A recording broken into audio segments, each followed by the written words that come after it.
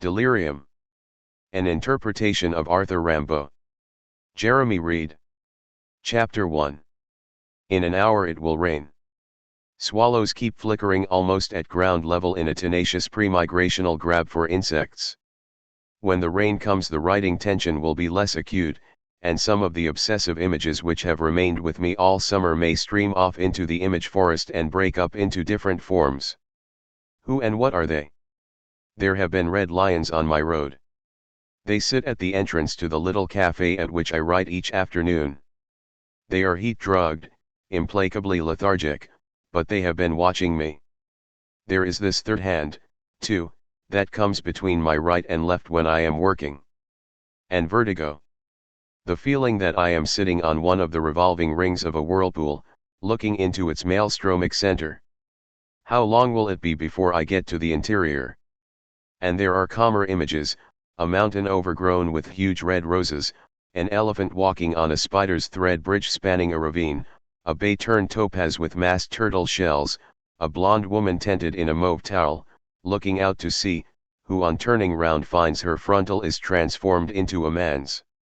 These image contents can be held within a visual time frame.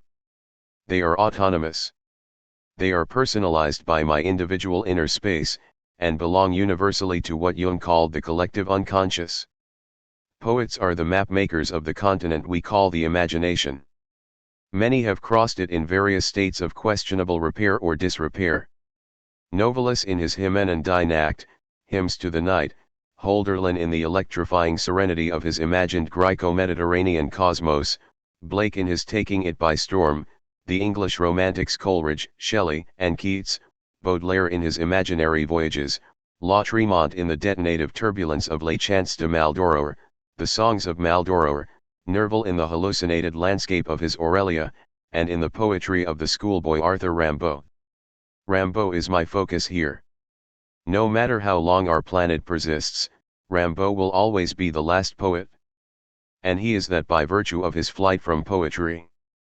Jean-Nicolas Arthur Rimbaud, the contemptuous adolescent who failed to find in poetry the physical realization of his hallucinated delirium, kicked up a dust storm over his poetic trail. Critics are still rubbing the grit from their eyes, hoping the red blur between them and their subject will prove to be an erasable illusion. Can anyone have cared for his poetry so little?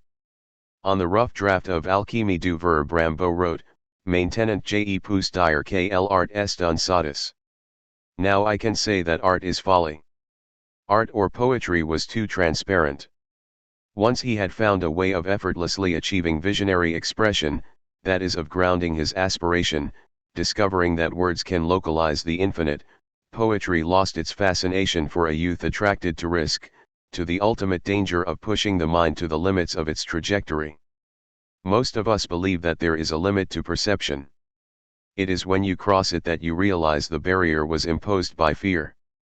In the years between 1869 and 1873, the period in which Rimbaud believed in poetry, he seems to have been fearless in its pursuit. Youth treats the body clock with a degree of unreality. The option is open to one to believe that one may never die, or at least to think of death as an abstract notion consigned to the future. And the feeling of unlimited time and space allows one to assassinate the present. Rimbaud was briefly tyrannical because he inherited the future. At that age I was reckless, manic, and I stole. I courted defiance because my adrenaline fed on the impulse to deconstruct that in which I believed. And the sense of violating imaginative input is made the more exciting by the fact that inspiration does not recede. It comes back the more powerful for having been abused. It is like lighting a fire and partially covering it with sand. The flame soon licks through and crackles with a wick of smoke. The poet has to maintain a suitable respect and a corresponding disrespect for the source that provides him with poetry.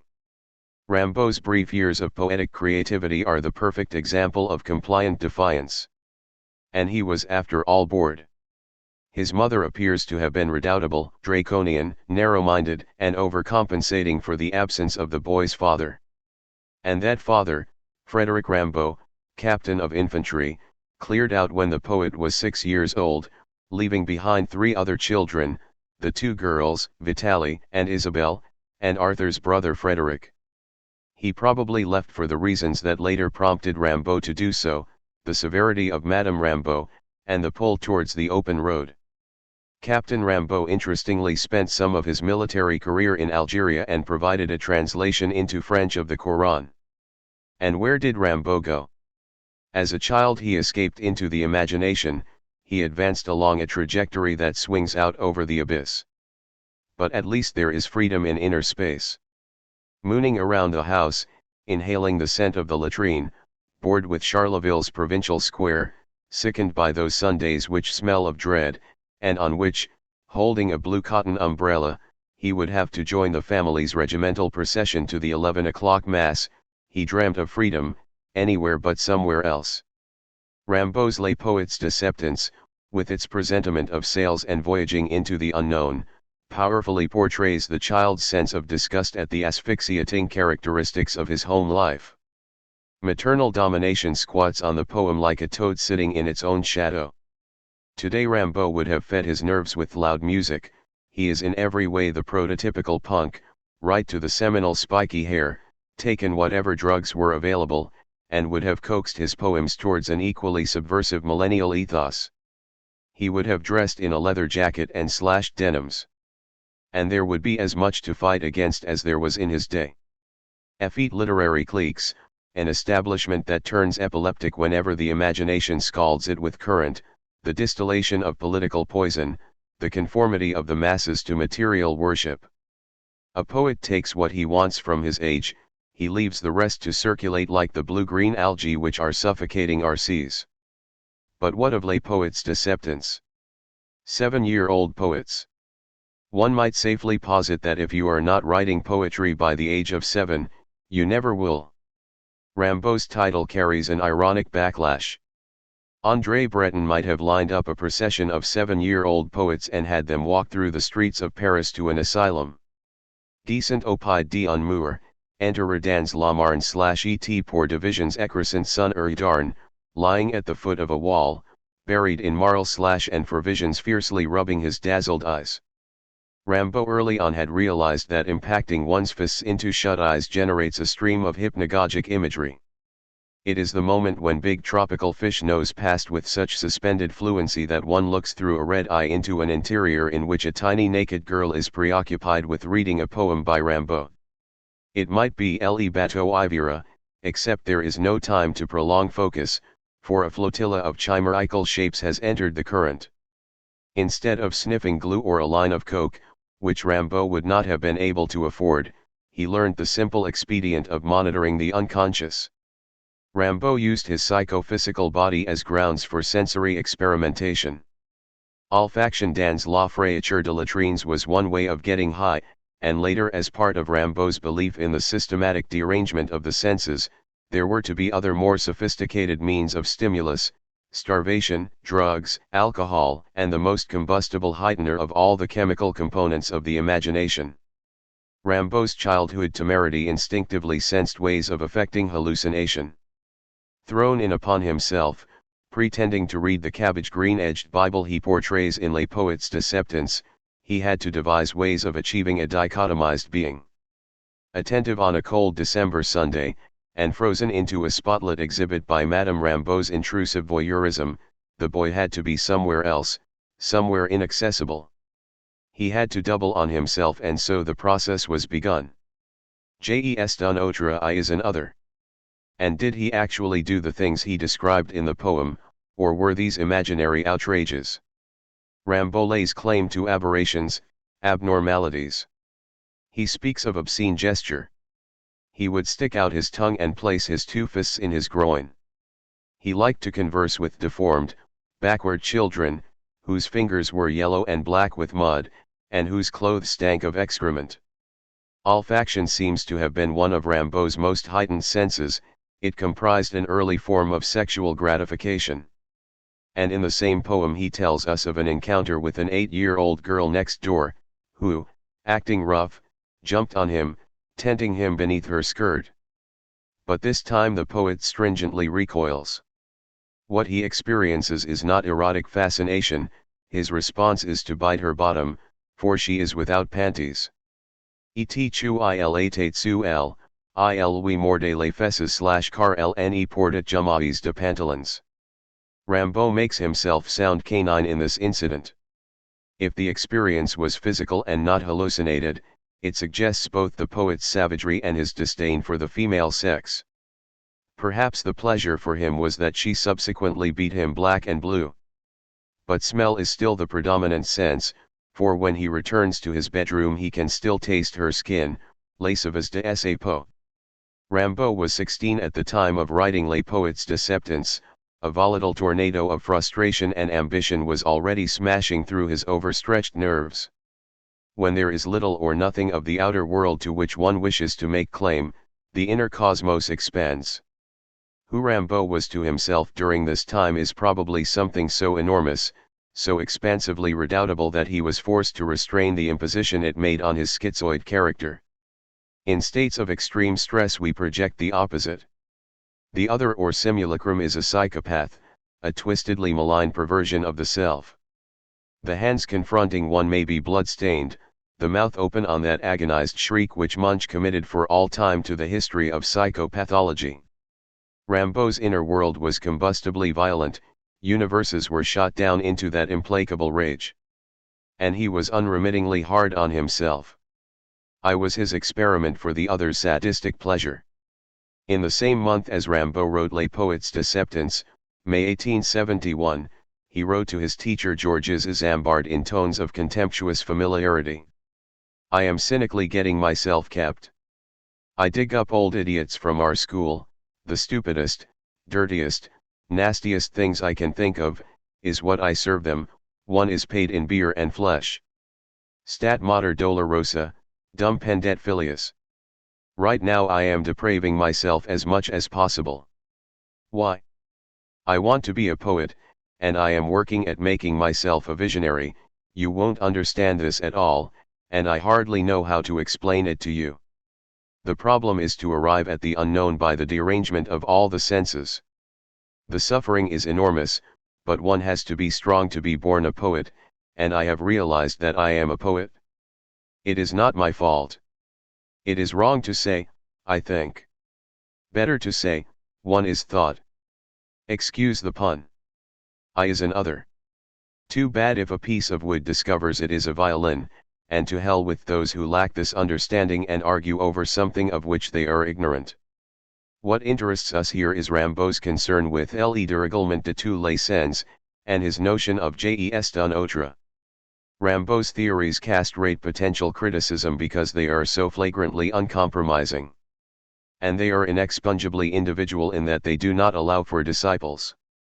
Minor poets who are invariably distinguished by gregariousness, the need to hang out for mutual support in institutions, are not encouraged to take up with the ways of solitary genius. And what would all this have meant to Georges Isambard? The latter had arrived in Charleville in January 1870, and at the age of 21 found himself in charge of the most senior literature course at the college. An intimate friendship based on a mutual concern for modern French poetry came about between master and pupil, and Rimbaud must have seen in Isambard the surrogate father who conformed to his homoerotic imaginings. Denied the love and companionship of a father, Rimbaud inevitably projected the father image onto a fortuitously chosen surrogate. Rimbaud's mother had already proved to be a disagreeable man. Her inflexible rectitude must have had the boy see her as the asexual embodiment of the punitive instinct. Could he have imagined her naked, submissive in his father's bed? Was it necessary for a woman from the Ardennes to show passion as a concomitant to sex? Did Rimbaud think he owed his origins to parthenogenesis? Adolescents can usually associate sex with most people other than their parents. In Rimbaud's case, the dissociation from speculating about parental conjugation must have been extreme. His mother's bed was a solitary one. A white-sheeted sarcophagus. His father at this instant might have been saddling a boy or girl in the desert. Perhaps he thought of his mother as having given birth to snakes. 4 black serpents basking on the threshold, and by some slow chemical transmogrification changing into children.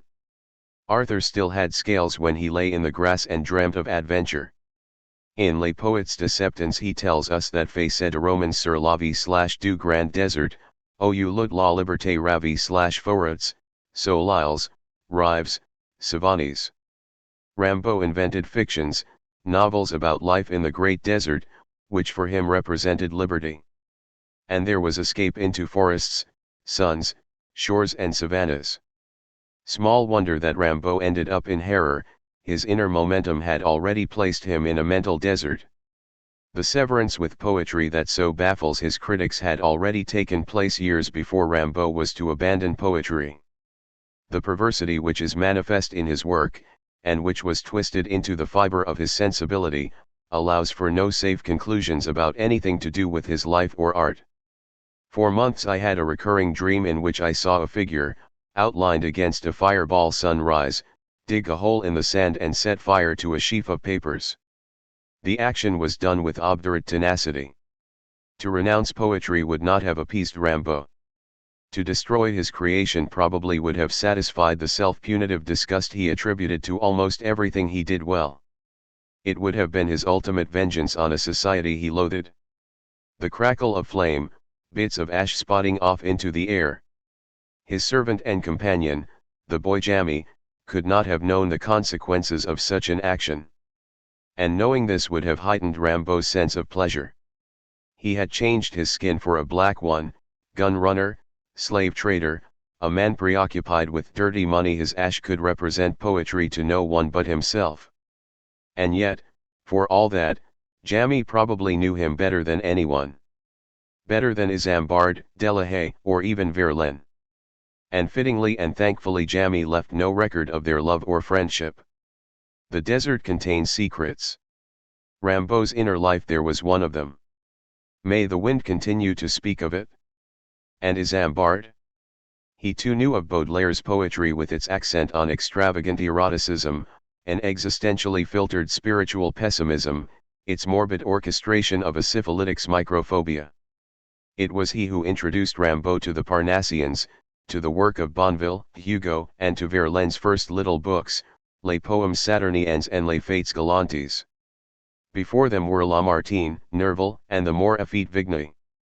And unknown to Rimbaud, and almost contemporaneous with his own period of creativity, Isidore Ducasse, better known as La Tremont, had already published in Les Chants de Maldoror a work that anticipates Un Saison en Enfer. La Tremont's achievement is possibly the greater, for its originality and unrelenting detonation of the unconscious make it the work which more than any other precedes Freud/Jung and Surrealism. We know less of La Tremont than we do of Rimbaud. He died in 1870 at the age of 24 in circumstances which have never been properly elucidated. The savagery of Maldoror, the brilliance of its imagery, its hallucinated bestiary which run rampant across the pages, and the vehemence with which it attacks almost every plank in the bridge on which 19th-century man had supposed himself secure, make it the more incendiary of the two works. Reading a line by La Tremont is to imagine his throwing a petrol bomb at the page and racing from the scene with his clothes burning. La Tremont assassinates both himself and his subject. Unconsciously Rimbaud's Time of the Assassins speaks of the weird symbiosis that brought two conflagratory works into being which were to anticipate the imaginative and military holocausts of the 20th century. Rimbaud at 17 and La Tremont at 20 had each put his ear to the nuclear pulse. Our potential white winter to come was for each of them a burning summer. And if they had coincided, there would have been no familiarity, no fraternity. It is possible that Rimbaud plagiarized La Tremont. The earliest complete edition of Les Chants de Maldoror had been published by Lacroix, for Boeckhoven, in Brussels in 1869. La Tremont was dead a year later. His body was found on November 24, 1870 in his hotel room at 7 Faubourg Montmartre, and no cause of death was entered on his certificate, sans autres renseignements. It was the winter of the Prussian siege of Paris. La Tremont may have died from starvation, disease, suicide, or he may have been murdered. He left behind him almost no papers. Maldoror and Poesies are the two works that he bequeathed us. And like Rimbaud, La Tremont was a refugee in inner space. Born in Montevideo, victimized by a diplomat father, It seems likely his mother committed suicide. He was sent to be educated in Tarbes, before making his way to Paris. The first chant of Maldoror had appeared as early as 1868 and made a second appearance the following year in Évariste Carent's anthology Parfums de l'âme. Far more than Baudelaire's poetry, Les Chants de Maldoror would have excited Rimbaud to delirium. Here was a sensibility more outrageous than his own, and a poetry that knew no imposition on shock. And if Rimbaud's poetry has been the one more readily assimilated by literary taste, it is because of the two it is less savagely unorthodox. Did it really take the surrealists to discover Rimbaud?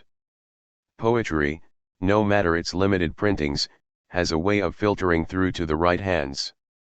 Would not Verlaine, with his penchant for the obscene, have known of Les Chants de Maldoror, and could not the book have come down to Rimbaud like that, he suppressing all mention of it because it ran contemporaneous with his own discovery of a tempestuously implosive inner cosmos?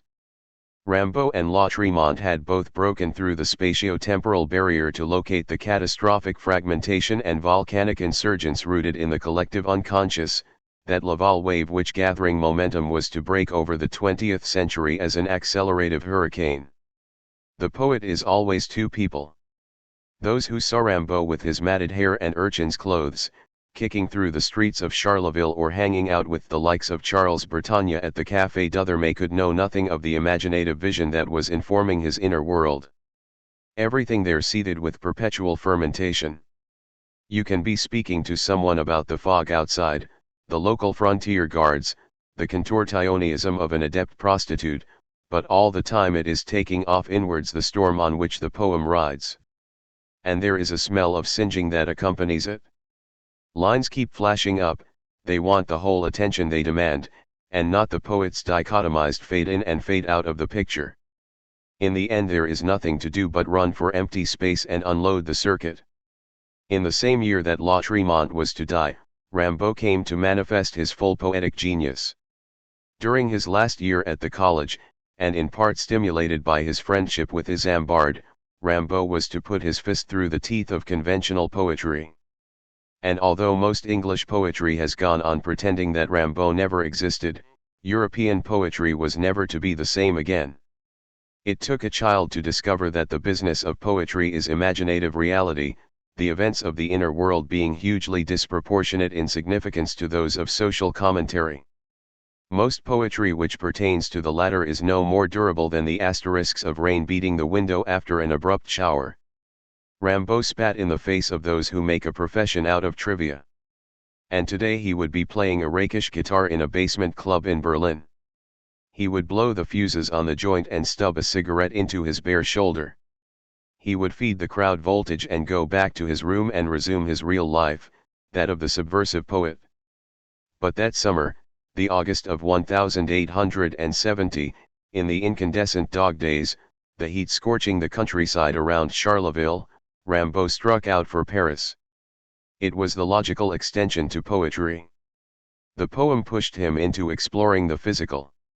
Its brute force had accumulated, the adrenaline banged him onto the road. The psychophysical came together as an explorative unity. Isambard had left Rimbaud the key to his flat in the Cours d'Orléans, which meant the freedom to ransack his library, but not even this could succeed in distracting Rimbaud in a town so little conducive to his spiritual growth. He boarded a train without any money, probably not even knowing why or how he was on it, except that it was moving, and on his arrival in Paris he was arrested and taken to a police station. Locked up in the prison of Mazas, and terrified of his impending trial, he implored Isambard to help him. Interestingly, he transforms his former teacher into a mother and father. I hope in you as in a mother, and later on in the letter he professes, I shall love you as a father. This curious gender mutation and surrogate parenthood imposed on Isambard tells us much about Rimbaud's sexual confusion. Perhaps in his imagination he regularly had Isambard change sex according to his need for him as feminine or masculine, unrealized lover or mentor. What is most fascinating about Rimbaud's creative years, in terms of sexual orientation, is that they are unfocused. His interest in women is confined to smut and scatology, and his attraction to men is based on cruelty and brutality, and certainly not eroticism. Even Verlaine is a figure to be used in an experiment, and part of Rimbaud's attraction to Verlaine centered upon wrecking the latter's domestic stability and driving him towards a visionary liberation from which the lesser poet was unlikely to benefit. Verlaine's perfect ear and the transparency of his lyric were the consummate gifts of a minor poet. No amount of forcing his sensibility or deranging his sensory perception was ever going to make him into a seer, a frenzied shaman. For Rimbaud, hallucination was a way of seeing. So it is with all great imaginative poets. And while that particular faculty may be stimulated, it cannot be inherited. Rimbaud was disappointed by hashish. He saw a white moon chasing a black one across the sky.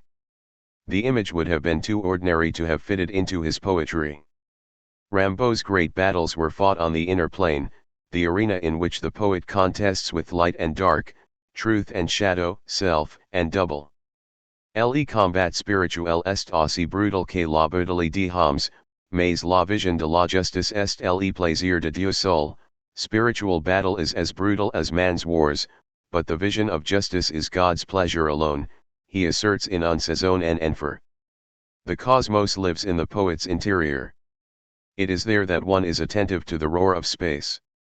All the processional chimeras, black angels, psychopomps, archetypal tableaus, erotic possibilities, beauty, mutilation, visions of past and future worlds are contained within the geography of the unconscious. Rimbaud was in a quite different country to Verlaine, no matter that they both experienced kicks from being physically on the road. Rimbaud's first flight to Paris involved imprisonment.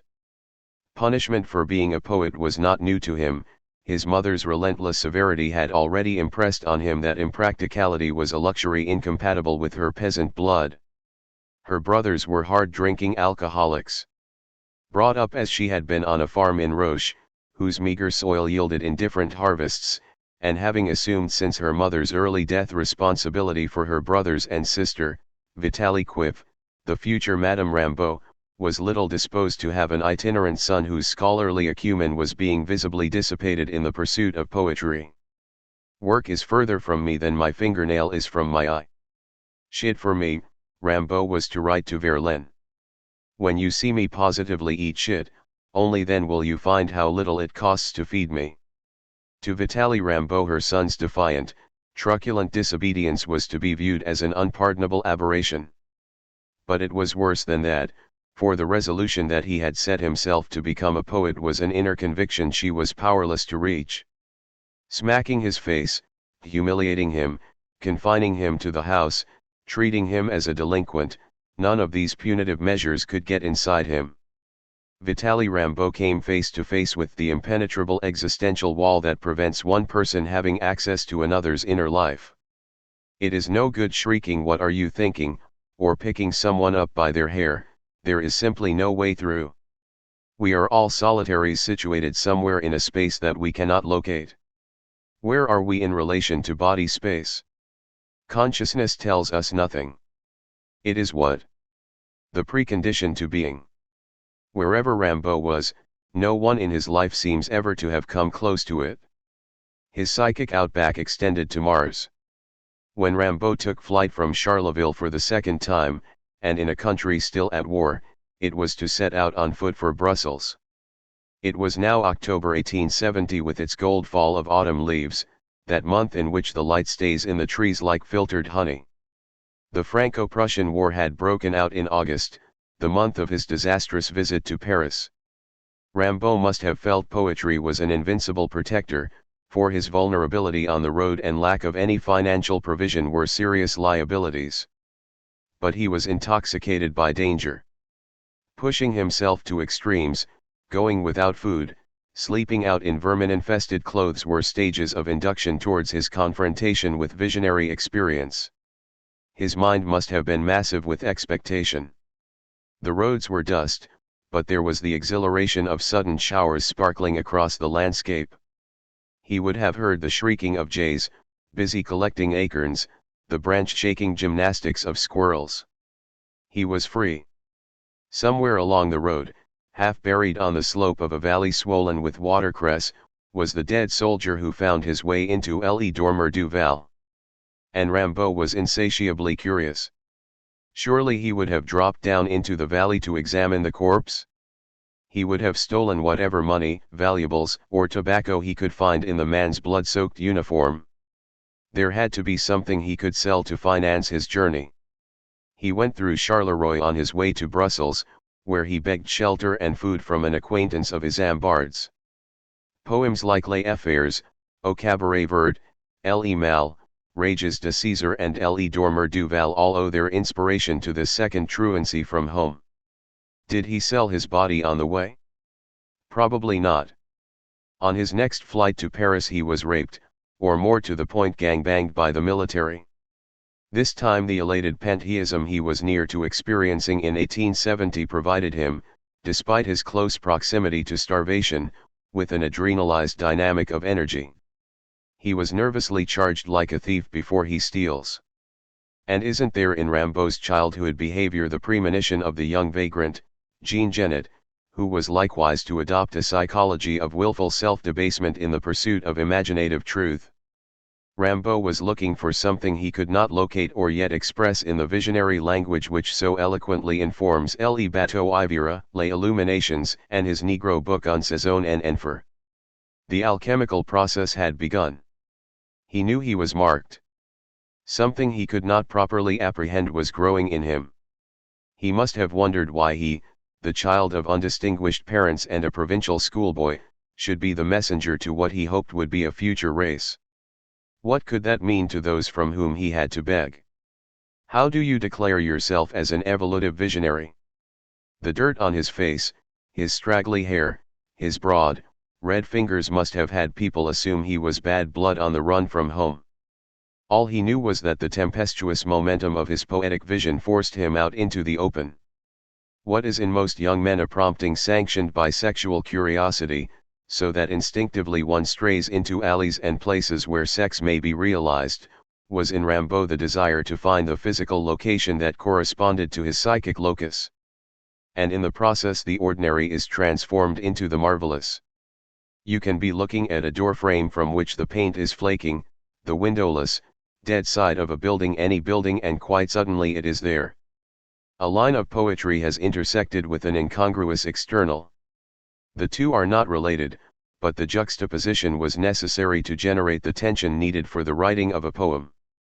Rimbaud picked up things with his eye on this journey.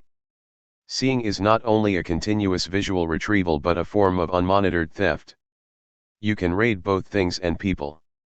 One can appropriate whatever catches the eye, and on a sexual plane masturbation is the means of making love to an involuntary image. Poetry is close to the latter in its function. One can internalize any woman or man of one's choice, in Rimbaud's case it was probably both, and it is the same with poetry. One sensitizes the idea of a thing, frictionalizes it with one's nerves and transforms it into something else. Poetry is the most sophisticated form of psychophysical masturbation. In writing poetry one does not achieve the object of one's desire, one compromises for an approximation. The end product is elusive, it evades the perceiver in the same way as the imagined sexual fantasy blurs in the act of retaining it. Rimbaud's poem Au Cabaret Vert, written most probably on the road to Charleroi in October 1870, is impregnated with an autumnal calm. It is a poem of late sunshine. It expresses a mood one associates with Rimbaud that autumn. It is the calm before the storm, the achievement of a poetry which, while it disdains comfortable emotion or social acceptance, nonetheless expresses a containable tension within the poet. And a sense of placement, he has no need to counter-attack his line, for the poem follows his physical rooting. And Rimbaud, who expressed such temerity on a spiritual plane, manifests an almost voyeuristic awkwardness in his real or imagined notice of girls encountered on the way. In Au Cabaret Vert it is the girl with the huge tits and the obvious sexual experience. A kiss wouldn't scare that one who serves him with the simple dish of bread and butter and ham. The simplicity of his needs, so unself-consciously portrayed in the poem, right down to his beer froth turning gold in the late sunshine, has the serene properties of certainty, something that sexual intrusion would have shattered. Au cabaret vert isolates a mood. It finds Rimbaud emulating adults. He is at ease in a country inn, although no doubt tongue-tied, occupying a corner by himself and viewing the company with modified paranoia. The money for his food may have come from the pockets of a dead soldier. Rimbaud would have appreciated that irony. But there is more than a mood to this poem, there is a flippancy and a customary shade of his familiar contempt. "'Tore 8 days I'd ripped my boots up on the road," he tells us in the poem. And certainly his mother wasn't going to replace them. When his clothes went to tatters they stayed that way. He cultivated lack of hygiene and a vagrant's appearance. He seems all the time to have been going against himself, pushing his perversity to see how far he could injure the sensitive person within. He may never have intended to go to violent extremes, to follow to the end of the night in search of the midnight sun, but at some stage it got out of control. It was too late to reverse the syndrome. The I had literally become the other. But it is still October 1870. Rimbaud wanted to change the world.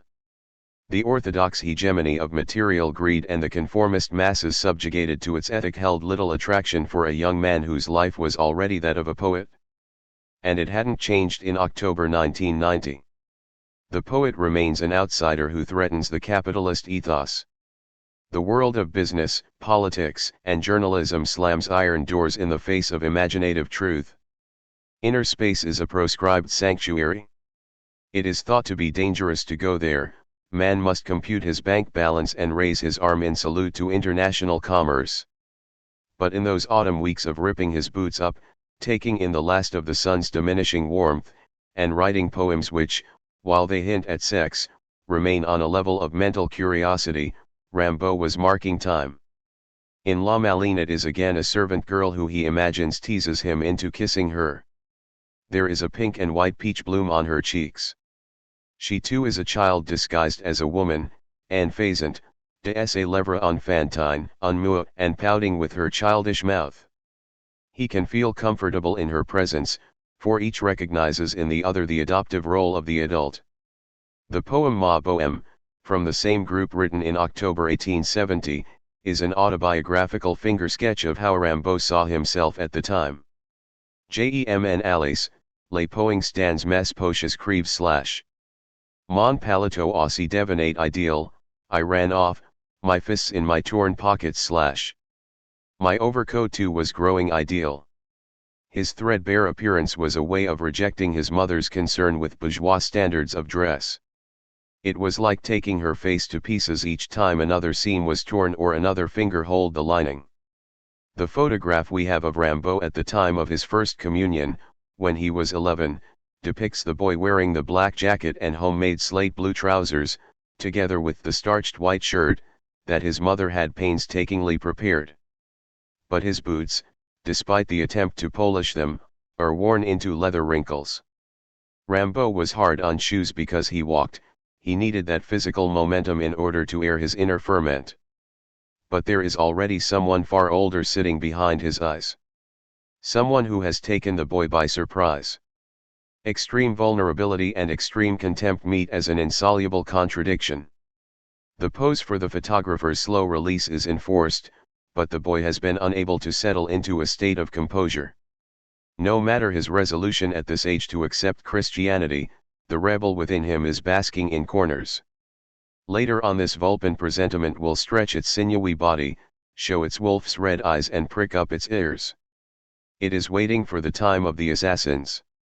In the lazy autumn light of October 1870 Rimbaud enjoyed the last sensations of innocence to permeate his childhood. His precocity, his obscenity, his disrespect for adults whatever their station in life, had whipped up a fire of rebellion in him, which was to be fanned to a visionary heat in the course of the next 3 years. The gold light was an interlude. Isambard was sent to Brussels, found Rimbaud at Douai, and from there he returned to Charleville in the company of a police officer.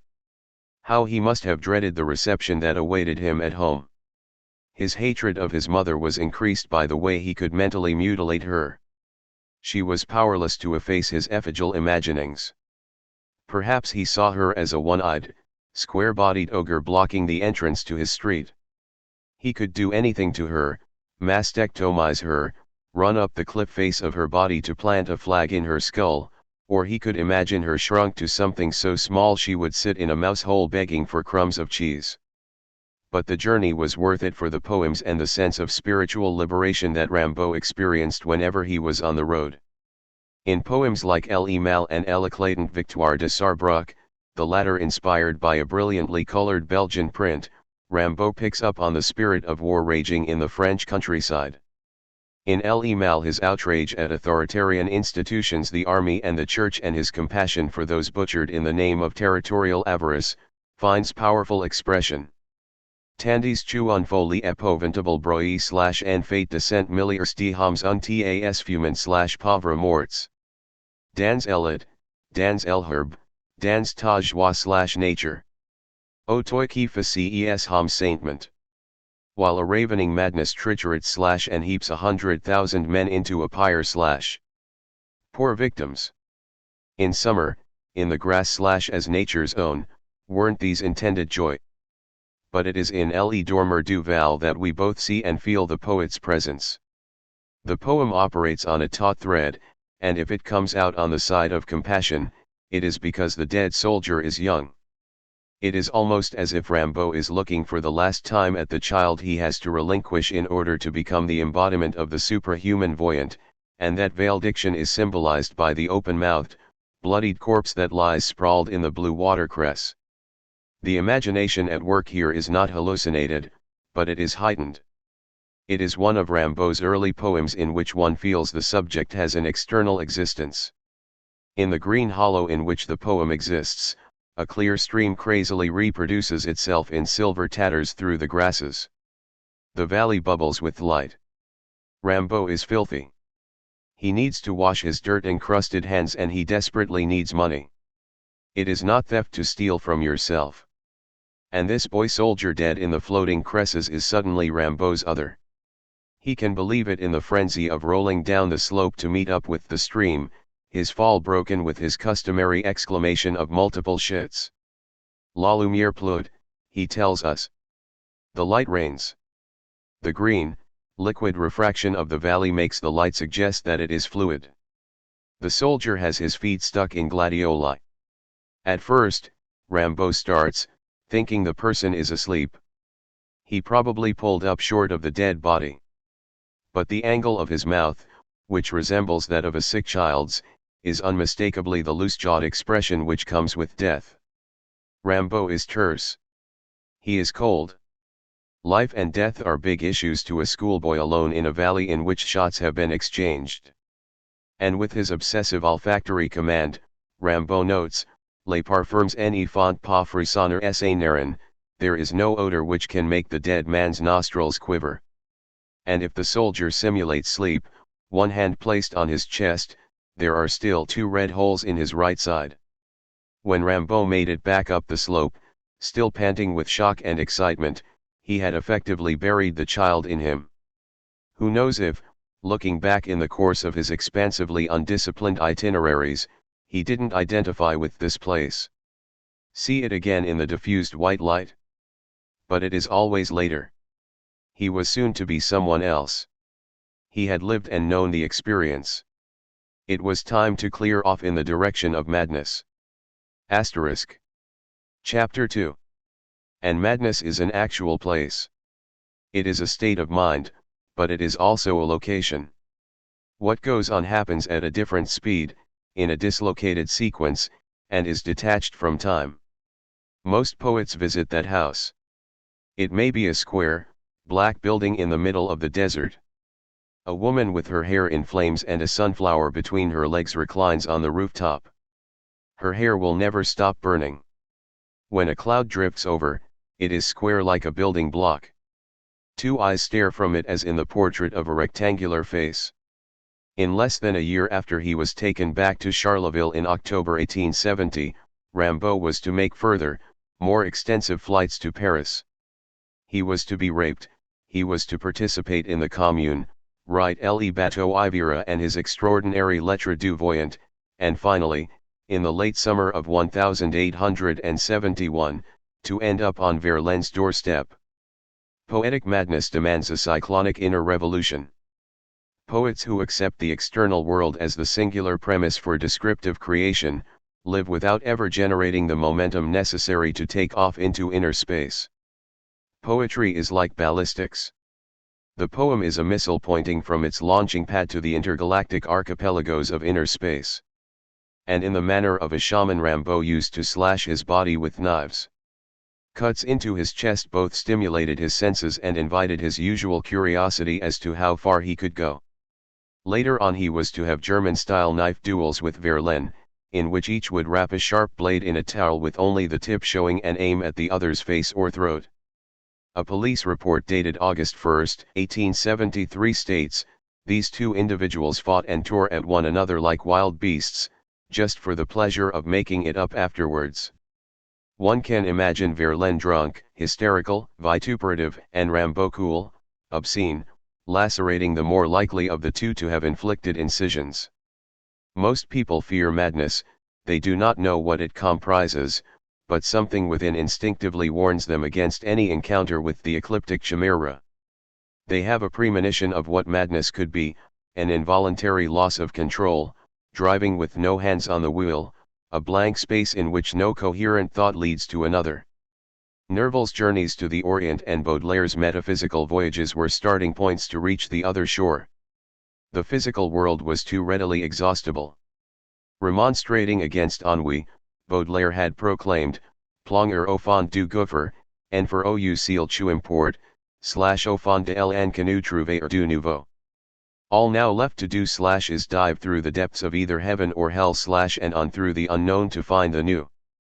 The emphasis here on finding the new, and Rimbaud would have construed this place as a psychologically constellated state had for Rimbaud the effect of shooting up on speed. He would take heaven by storm, and if he failed, he would gladly turn to the dark. Interestingly, it is Novalis in his Hymen and Dynact who anticipates the mystic expectation of the new world to which Rimbaud aspired. Novalis writes, "Now I know when the last morning will be, when the light will no longer intrude on night and love, and when sleep will always become one uninterrupted dream. My pilgrimage to the holy grave was exhausting, the cross unmanageable.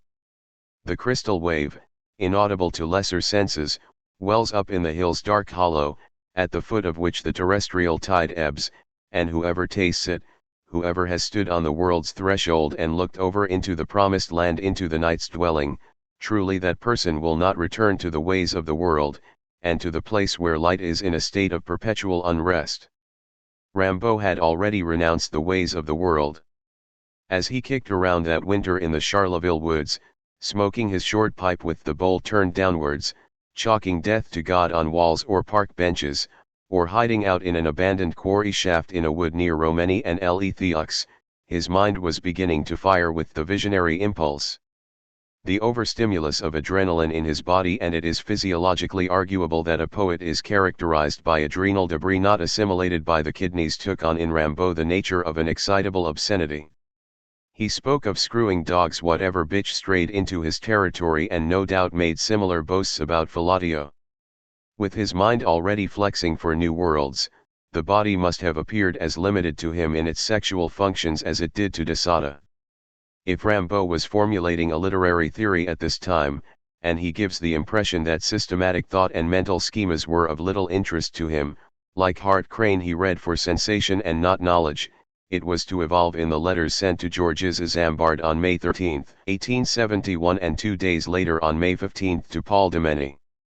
Rimbaud had traveled a long way through mental space to arrive at his beliefs, and if he picked up snatches of alchemy and magic from the likes of Michelet and Eliphas Levi, and if his imagination was colored by the works of Baudelaire, Hugo, Poe, Jules Verne, and the contemporaries in whom he expressed interest, Bonneville, Demeny, Verlaine, Armand Renaud and Louis Vaillant, then his visionary quest is all the more original, for it is inspired not by a synthesis of literary study but by a rejection of everything that had come before him.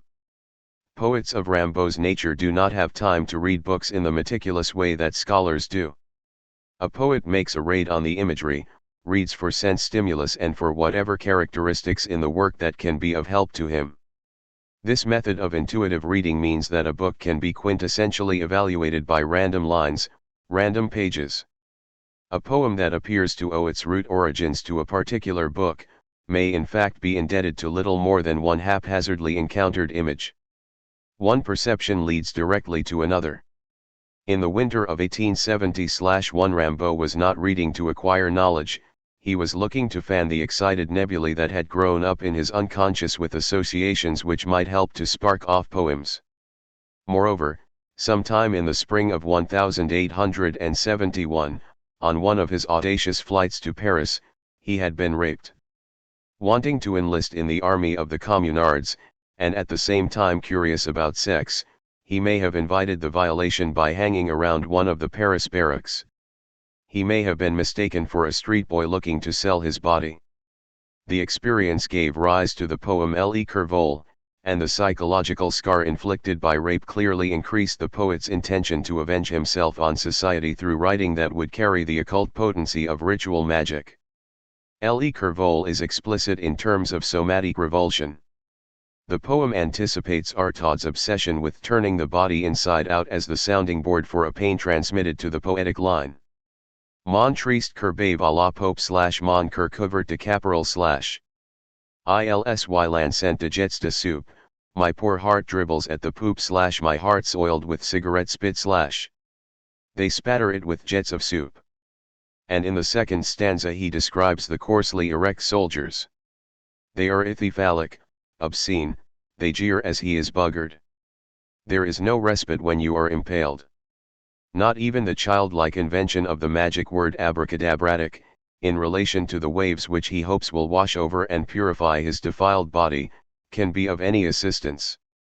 He tells us that the aftermath will be stomach retchings or stomachics, for the men have clearly used him violently. He was probably booted back on the street, alone, where he was unable to find any consolation for this degrading experience amidst the anonymous lives pouring through the city. Paris was in a state of insurrection.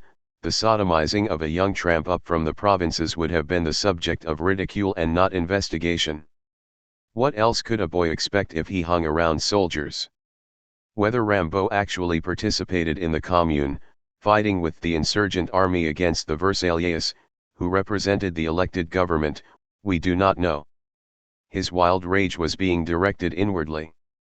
To the external world he was nothing, a schoolboy turned ruffian, a subversive idler to those who recognized him in Charleville. But he was preparing a lycanthropic attack. The poetry that Rimbaud was writing at the time of his Lettres du Voyant is often obscene and violently denigratory of women.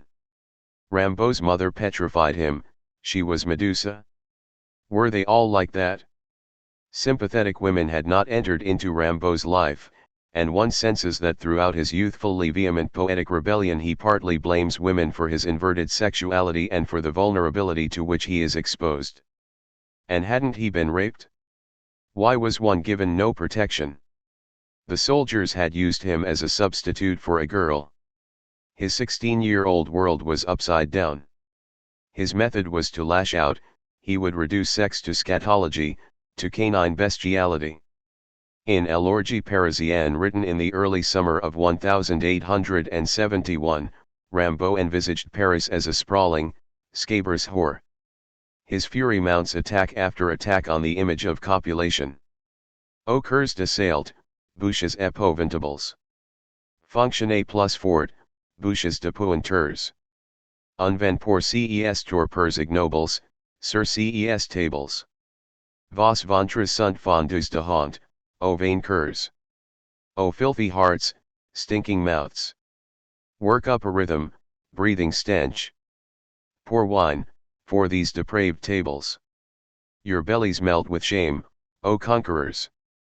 There is worse to come.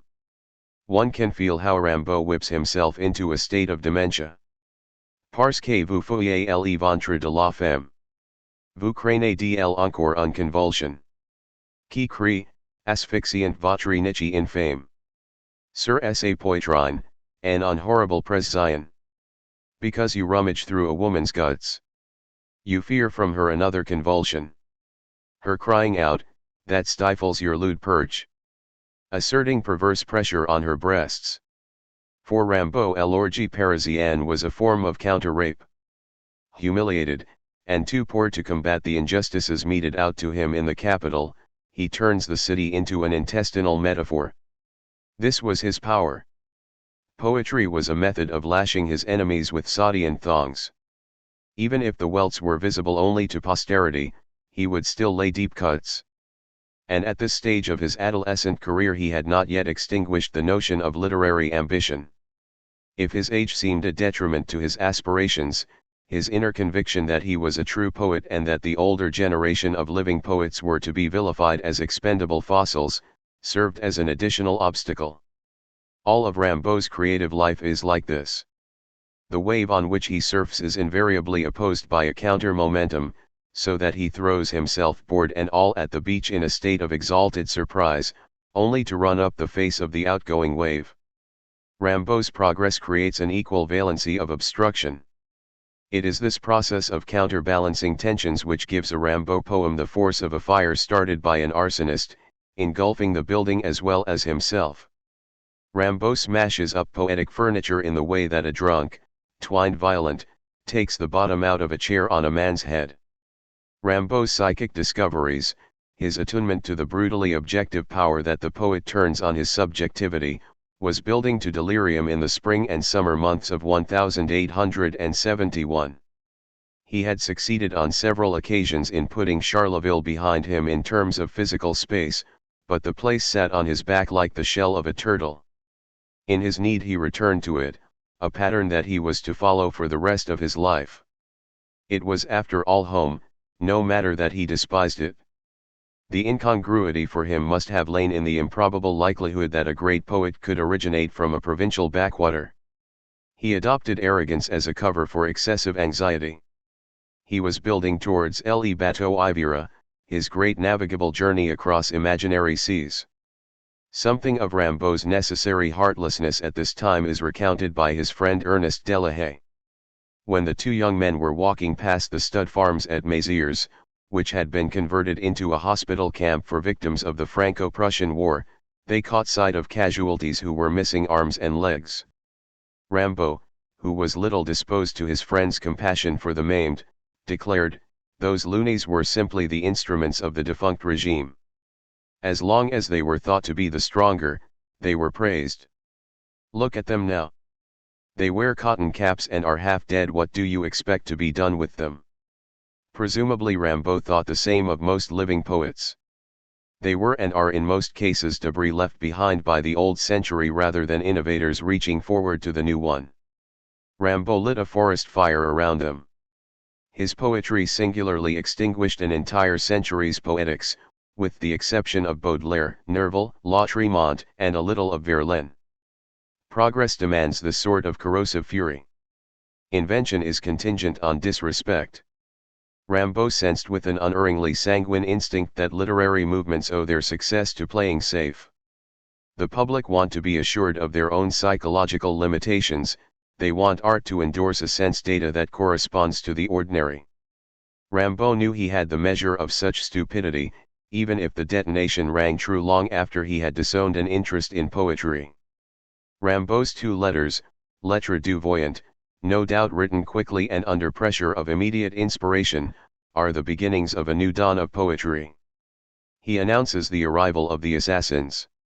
These two letters, the second enlarging and expanding on the theories developed in the first, are of such profound significance that they could have altered both the course of poetry and the future of the race, if they had issued from the pen of someone other than an insignificant provincial schoolboy.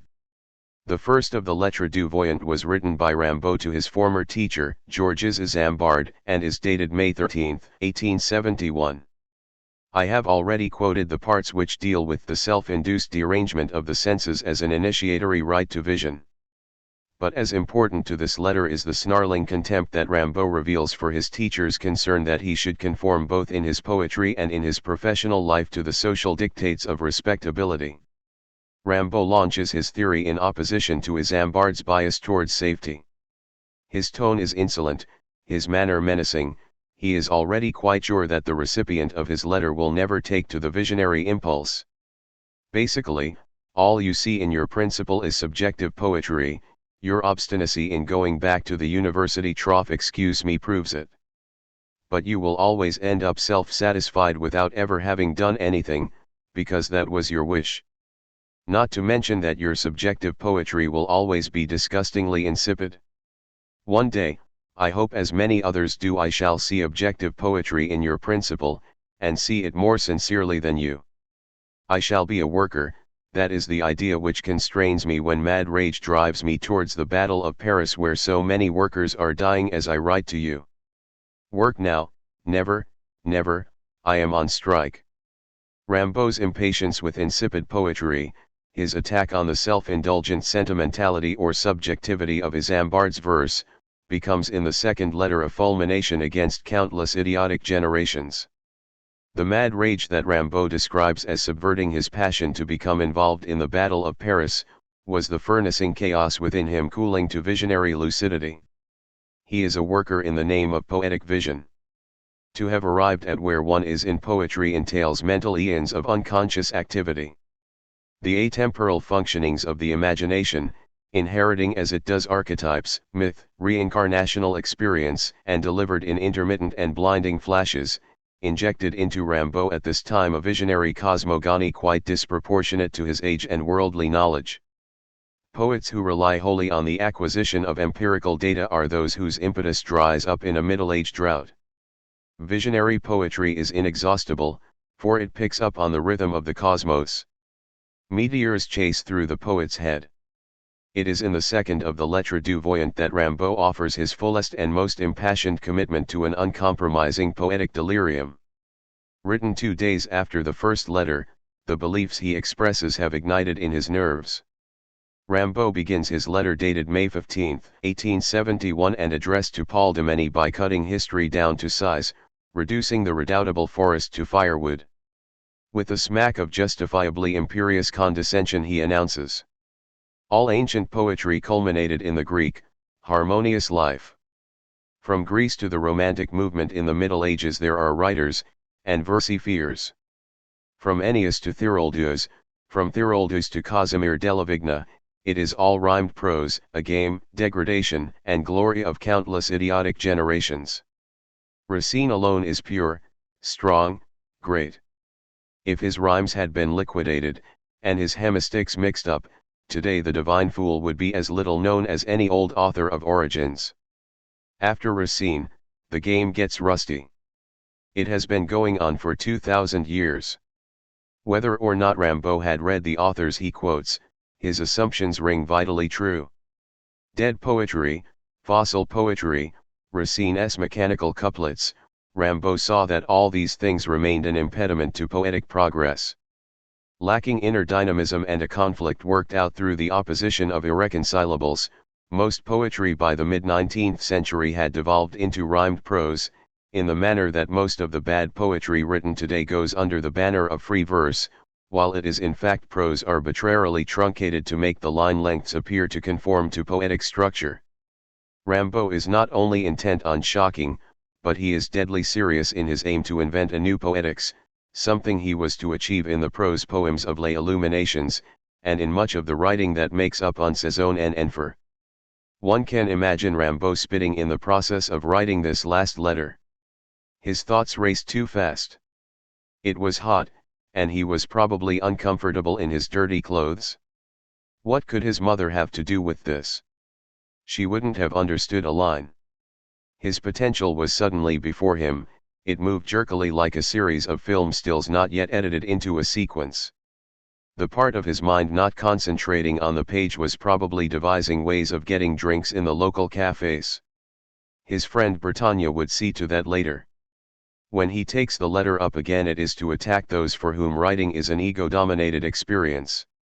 If those old idiots had not discovered only the false meaning of the ego, we shouldn't have to sweep away the millions of skeletons which, since time immemorial, have accumulated the results of their one-eyed intelligence, by claiming to be the authors. Before arriving at the inspired prescriptions necessary for the poet to become a visionary, an inhabitant of the great dream, Rimbaud cleans the past like a fish. Men are still awaiting the arrival of a poet.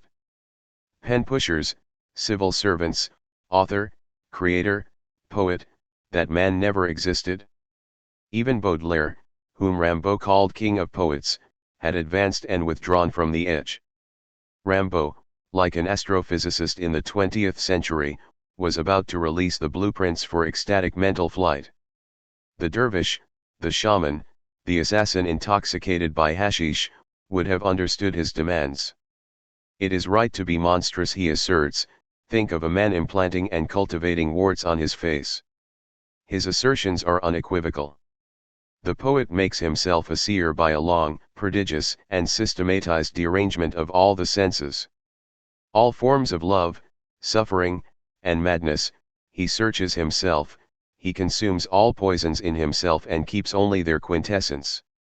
Unspeakable torture in which he needs self-conviction and superhuman strength, where he becomes among all men the great invalid, the great criminal, the great outlaw and the wise man. Because he attains the unknown. Because he has cultivated his soul, already rich, more than anyone. He reaches the unknown, and even if, demented, he ends up losing the meaning of his visions, at least he has seen them. Let him die as he forces through unheard of, unamiable things. Other horrible workers will come, they will begin at the horizons where the first one collapsed. Rimbaud's imperatives are unprecedentedly revolutionary. They demand a commitment to the work and a willingness to explore all facets of human experience, such as few poets have ever dared contemplate. If you need a fix of heroin, and Rimbaud's demands are no less extreme, you may have to sell your body to pay for your habit. If you are a poet, you may have to steal to live. You become the great criminal, not only in the sense of aspiring to occult knowledge but in the context of living outside society. At the time that Rimbaud was formulating his belief in poetic dementia, and the fearless journeying to the interior where man must alchemically distill his emotions, extracting only what is of use to the experiment, poetry was comfortably in the hands of the safe. Bonneville, Hugo, Tennyson, and Arnold, not to mention Longfellow, were all busy writing poetry that conformed to public sentiment. Rimbaud's discoveries would have appeared an act of madness to their retrograde conformism. Rimbaud strikes like a wolf aiming for the throat. Only Nietzsche would have understood his ecstatic celebration of evil as an objective contributory to creative vision. And the poet must be willing to accept death as the outcome of his Promethean raid on the inarticulate. The latter is a small price to pay for the incandescent immediacy of having seen and known the high points of visionary crystallization. Rimbaud swallowed fire. He was a magician who used his psychophysical responses as a bridge across the universe. He was at this time an ecstatic savant. He was Prometheus inciting the retribution that comes from stealing fire. At the time of writing the 2nd May letter, we found him too gloomy, too irascible, his movements were jerky, his manners crude. His mother was desperate about him. At one point, he seemed so strange that she thought he was mad, writes Pattern Barracan. Rimbaud continues the letter to Domeny with growing excitement and a sense of corresponding intolerance. Therefore the poet is really the thief of fire. He is responsible for humanity, even for the animals. He will have to have his visions smelt, felt, and heard. If what he brings back from down there has form, he gives it form. If it is formless, he leaves it like that. A language must be found. Besides, all speech is idea. The time of a universal language will come. One has to be an academic more dead than a fossil to compile a dictionary, no matter the language. Weak-minded people, beginning by thinking about the first letter of the alphabet, would quickly go mad. This language will be of the soul for the soul, containing everything, smells, sounds, colors, thought contesting thought. The poet would define the amount of the unknown awakening in his time in the universal soul. He would provide more than the formulation of his thought, than the record of his march towards progress.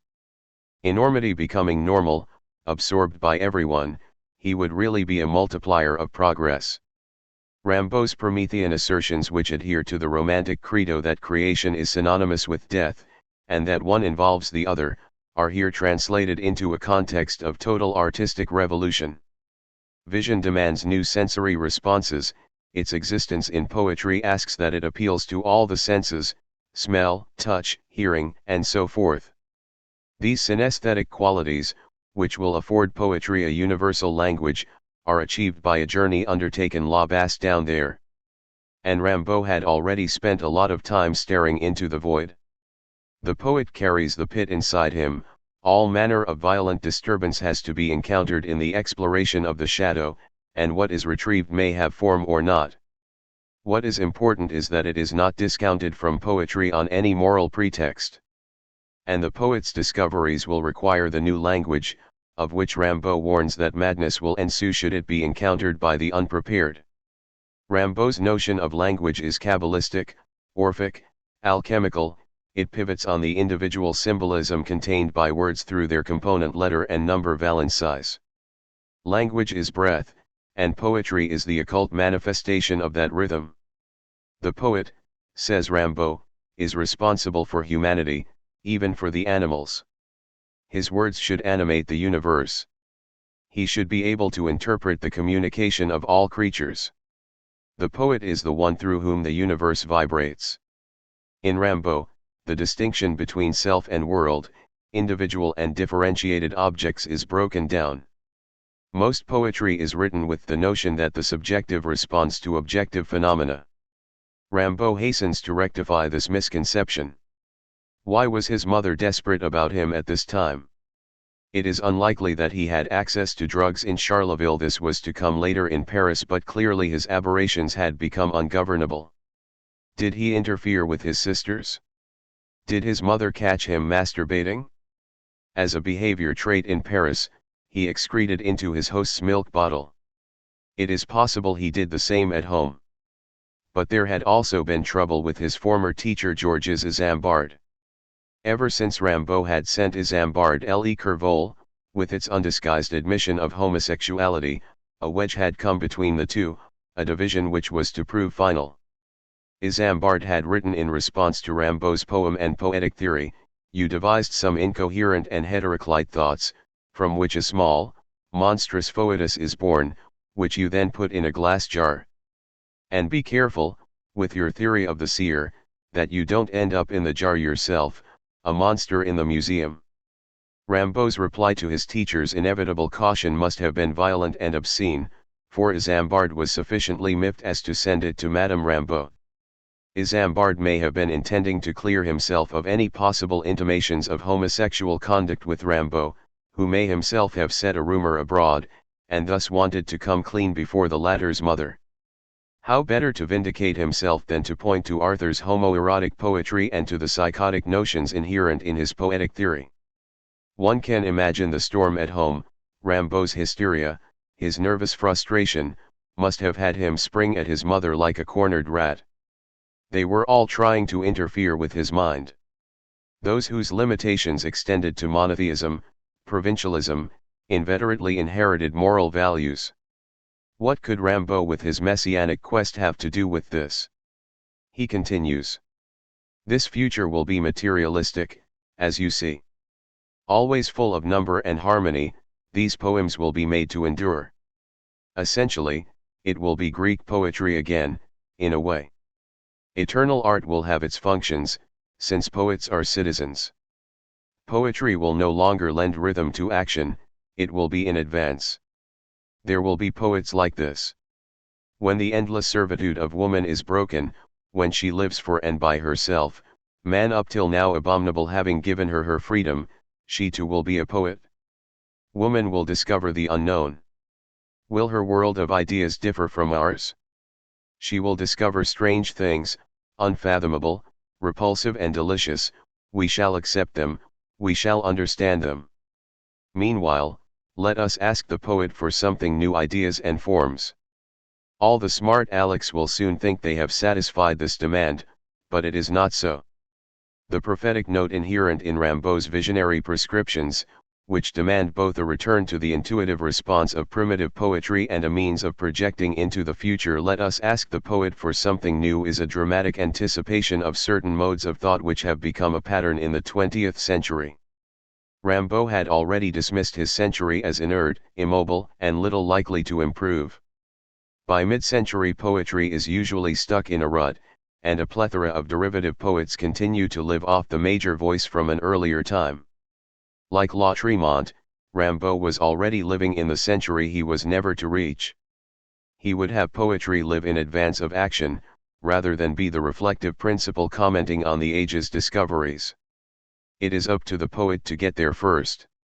And there will be poets like this, he assures us. They were to come in number in another time, another place. Rilke, Trucle, Apollinaire, Breton, St. John Perse, Eliot, Neruda, Montale, these are a few who have brought a new poetics to bear on the 20th century. And Rimbaud envisages the psychosexual emancipation of women. She too has a vital part to play in the discovery of the unknown.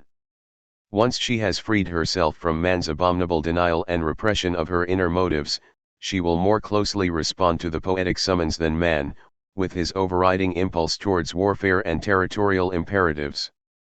Rimbaud was looking for a new race, a people who would invent the future according to the instruction of vision. The world could be imagined into existence.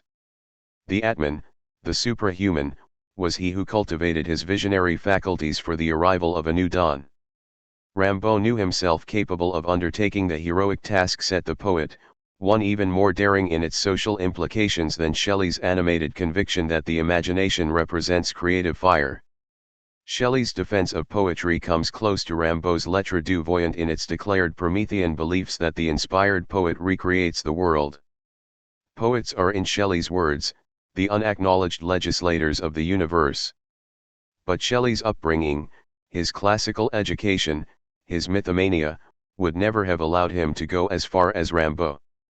To conceive of the poet as the great criminal, and to suggest that women have as important a part to play in imaginative discovery as men, are ideas that link Rimbaud not only with the succeeding century but with ongoing continuity. There will never be a poetry in which Rimbaud does not play a part. In reality he was too poor even to stamp his letters. His mother believed that if she deprived him of money he would either return to his studies or be forced to find a job. He consented to neither. If he was questioned, he replied, "Shit." He threw lice from his hair at Charleville antagonists, and gave readings of poems such as Accroupissements, Les Premières Communions and Le Curvol at Charles Bertagne's house. Someone had to be shot down. Bonneville was a good target. The florist poet whom Rimbaud had begun by tolerating was ripe to receive a satellite message of Rimbaudian insolence.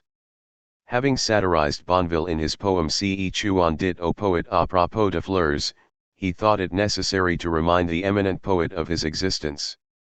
"Sir and dear master, do you remember receiving from the provinces, in June 1870, 100 or 150 mythological hexameters entitled Credo in Unam? You were kind enough to answer. The same imbecile is sending you the above verses, signed Alcide Bava. I beg your pardon. I am 18. I shall always love Bonneville's verses. Last year I was only 17. Have I made any progress? Alcide Bava. A.R. Had Bonneville made any progress? By writing Le Bateau Ivera, Rimbaud had not only given support to his poetic theory but at a stroke had liquidated his contemporaries. As if in preparation for another autumnal departure, he had written Le Bateau Ivera in August 1871. No matter the case put forward for the poem being influenced by Rimbaud's reading of such books as Michelet's La Mer, Jules Verne's 20,000 sous les mers, 20,000 Leagues Under the Sea, Poe's sea stories like the narrative of A. Gordon Pym and A Descent into the Maelstrom, Baudelaire's Le Voyage, and whatever other fabulous accounts of the ocean he may have derived from literary sources, Le Bateau Ivera is more than all of these the undertaking of a great inner journey. Everything that had happened to this boy who was still not 17 is compounded into the poem's violent and multicolored mosaic. It is the culmination of Rimbaud's childhood obsessions, and provides the metaphorical vessel for his flight not only from Charleville but from the visible world. We know biographically that as a child Rimbaud used to push a boat out into the green river Meuse, as far as its mooring chain would permit, and that at home he would stretch out on a piece of canvas in his room, imagining sails, sea roads, tropical islands, the spiritual freedom that comes with leaving the earth behind. And this poem, so fiercely innovative, so charged with visionary color, was to be the credential with which he would face the Parnassians in Paris. Moreover, it was the poem he was to send to Paul Verlaine by way of an introduction to his inflammatory genius. What was it like for Rimbaud in that intolerable August of 1871? He had written a poem so powerful, so far in advance of anything he had known or seen, a poem which remains one of the great works of imaginative lyricism, but he was no one outside his own estimate. The lapidary fire that blazes in the aqueous quatrains that make up Le Bateau Ivira had been living in his head for how long? He had no idea.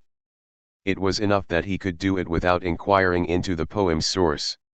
He ate little, he was growing physically, his clothes resembled a tramp's, there was no one with whom he could discuss the trauma attendant on being raped, and his obscenity was viciously scatological. On occasions, Rimbaud would risk crossing the border into Belgium, a 9-mile walk through woods, in which a customs officer might show up, demanding at gunpoint to know what Rimbaud and his friend Delahaye had concealed about their persons. What Rimbaud wanted from the grocery shops on the border was tobacco. And for him, this idea of breaking frontiers accorded with what he was doing on a mental plane in poetry. The journey to the border by way of La Grande Ville and Puy-Samange involved danger, but it was also an act of assertive rebellion. Rimbaud was stripping himself down. He was returning to the primitive. He would surprise the material world by coming at it naked. What he had inside was the imaginative equivalent of nuclear fission. What else was Le Bateau Ivira but the poetic equivalent of splitting the atom? But Rimbaud, the child, needed help. In a second letter to Paul Demeny, dated August 28, 1871, he describes his mother as inflexible as 73 administrations with steel helmets. The Ardennes are killing him. There is no relief for his inner turmoil. His mother insists that he takes a job in Charleville, and her Charleville and his are very different places. His, when he thinks of it, is a sun-bleached region. No matter how much he despises the narrowness of the people, it is nevertheless a region that has served as the physical backdrop to his poetry. Its limitations had provided the raw material for Le Bateau Ivira. Was it not the frustration of watching the lifeless meanderings of the muse which had set up the tension to create a sea, and more titan that to imagine things that man has never seen? Etjaivu quelque voici quel homme accrouvoir. This is the disgusting handkerchief which has been stuffed into my mouth, Rimbaud imparted to Demeny in the same letter, referring to his sense of domestic and intellectual suffocation. The way out had to come. Rimbaud imagined that Paris was the right place for him to be, despite the ignominy he had suffered on his several visits there. Paris could not be worse than Charleville, although Rimbaud had not yet reckoned on genius being solitary by nature. At that moment in time, he would have been understood nowhere. When he finally scuttled to the desert, it was in the conscious realization that he would always be a pariah. And it is not an overstatement to claim that his mission was messianic. He believed himself endowed with a prophetic message. He traveled in poverty on the roads between towns, he renounced all hope of material security. He is at the time, he tells Demeny, engaged in an infamous, inept, obstinate, mysterious work, answering questions, coarse and evil apostrophes with silence, appearing worthy in my extra-legal position. But how could Rimbaud make known what he knew? In Le Bateau Ivira he had written, J'ai savez-vous, d'incroyables florides. Mellant auxiliary fleurs de yeux de panthers oppose. De hommes. De arcs en ciel tendus comme de brides. Sous l'horizon de mers, à de glauques troupeaux. J'aivu fermenter les marais énormes, nasses. Ou pourrait dans les joncs tout un leviathan. De écroulements dios au milieu de bonuses. Et les lointains vers les gouffres cataractant. I have struck, you know, unbelievable Floridas. And seen staring from flowers panthers' eyes. In human skin. Rainbows stretched like bridles. Under the skyline to the green-gray herds. I have seen swamps stinking in fermentation. A leviathan rotting in the reeds. Water avalanching into a calm. Distances cataracting blazing foam. In Le Bateau Ivera Rimbaud had conceived a world into which he wished to escape. Escorted by sea-horses beneath ultramarine skies, pushing through violet fog towards the million gold birds, encountering green nights, delirium, electric moons, glaciers, brown gulfs, straining always towards the ineffable, he had been set free. He had created a universe, words had imploded into a self-generated cosmos. Nothing in Le Bateau Ivera could have existed without his having invented it. He had burnt a hole through the 19th century into the 20th and the 21st. But he was still in Charleville. His mind was huge with poetry. He could write it anywhere, on the tabula rasa of a cloud drifting across the countryside, on plains of water, on the earth, in his heart, on his mother's backside, anywhere he chose. Or it could go on paper, and it could be sent into the world. Le Bateau Ivera, together with Mes Petites Amourieuses, Paris Se Repouple, and Les Premières Communions, was dispatched to Verlaine, who in his reply hinted, "I have something like a whiff of your lycanthropy." This admission was like a signature written in blood. There was someone else out there who knew what it was like to leap for the throat. But Rimbaud still had to get there. He would risk everything and regret nothing. It was September. A gold light. A hint of change in the air. Too much adrenaline in his stomach. What if it all went wrong? He was staking his life on poetry. There was the Fontempswood near Ivina to be visited with Delahaye for a last time. Rimbaud was naturally shy, apprehensive, awkward. Part of him knew that he would never find acceptance in the Paris salons. We know from Delahaye's book on Rimbaud that the latter read him Le Bateau Ivera on their last afternoon in the Ivina woods. Delahaye was overtaken to the point whereby he believed that there seemed to be no doubt that immediate success and fame in the near future awaited him. And Rimbaud? Beneath it all he was still a child, no matter his cool dissociation from emotion, and his contempt for all human relations. But there was the train. Paris represented madness. He would live out his delirium and burn. Asterisk. Chapter 3. Rimbaud and Verlaine. So what? Much has been written about them, their intimate, antagonistic relationship documented by conjecture and partial evidence. Unfortunately, Verlaine's wife destroyed Rimbaud's letters to her husband, but what is important to the present book is delirium. The ramifications of the couple's emotional incompatibility, the impossibility of their living together, and at the same time the terrible fear of separation that each entertained, helped whip Rimbaud's poetic impulse to a short, sustained frenzy. Rimbaud's desperation with life made him insensible to the reality of the relationship, and also helped condition the sadism in his nature, which was fed into Verlaine's nerves like a hot wire. Whatever hopes of literary success Rimbaud may have nurtured before taking up life in Paris, were extinguished soon after his arrival there. He was shy and had cultivated arrogance as a defense.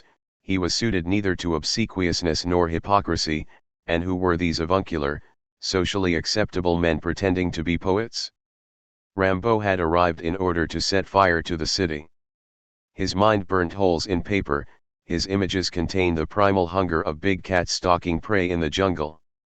What is more, he arrived in the city with lice in his hair, and an appearance so unkempt that it repelled those with whom he came into contact. At the time, Verlaine was without a proper income and was living with his 17-year-old wife, Mathilde Motte de Fleurville, in her parents' house in the Rue Nicolas Montmartre. Right from the start, Rimbaud experienced hostility and condescension from Verlaine's wife and mother-in-law, and he withdrew. Vulnerable and hypersensitive, Rimbaud's instinct whenever he was made to feel socially inferior was to lock himself into a hedgehog's prickly ball and say nothing. Silence was his way of expressing disdain. So this was Paris. Verlaine, the poet in whom he had expected to find a corresponding madness, was living a bourgeois life punctuated only on occasions by violent outbursts of drunkenness. Rimbaud was disillusioned. Why should he renounce his country ways? He used to lie at the entrance to the house, or in the drive, basking like a dog in the late summer sunlight. He didn't care that he had no change of clothes, no money, no future. He had vision. No one in that capital had conceived of a poem like Le Bateau Ivera. La Tremont was already dead. He had died unknown after placing a black rainbow in the sky which would be seen and acknowledged by all future visionaries.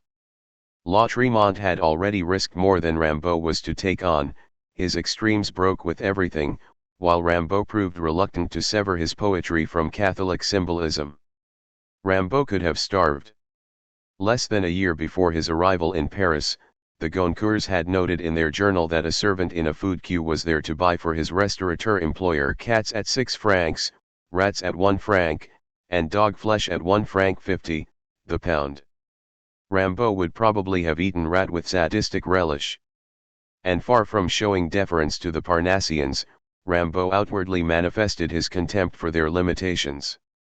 Copy, Mendès, Heredia, Bonneville, Blamont, Valladay. They had no purchase on Rimbaud's genius. They regarded him as satanic. Satan in the midst of the doctors is how Leon Valladay described Verlaine's young protégé with his blue eyes, red face, and big hands and feet. They would gladly have seen the back of him, that upstart who wished to demolish their inveterate Alexandrines. Nor had they any intention of publishing Rimbaud. He was quickly being consigned to the mental desert which in time was to become a physical reality. A contributory factor to Rimbaud's psychological detachment from reality, he always lived on the outside, was the inherent cruelty in his nature, a side of him which was to feed mercilessly on Verlaine's indecisive character. Henri Mercier remembered seeing Rimbaud outside a theatre, concealed amongst the coach horses, intently blowing smoke into one of the animal's nostrils. And this act was not intended as a joke. Rimbaud had singled out an animal in order to torment it maliciously. Later on he would do the same to Verlaine with a knife. Poetic commitment and the nervous charge generated by writing often create in poets the need for weird, unstabilizing compensations. Creative energy is rarely bivalent in its dualistic properties, it is nearly always ambivalent. The poet in receipt of inspiration may well react by attempting to subvert his gift. He may adopt a way of life that appears negative as a deliberate challenge to the source that involuntarily fuels his work. Rimbaud quickly became an itinerant lodger, sleeping on floors, making do with whatever was offered him for a night, a week, or a month.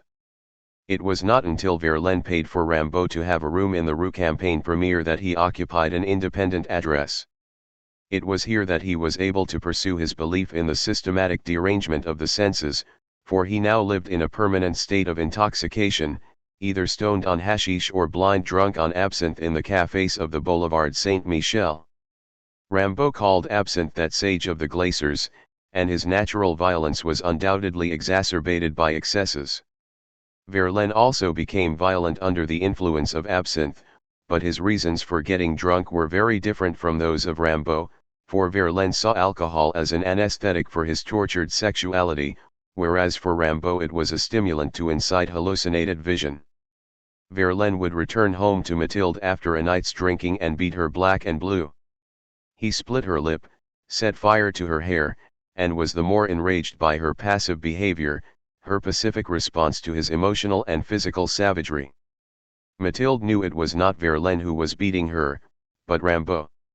It was the mockery Rimbaud made of Verlaine's relationship, and the violence with which he contested it, that were projected into Verlaine's compacted fists, his obscene mouth.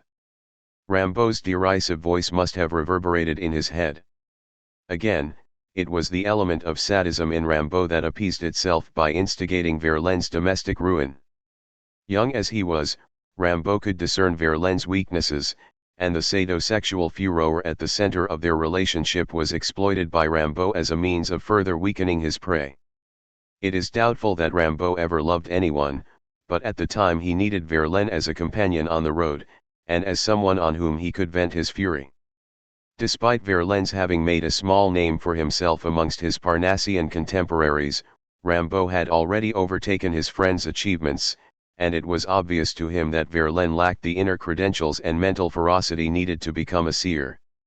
Something of the hysterical nature of Rimbaud and Verlaine's relationship at this time is recounted by Porch in Verlaine tel Chu il Feuille. Porch tells us that, one evening at the Café du Rat Mort, Rimbaud asked Verlaine to place his hands flat on the table. When the latter had done so, Rimbaud pulled a knife from his pocket and quickly slashed Verlaine's hands. Not content with that, he followed Verlaine out into the street, and again set about him with the knife. The scandal of their relationship spread, and Rimbaud, who cultivated a propensity to shock, was gratified to see Verlaine's marital relations irretrievably ruined.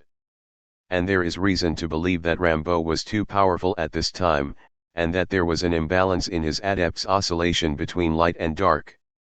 The magician's attraction to the black art, to a concourse with evil and the authoritative power it generates, must have appealed to Rimbaud with his desire for overreach through sensory disturbance. It is unlikely that Rimbaud had the money, discipline, or knowledge to practice alchemy in the manner of following through the metallurgical permutations from black to white, to yellow to red.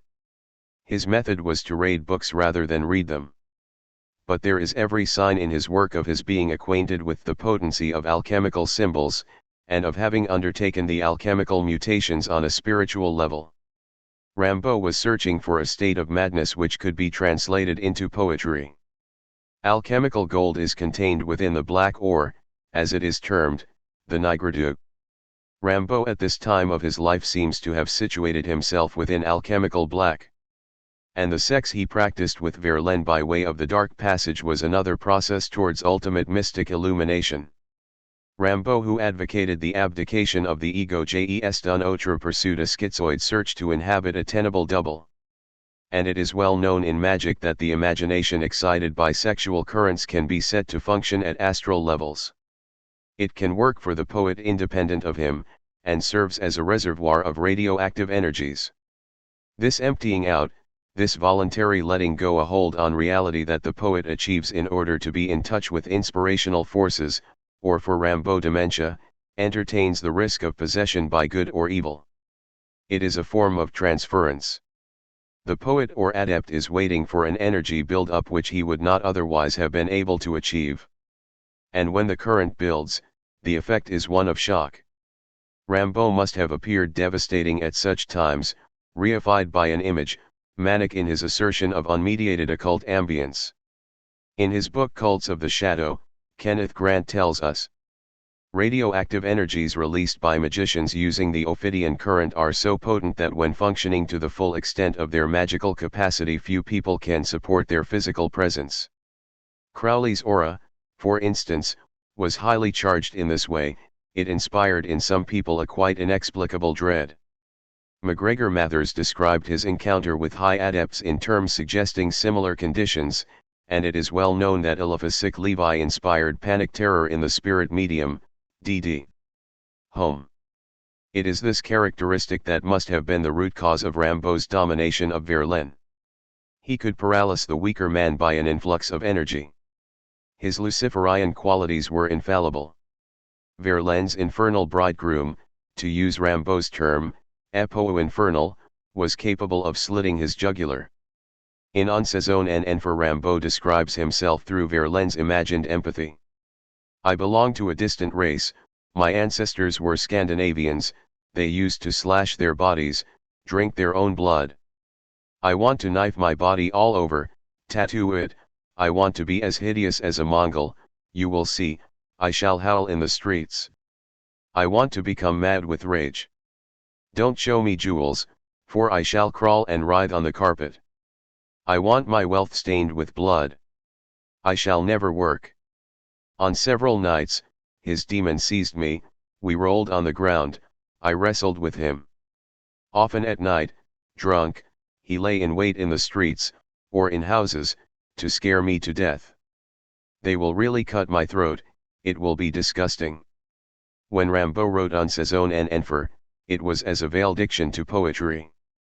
But we can receive this passage as suggestive of the delirious state in which he lived out his visionary quest, and as a portrayal of the tempestuousness of his relationship with Verlaine.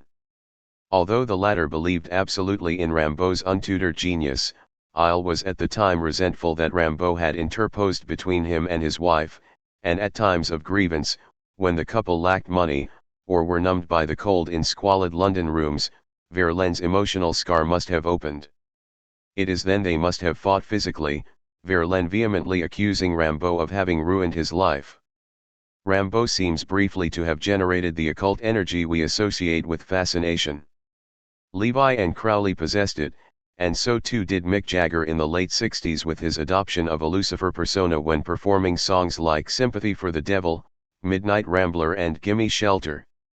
At the time of the murders and brutal maimings at the Rolling Stones' Altamont Freeway concert in December 1969, the Luciferian character that Jagger was able to project was something of which Rimbaud would have approved.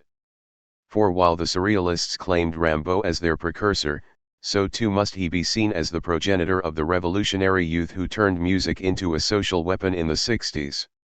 Rimbaud, like Lautréamont, stands on the threshold of the cataclysmic changes which have dominated the 20th century, the great wars, internal and external, the re-evaluation of the roles played by sex and religion, gender and work, the psychoanalytical interpretation of dream and the collective unconscious, all are anticipated by these two young poets whose vision apprehended a new universe. Rimbaud is always in the background of change. On the day the world ends, his face may well look out from billboards on the freeways. Arthur Rimbaud, photographed by Carget, reincarnated as X, now believed to be living in Beverly Hills. An indestructible survivor. In the absence of Rimbaud's correspondence with Verlaine, the one reliable account of his life in Paris, and of the poetic vision to which he aspired, comes from a letter Rimbaud sent Ernest Delahaye in June 1872. Now, it is at night that I work. From midnight to 5 in the morning. Last month, my room on Rue Monsieur Le Prince looked out on a garden of the Lycée St. Louis. There were enormous trees under my narrow window. At 3 in the morning, the candle went pale, all the birds cried at once in the trees, "It is over. No more work." I had to look at the trees and the sky, fixated by that indescribable hour, the 1st in the morning. I could see the Lycée dormitories, absolutely still. And already the jerky, sonorous, staccato noise of carts on the boulevards. I smoked my hammer pipe, sitting on the tiles, for my room was a garret. At 5 o'clock I went downstairs to buy bread, it was the time. Workmen were up and about. For me, it was time to get drunk in the bars. I returned to my room to eat, and went to bed at 7 in the morning, when the sun makes the wood lice crawl out from under the tiles. What has always delighted me here is the early morning in summer and the December evenings. We know this room was in the Hôtel de Cluny, Place de la Sorbonne. It was in that stifling hole that Rimbaud pursued his stages towards attaining poetic madness. He longed for the cool rivers of the Ardennes and for the countryside around Charleville. The torrid summer scorched him, he referred to Paris as parched. And how many times did he and Verlaine make love in that attic, soured by the reek of sweat, peppered by termites, foul with the acidic stench of urine rising from the courtyard. Rimbaud wanted everything and nothing. Absolute material power and starving asceticism. Neither would have made him happy. And at least in Verlaine he had a lover who understood the poverty attendant on being a poet. With his stinking body, ragged clothes, and lack of money, Rimbaud could not have embarked on a relationship with anyone else even if he had tried. Rimbaud's letter to Delahaye tells us things about Rimbaud which the latter may have been realizing for the first time when writing the letter. Very often you do not keep pace with what you are doing until you crystallize it through words. In this letter Rimbaud is in the process of recollecting himself. Drugs can take you so far out that you live independent of who you are. You can go on doing things without ever knowing that it is you who are really involved. The journey back is one of dissociation. You have been sitting up 5 days and you thought it was only 5 hours. What a gain and what a waste. For Rimbaud it was night. He was in passage. Maintenant, c'est la nuit que j'ai travaillé. He is in crossing. The journey from dark to light is one of work. The adept celebrates the dawn only after his work has reached a temporary conclusion. In June the light comes at 3. Rimbaud notices it only by the diminution of candle light. He experiences the drug user's sense of too much light, the rush that burns. Suddenly the window is white. Birds are in confabulation. Day has broken on another reality. It is not his, but the drug wearing off means he is a part of it. There is nothing to do but smoke, listen to the dawn traffic and then go down to the street, half-starved, strung out, looking first of all for the appeasement of wine, bewildered by the workaday world, the men already traveling across the city to their various jobs. The poet takes a baguette back to his room. What else can he afford? His pockets are in tatters. We are privileged to have Rimbaud's intimate portrayal of a typical working night during his Paris stay. He seems to have acquired a drug dependency during the years 1872 to 3-4, when Rimbaud returned to Roche in the spring of 1873. Patern Barricon, relying on information given to him by Rimbaud's sister Isabelle, tells us that his skin was gray, his pupils contracted, his body suffering from malnutrition. He would lie on his bed for hours, shut up in the dark, raving. The mauvaise sang, bad blood, from un saison and enfer, was his own bad blood, the cell's craving for narcotics. What he took was hashish and opium. He may well have had access to morphine. He must have stolen to get the money to score. When Rimbaud left Paris in July 1872, a month after writing to Delerium about his nocturnal life there, it was without his having achieved the literary fame that he had thought so easily within his reach. The next 6 months were to be a time of psychic and physical upheaval. With Verlaine he visited Brussels, and in September of that year the two of them took up residence in London. And it was probably there that he wrote most of the experimental prose poems that have come down to us as Les Illuminations. Both he and Verlaine were deeply disturbed, and no matter the consolidation that their relationship appeared to afford, the combined leakage of Verlaine's self-pity and Rimbaud's resolution to derange himself in the interests of poetry must have created a negative charge inimical to every hope of a positive future together. Dependent on Verlaine's mother for money and whatever little they could earn by teaching French to English students, their lives appeared to be mutilated by an irreversible poverty. And Rimbaud had hoped for so much from poetry.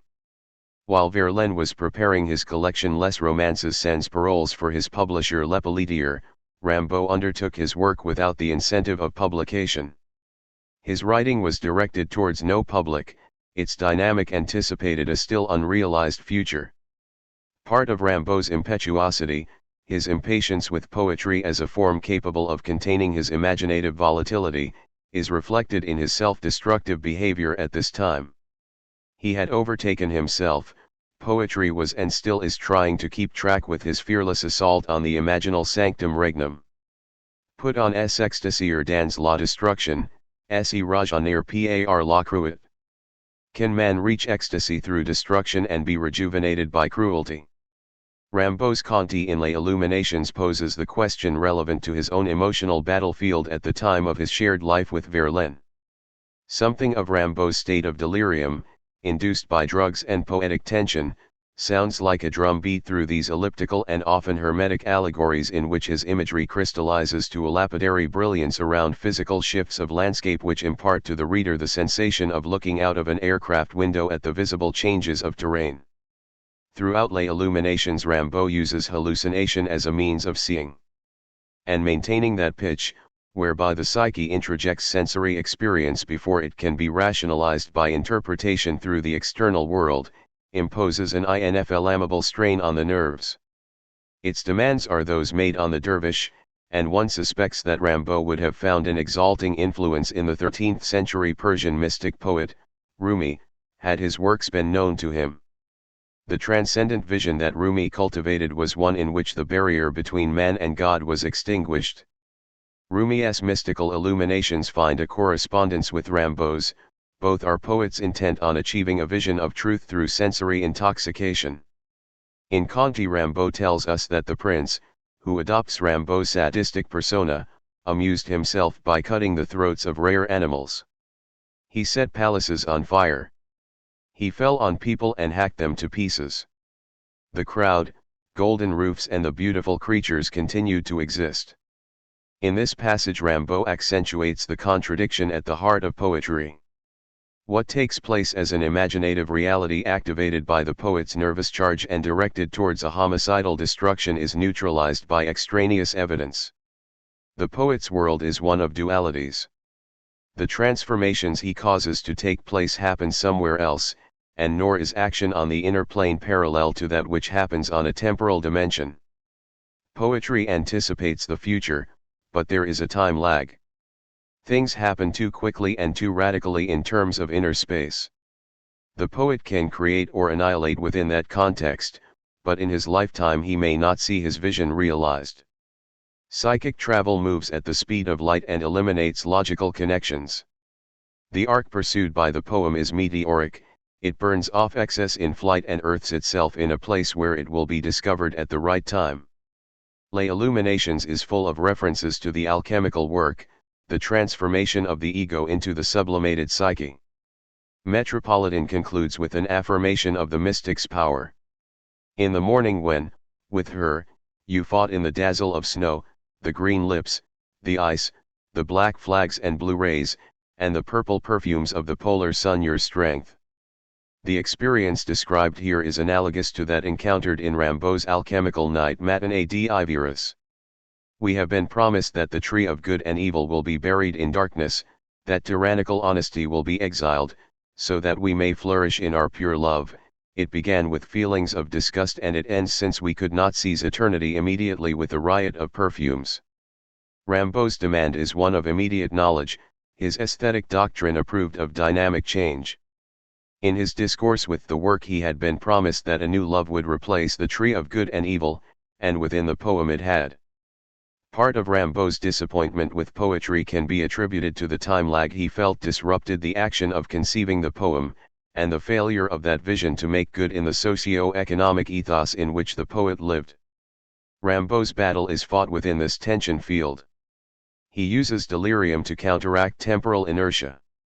His poetic world is one of heightened color, magnified sensory stimuli, a universe in which the imagination is sovereign. He constantly resembles someone who paints in a dream, and on awakening is distraught to find that the world is unaltered by his private action.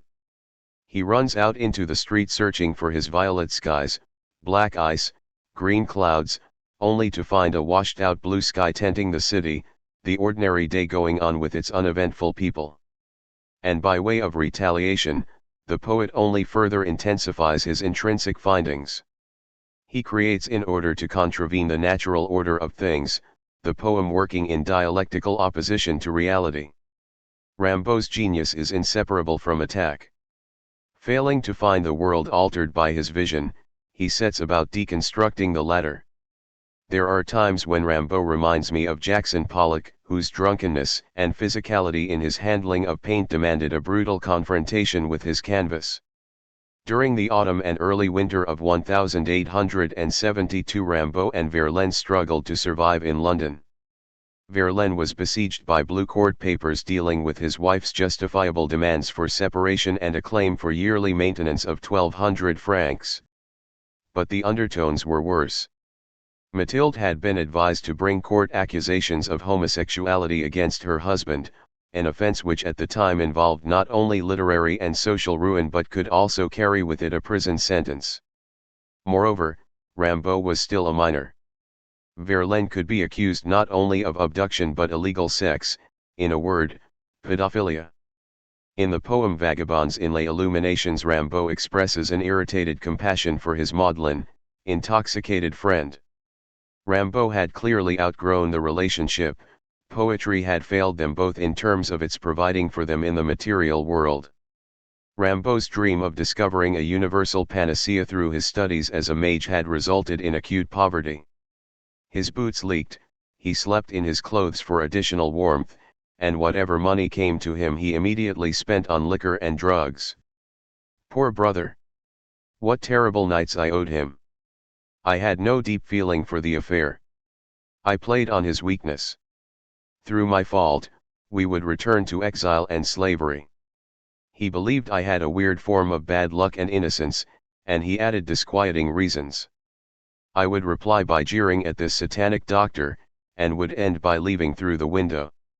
I created, along the countryside streaked with bands of rare music, mirages of a future night parade. After that vaguely hygienic distraction, I would stretch out on a straw mattress. And, almost every night, as soon as I was asleep, my poor brother would get up, his mouth dry and his eyes protruding just as he dreamt himself to be, and would drag me into the room howling his deranged dream. One can accept this as dictated by the mood in which Rimbaud wrote, with all the fluctuating contradictions and immediate impulsion this entails, but for all that there is an authenticity here, if not honesty, and one feels that this is how it was. Their nights must have been terrible. One can imagine Rimbaud frozen into a mood of defiant and intractable hostility likely to enrage a man who is seeking consolation for his distraught emotions. And what is more, Rimbaud probably increasingly denied Verlaine's sex. I had no deep feeling for the affair, thereby severing the one form of communication that might have led to a temporary reconciliation of hostility. Verlaine wanted both his wife and Rimbaud, and as the latter had been instrumental in insisting that he break with his wife, so Verlaine saw the vacuum open in which he anticipated himself alone. To the recipient, experiencing derision in the face of emotional suffering is comparable to having needles prodded into a wound. Verlaine must have accused Rimbaud of being satanic, of having invoked evil into their lives. His mouth must have been raw and monotonously obscene. And to accentuate Verlaine's fury, Rimbaud would exit by way of an open window, leaving his friend with the additional fear that he might not return. But for Rimbaud this temporary escape has an almost hallucinogenic quality. The countryside in the city is streaked with bands of rare music. He is somewhere else just by placing himself there in his head. For Rimbaud it is always the future that is important. What he sees are mirages of a future night parade. His leap through the window is a projection into another time. And to what did he return? Smashed glass on the floor. Verlaine's ugly imprecations, the sexual pleading of a dipsomaniac. Rimbaud was too strong to sink to this sort of thing. His excesses were taken as part of a poetic experiment, but he kept in control. He was always bigger than it, whereas for Verlaine absinthe was like a glacial pyramid around which his diminutive figure wandered, all the time decreasing in stature. During this time Rimbaud may well have visited the Chinese opium dens by the river. His fascination for ships was not unlike that of Hart Crane's, and both men looked on the sea and sailors as a source affording access to ineffable mysteries. Crane's The Seal's wide spindrift gaze towards paradise belongs to the same thalassic mythology as Rimbaud's, and at times ineffable winds would lend me their wings from Le Bateau Ivera. Both poets conceived of poetry as inextricably linked with the out there, the expansive skyline. It is possible that Rimbaud formed connections with sailors and dockers at this time. The cosmopolitan nature of the docks with their multifarious commerce was likely to stimulate his desire for travel. Rimbaud's great sea voyage had been undertaken as an imaginative journey. Now he could see the big ships put in, smell the salt on their hawsers, watch the excitement of men come ashore from all quarters of the globe. There was commerce, profiteering, and there were drugs, animals, exotic cargoes, squalor, slavery, sexual liberties. Rimbaud was fascinated by this other world, which seemed to combine action with dream, voyage with contemplation. When he writes of the sea, it is with the verbal opulence that St. John Perse was later to adopt in his extravagant oceanic mosaic, Amers. Ladies strolling on terraces by the sea, children and giants, magnificent blacks in the green-gray moss, jewels standing on the rich soil of groves and thawed gardens, young mothers and older sisters whose eyes are full of pilgrimages, sultanas, princesses whose walk and clothes are tyrannical, foreign girls and those who are serenely unhappy. Enfants, les illuminations. It is noticeable how one perception follows another, not so much as a stream of consciousness but as a collision whereby the friction generated by an image corresponds to an immediate visual successor. The feeling of disorientation that one undergoes in reading lay illuminations is not dissimilar to the surprise connections made when one is spaced out on drugs. Things happen a long way away, and then surprise one by coming up close. Disjunction and conjugation of visual images are under such an accidental state. You can be preoccupied with a crack in the ceiling which expands to a seismic flaw with houses tilting lopsidedly above a valley. It is there and it is real before the importance of a matchbox or table item takes over. The poetic image marries the earthquake and the matchbox. And it happened when? A minute, an hour, or a year ago. There is no time for the user until the metabolism alerts the body to the insistence of renewing its need. What did Rimbaud do in his London days? Verlaine's letters tell us that the two spent a lot of time walking around the city, drinking in the inhospitable bars, but expression of external events has little to do with time. It is a way of saying something happened today that makes me locatable to others. Rimbaud was secret and versatile. It is said that he worked on a street stall in Paris on one of his first visits to the city. It is possible that he lived a double life and in doing so deceived Verlaine. He needed money to maintain his state of intoxicated vigil, and when you are that far up, and often not functioning, money has to be got fast and often inexpediently. Theft and prostitution are ways of cutting corners to raise immediate money. And Rimbaud, who had embarked on a ruthless system of psychophysical experimentation, would have viewed both exigencies as further means towards provoking the derangement he saw as necessary to truth. Verlaine was too drunk, too preoccupied with his etiolated marital affairs to be concerned with real time. The latitude granted to Rimbaud is a biographer's fiction. He was there, he was anywhere. You are still at the temptation of Anthony. The struggle with diminished impetus, faces of a child's insolence, collapse, and terror. But you will begin this work, all harmonic and architectural possibilities will rise up about your seat. Perfect, unlooked-for creatures will offer themselves for your experiments. The curiosity of forgotten crowds and idle luxuries will circle dreamily around you. Your memory and your senses will serve to feed your creative impulse. What will become of the world, when you leave it? At all events, nothing of present aspects. Jeunesse. Something of Rimbaud's youthful desperation is expressed here. His vision was unique. How much time did he have? No one else could create the architectonics of his imagined cities and, as he saw it, no one else could save the world. His responsibility was to recreate the universe through the imagination. Most poets repeat endlessly their descriptions of an inherited world. Their poems are about the actually attainable here and now. Rimbaud began by disinheriting all preconceptions. Only after renouncing the temporal world could he set about constructing a poetic future. To do this he had commerce with the past and present. Après le déluge is a magnificent conjugation of myth and reconstructed history. As soon as the idea of the flood had subsided, a hare stopped in the clover and the undulating flower bells, and said its prayer through the spider's web to the rainbow. Oh! The precious stones were hiding already, the flowers looked about them. In the dirty high street stalls were set up, and boats were hauled down to the sea, piled high as in old prints. Blood flowed in Bluebeard's castle, in the slaughterhouses, in the circuses, where God's seal whitened the windows. Blood flowed, and milk. Beavers built. Coffee beakers smoked in the bars. In the big house, its windows still dripping, children in mourning looked at marvelous pictures.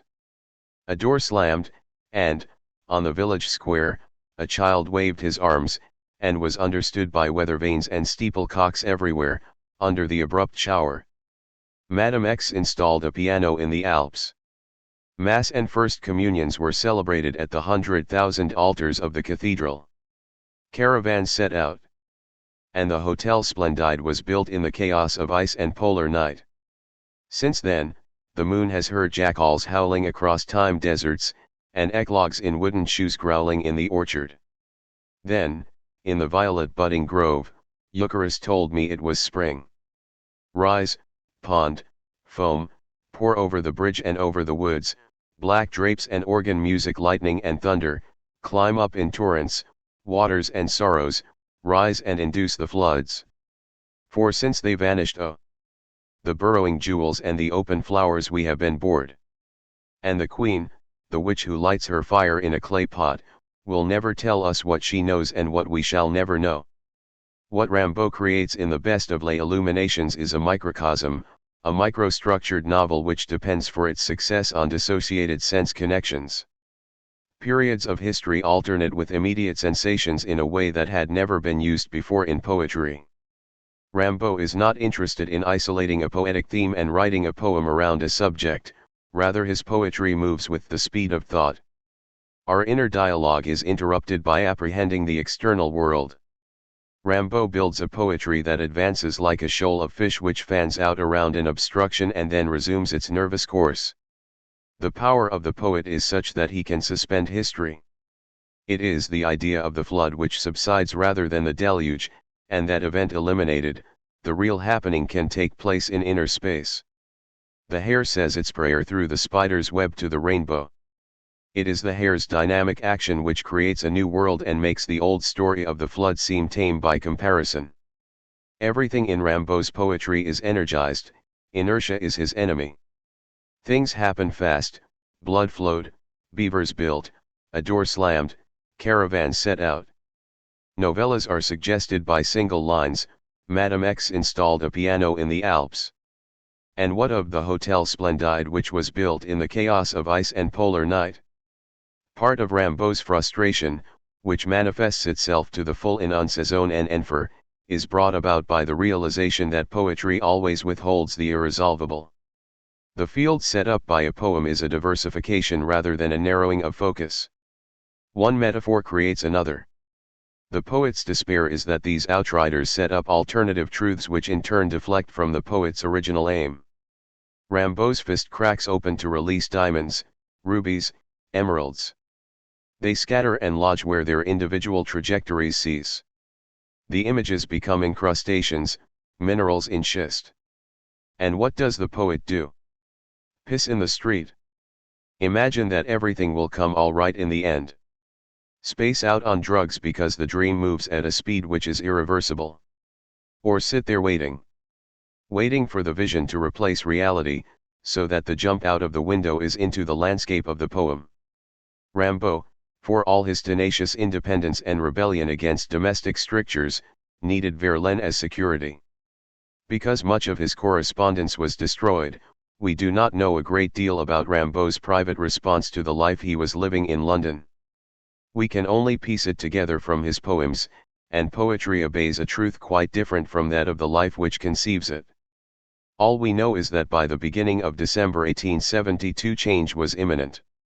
Verlaine wrote to Lepelletier, "This week, Rimbaud must go back to Charleville and my mother is coming here." Verlaine faced personal ruin in France. The accusations of homosexuality were sufficient to ruin his literary career.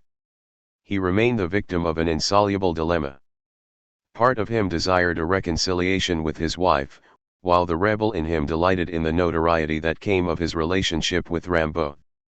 Still another part of him gravitated towards alcoholic dissolution and the dormant solitude attendant on heavy, unsociable drinking. It must all have seemed unreal. So much had happened to Rimbaud in so short a time. He had abandoned his studies, renounced his home, offended the literati in Paris, lived through long nights of alchemical vigilance, experienced a ferocious relationship with an older, married man. He had tramped across roads, starved and fetched up in a foreign city. He had remained true to his belief that the visionary poet must disintegrate in order to reintegrate as the alchemical conjunctio. His hands were most likely caked with dirt. He had no change of clothes. What he ate, he stole milk bottles from doorways, fruit from street barrows, but he could always afford bread.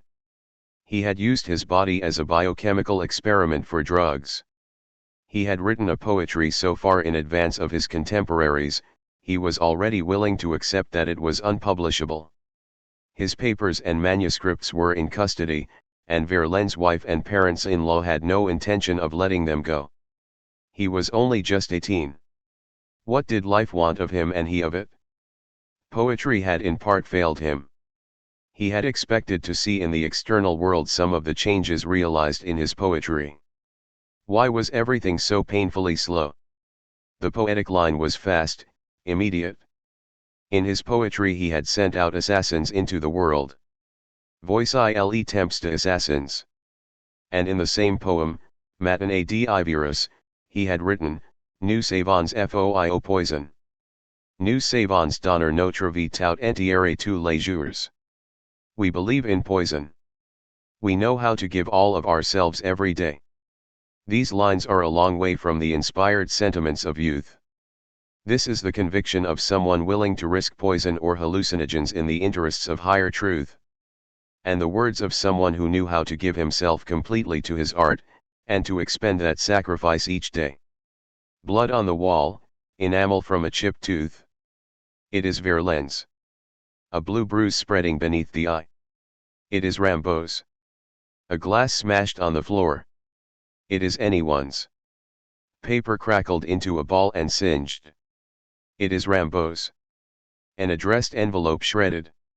It is Verlaine's. The half-eaten baguette. It is stolen. The anger padding like thunder. It is both of them. The hysterical shriek. It is Verlaine's. The stolen money on the bed. It is Rimbaud's. The delirious scene in the mirror. It is both of them. And a fist banging on the door. It is the police. Let us invent a little story. It is late November 1872. Most biographers agree that Rimbaud returned to Charleville in December and went back to London in January 1873, after receiving a suicidal letter from Verlaine, who claimed to be desperately ill and dying of grief, sickness, boredom, desertion. Rimbaud knew Verlaine to be lachrymose, moribund, and stupefied by liquor. We do not know if Rimbaud embarked on writing On Saison en Enfer immediately on his return to Charleville. It seems more likely that he worked on it during his Easter stay and again in the incandescent months July and August. In my story, Rimbaud visited the underground on his way back to Charleville. He was traveling light, as always. Books and paper stuffed into his misshapen coat, his drugged eyes looking for signs in the milling crowd. Who were they, the endless stream of faces pouring up the stairs and into the street? And why was he here, and who was he at this moment in time? The prospect of returning home Charleville was still occupied by the Prussians brought the same sense of unrelieved despondency as did the idea of continuing with Verlaine in London. He had exchanged his mother's draconian rancor for the drunken, sadistic threats of a man whom he had come increasingly to disrespect. And what was worse, he had realized Verlaine's poetic limitations. This man would never become a seer. He did not even have the courage to drink the blood from his wounds as Rimbaud did. And, anyhow, the police were onto them, not only for Verlaine's activities with the communards but for the apparent nature of their relationship. Rimbaud lingered in the corridor before descending into the black pit beneath London. He was cold. His boots had taken in water. He was hungry. Ravaged by drugs, he had gone for days without being aware of the necessity to eat. His money permitted nothing more than his train and ferry. Now that the hash had worn off, he would eat anything. His fingers, his toes. There were tramps begging at the entrance to the station. He was poorer than they. Who cared for his light, his inestimable inner riches? And he was by this time no stranger to derelicts. He had slept out often enough to know their camaraderie in the countryside. They were men who had fallen through a hole in their lives and had no intention of returning to the society that had disowned them. As Rimbaud lingered, a well-dressed man in a cashmere topcoat brushed against him. The man's reaction was one of disdain. It was as though he felt that the slightest contact with the poor carried with it disease. Rimbaud cursed the man in French. Merde. Cochon. He would like to have run after him and thrown lice at the man's collar. What did they know, these arrogant, bellicose men whose machinations bled the natives all over the world under the euphemism of empire? Indigenous cultures were eradicated in the name of their sanctimonious monotheism. Rimbaud spat. There was someone who kept moving into his orbit now here, now there, now gone again. Rimbaud had seen his face once. He was not sure if it was a Negro boy or girl. The person had dyed his hair blonde to accentuate his mulatto features. Had he not encountered this young man at the docks? But he could not get off with him, as Verlaine was in a menacing mood. And the attraction was not sexual. It was something else. This man was the embodiment of his dream of the androgyne. And again he was something else. He represented a twisted beauty. It was as though he knew all things without ever having experienced them. He had seen oceans, white coves, foreign ports, places where he had gone ashore without knowing their geographical names. The scent of lemons, mangoes, the Gulf breaking into flower, he had been to those countries that Rimbaud had visited in poems. His mouth was sensual, his hands bony. He too lived on the outside of life. There was no place for him in the center, he had to keep to edges. He was just standing there, his mouth open on nothing. He could not even articulate his need. Rimbaud kept thinking he had hallucinated the man into being. He was floating rather than standing with his back to the wall, an empty palm extended into the air. When he went up to the image, it was real. The boy's hand tightened over his wrist. And then the light was coming at them as they went back up the stairs to the street, the cold, blue December light with its industrial reek. This slim young man led him quickly through alleys, through a blue door into a yard and up a flight of rickety stairs. He admitted them into a single room. It was bare. There was no heating, only a mattress on the floor, a huddle of blankets, a green macaw standing on a perch. There was a hookah on the floor, and the room smelled acrid. They stood there shivering. There was light in this man. Rimbaud could feel its radial points in his hands, in his eyes. The Negro said, "I know who you are." And Rimbaud replied, "I know who you are." The sound of the street filled in their silence. Livre Negro flashed up in Rimbaud's mind. It was a confirmation. All of his anger, his compassion, his conflicting sexuality, his poverty came to the surface. This stranger had sprung the book on him. It would be his valediction to poetry, and also his celebration of its dynamic. Life would never come right. Poetry in the end was always expendable, no matter that it operated as an undercurrent which changed the world. Rimbaud was ill and tired. He had found this one person who recognized his identity. He had no more than an hour to express his vision of the future, and this time words were not necessary. He could still make his train connection to the ferry.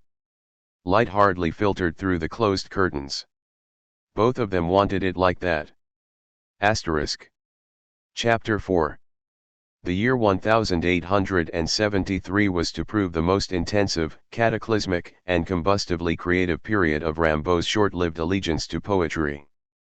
It was a time of drug addiction and unsupervised withdrawal, a time of the irreparable fragmentation of his relationship with Verlaine, a time of brief hope that Un Saison and Enfer would explode across the literary scene, and as we know it, a time of disillusionment with poetry and an abandonment of his program to derange his senses systematically. Baudelaire called it l'égignon bad luck, a leakage into the system which irreversibly poisons. Something had got into Rimbaud. The overwrought attunement of his nerves, sensitized to make of sensation a heightened reading of the world, was slackening their tension. He must often have been at breaking point, but pride prevented him from saying so. Self-laceration was so deeply ingrained in him that he internalized pain as still another stage towards visionary experience. And he was facing the addict's continuous crisis, not only how to get the money to pay for drugs, but where to get the stuff. He must have taken a supply with him from London, and using up that quantity of opium and hashish may well have precipitated his sudden return to the capital on January 12, far more so than Verlaine's lachrymose threat that he would kill himself if he continued his solitary suffering in London. Verlaine's mother may have taken her son seriously, but Rimbaud had experienced sufficient of his friend's emotional crises to know that this was simply another false alarm. But with the 50 francs sent him by Verlaine's mother, another escape from the constrictions of Charleville became possible. Pierre Petitfils, in his biography Rimbaud, has drawn our attention to how both men were shadowed by the police in London, their political beliefs being as suspect as the nature of their relationship.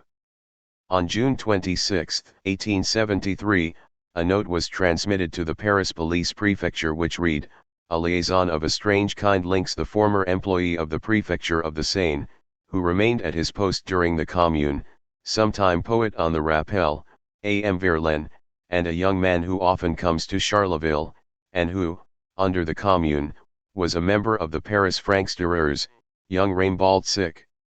M. Verlaine's family is so sure of the authenticity of this degrading fact that they are basing part of their case for a separation on this point. Of course they could not even get Rimbaud's name right, but the certainty that he and Verlaine were living together in a homosexual liaison carries a distinctly sinister undercurrent. Given that another police report, dated August 1, 1873, states that these two individuals fought and tore at one another like wild beasts, just for the pleasure of making it up afterwards, it is surprising that they were never investigated and arrested. Other occupants of the houses in Howland Street and Royal College Street must have overheard their violent physical quarrels and likewise their love-making. That their relationship evaded prosecution is peculiar in itself, and even when Verlaine was eventually sentenced for shooting Rimbaud through the wrist, there was no attempt to establish a prosecution case on the charge of sodomy. Verlaine was examined by the Belgian police and considered to have been involved in both active and passive sodomy just prior to his arrest, but the case did not pivot on this suppositional incriminating evidence. In the period between January and April 1873, before Rimbaud returned to Charleville, he must have continued with the writing of Les Illuminations. In Enfants he writes with the disorientation that comes of poetic delirium conflicting with the metabolic fluctuations contingent on drugs. The resultant clash and intermittent symbiosis give rise to an imagery that ignites with the combustion of petroleum. The poet's room becomes a subterranean gallery. A basement is a hypogeum and finally a room in space, the idea of a room. Let them rent me this tomb, whitewashed with lines of cement in relief deep underground. I lean my elbows on the table, the lamp throws a bright light on newspapers and absurd books which I am foolish enough to reread. At an enormous distance above my subterranean room, houses grow like plants, and fogs gather. The mud is red or black. Monstrous city, endless night. Not so high up are the sewers. At my side, the breadth of the globe. Perhaps azure pits, wells of fire. It is perhaps at these levels moons and comets, seas and fables meet. In my depressed hours, I imagine sapphire and metal balls. I am master of silence. Why should the appearance of an aperture turn pale at the corner of the ceiling? Poetry, when its direction is flight, when the connections made succeed by the logic of dissociation, rather than through the need to qualify individual constituents by reason, is a force that excites one's expectation of contact with the marvelous. Rimbaud suggests a universe on each outgoing breath. In his mind he is in a whitewashed, subterranean room. What is that room really like? You cannot get into someone's head to find that out, and he can tell you only by means of the visual image. The narrator here anticipates existential absurdity. Newspapers and meaningless books kill time, they are a sedative against what man fears most, the unlimited duration of the future. Above him is the red and black mud of the city, but before he can reach the surface there are the substrata of the imagination to be encountered. Inner space informs the poet of azure pits and flaming wells. Everything is possible there, moons and comets, seas and fables meet. There is a compensation to be derived from creative depression, in that it often has the imagination realize an alternative world. Rimbaud imagines new planets, sapphire and metal balls. And given the freedom of inner space, he is paranoid about external intrusions. What is going on out there while the poet is concentrated upon himself? Even the smallest thing takes on menacing proportions. Why should the appearance of an aperture turn pale at the corner of the ceiling? When you are on drugs, Any random detail that arrests the attention may be magnified into an event of universal significance. Les Illuminations is full of these intimations of paranoid stress. The drug is one state of unreality, the poem another, so that at a double remove from externals vulnerability is heightened. The genius of Rimbaud for creating worlds carries with it the corresponding disappointment that he has invented a paper bird rather than one which is going to fly. Ink is absorbed by paper, no matter the imaginative reach of thought. But all the same he challenges those on the outside, tuist mon niant, auprès de la stupeur qui vous attend. What is my void compared with the stupefaction awaiting you? And who would presume to take up that challenge? In Vies from Les Illuminations, Rimbaud exemplifies the characteristics of the omnipotent mage. His claims are similar to those which he was to recount in retrospect in Une saison en enfer. Having told us a flight of scarlet pigeons thunders across my thoughts, he proceeds to magnify his attributes.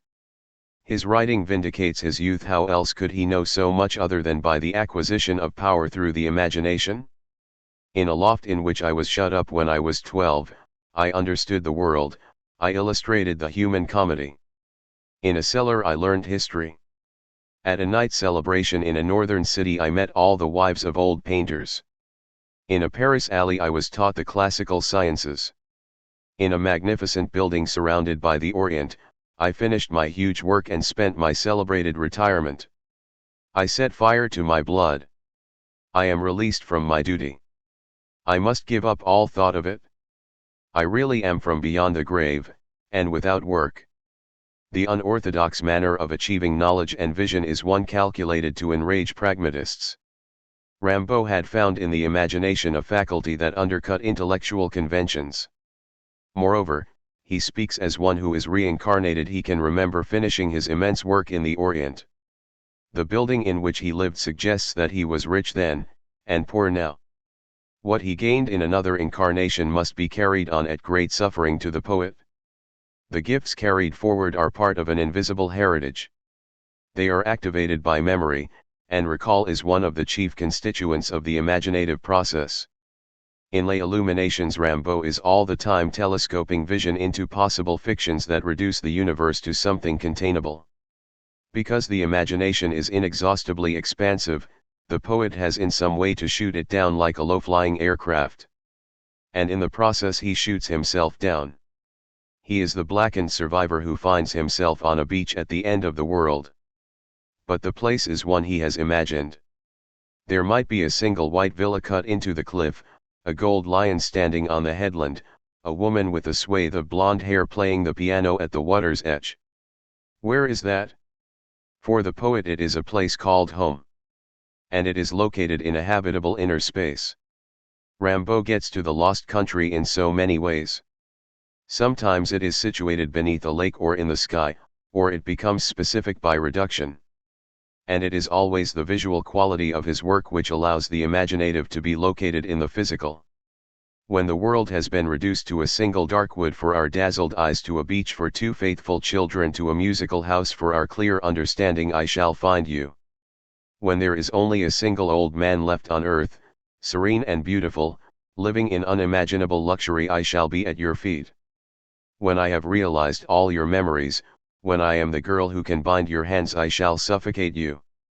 Phrases, OPCIT. What Rimbaud possesses is the filmmaker's art. In order to focus on the image, he reduces the world to what can be contained within the poetic lens. There is nothing else for viewing but a single dark wood, a still that excludes all other detail. And the sequence follows on in a series of frames, a beach for two faithful children, and then a musical house for our clear understanding. 1, 2, 3. Each image creates a consecutive microcosm. You can get there in the imagination by easy jumps, and this is how good poetry functions. When the visual landscape becomes peopled, it is with a clearly identified solitary, a single old man who is the sole occupant of Rimbaud's metaphoric planet. And part of his own insecurity, his search for a father figure, is evident in his supplication to this man of unimaginable wealth. But having achieved the realization of sharing this last man's memories, Rimbaud by an abrupt mutation of gender becomes the girl who binds the man's hands and suffocates him. Rimbaud and Verlaine. Verlaine and Rimbaud. What was happening to them? London and the British Museum, the attempt to learn English sufficient for them to teach French to private pupils. Always the need to keep on top of things so as to conceal their respective imbalances. With that in mind, Verlaine wrote to Émile Blamont. We are learning English accordingly, Rimbaud and I, in Edgar Poe, in collections of popular songs, in Robertson, etc. etc. And also in shops, bars, libraries. We are gluing up our mouths to aid our pronunciation. Most days we go for long walks into the suburbs and countryside, Kew, Woolwich, etc., for we are familiar with London now. Drury Lane, Whitechapel, Pimlico, Angel, the City, and Hyde Park, no longer hold the attraction of the unknown. By April, both men had left London. Verlaine, who was still in a state of equivocal emotional turmoil over his wife, went off to stay with an aunt at Jahanville in Belgium. Rimbaud, who was without money and sufficient English for him to remain by himself in London, departed to join his family in Roche. It was still another return in a pattern that did not allow for alternatives. Boredom, a flat land, the iron stove of a mother, a farm at Roche worn to a state of disrepair, and above all the huge isolation, all of these things provided the negative charge that Rimbaud countered by writing Un Saison en Enfer. He arrived at Roche on Good Friday, April 11th. He brought with him no credentials. He had no book to show, no security in life, his relationship had been with a man and so could not be talked about, he was once again penniless. Regarded by his family as a degenerate urchin, how he must have fumed. All they were concerned with was the loss of a stable and barn which had burnt down, and a tenant farmer who had left without paying the rent. Rimbaud's sister Vitalie recorded his homecoming in her diary. That day was to mark an epoch in my life, for it saw an event of profound significance. My second brother arrived home without warning. I can still see myself in our room, where my brother, sister, and mother were arranging some of our things. We heard a light knock on the door. I went to answer it. Imagine my surprise, I found myself face to face with Arthur. When we had recovered from the first moments of astonishment, he explained to us the reason for his visit, we were delighted, and he participated in our pleasure. We spent the day together, showing Arthur the farm, which he hardly knew. Rimbaud's return was not so much a homecoming as an enforced necessity. He returned home when he was either desperate or frightened. And he was certainly the latter. Drug addiction and the pathological symptoms of withdrawal were little understood at this time. Laudanum, which includes tincture of opium, was used as a general anodyne in the 19th century. Coleridge, De Quincey, Baudelaire and many others became hooked on opium after first using it as a sedative or painkiller. Rimbaud used drugs as still another incentive to vision. Lack of bodily awareness and any literature on dependency made the taking of hard drugs seem an experiment without liability. Withdrawal clinics were to be a thing of the future. Rimbaud had to write Un Saison en Enfer as part of the process of detoxification. He had to suffer the attendant symptoms at Roche, muscular contraction, hallucination, panic, thirst, paranoia, delirium. So far as we know, he lay on his bed all day, refused to eat, suffered constant insomnia and was remote, withdrawn into his inner conflict. He probably tramped around the nearby countryside, confused by what was happening to him, unable to seek medical help and raging against the misfortune that had reduced him to such a state of intense suffering. It was at this time that he began work on Un Saison en Enfer, ostensibly with the hope of earning himself some money from a short prose book, but also with the intention of externalizing his madness, his poetic method. And by 1873 Rimbaud had authority. At 18 he was able to look back on a devotion to poetry so intense that in its short duration it seemed to have carried a past inheritance and to extend into an illimitable future. Rimbaud's valediction to poetry establishes the premises for a post-millennial, 21st century poetics. Verlaine was at Jahanville. His life was ruined. Rimbaud was at Roche. He was burning in a crucible of pain. When he smashed the wall, he broke his hand open. Blood. He did not want to shout. His sister's shadow was outside the door, too frightened to knock. Faces seen at the London docks flashed up. Now he knew. They too were hooked. Grey faces. Contracted pupils. The shakes. Delirium. Image after image. Constriction of the diaphragm. Irregular heartbeat, his breathing labored. Nausea. Pain turning in on pain. Conscious or unconscious, the same hallucinated threat. A wolf licked his face, a jackal eviscerated him. Now they were speaking outside. His mother, the police, Verlaine. Verlaine was showing them the knife marks on his chest. They were throwing sand over his body. Burying him in this room. Sand that would seal up his mouth, pour out of his nostrils. Something of Rimbaud's state of mind at this time is expressed in a letter he wrote to Delahaye in May, a month after his arrival at Roche. What a shithole! And what naive monsters these peasants are! At night, if you want a drink, you have to walk miles. The mother has sunk me in this hellish place. I don't know how to get out of it, but I shall. I miss that atrocious Charlestown, the Café Univers, the library, etc. I am working quite steadily though. I am writing little prose stories, general title, pagan book or Negro book. It is crazy and innocent. Zero innocence. Innocence, innocence, Enoch, shit. Verlaine must have imposed on you the unenviable task of arguing with Devon, the printer of the Norris. I think this Devon could do Verlaine's book reasonably and quite satisfactorily. As long as he doesn't use the shitty type that goes into his newspaper. He's even capable of pasting an advertisement on it. I have nothing more to tell you, the contemplation of nature fills up my arse. I am yours, O nature, O my mother. Hope to see you soon. I am doing everything I can to make a reunion possible. I've reopened my letter. Verlaine seems to have proposed a rendezvous for Sunday the 18th, in Bullion. I can't go. If you do, he will probably give you some prose pieces of mine or his, for safe return. Mother Rim. Will return to Charlestown sometime in June. This is certain, and I shall try to stay in that pretty town for a while. The sun is incandescent, no matter the freezing mornings. The day before yesterday I went to see the Prussians at Vosges, a sub-prefecture of 10,000 people, 7 km from here. That cheered me up. I am out of my mind. Not a book, not a bar within reach, not even a street incident. What a horror the French countryside is. My future depends on this book, for which half a dozen stories have still to be invented. How can I invent atrocities here? I can't send you any of the stories, although I already have 3, that costs too much.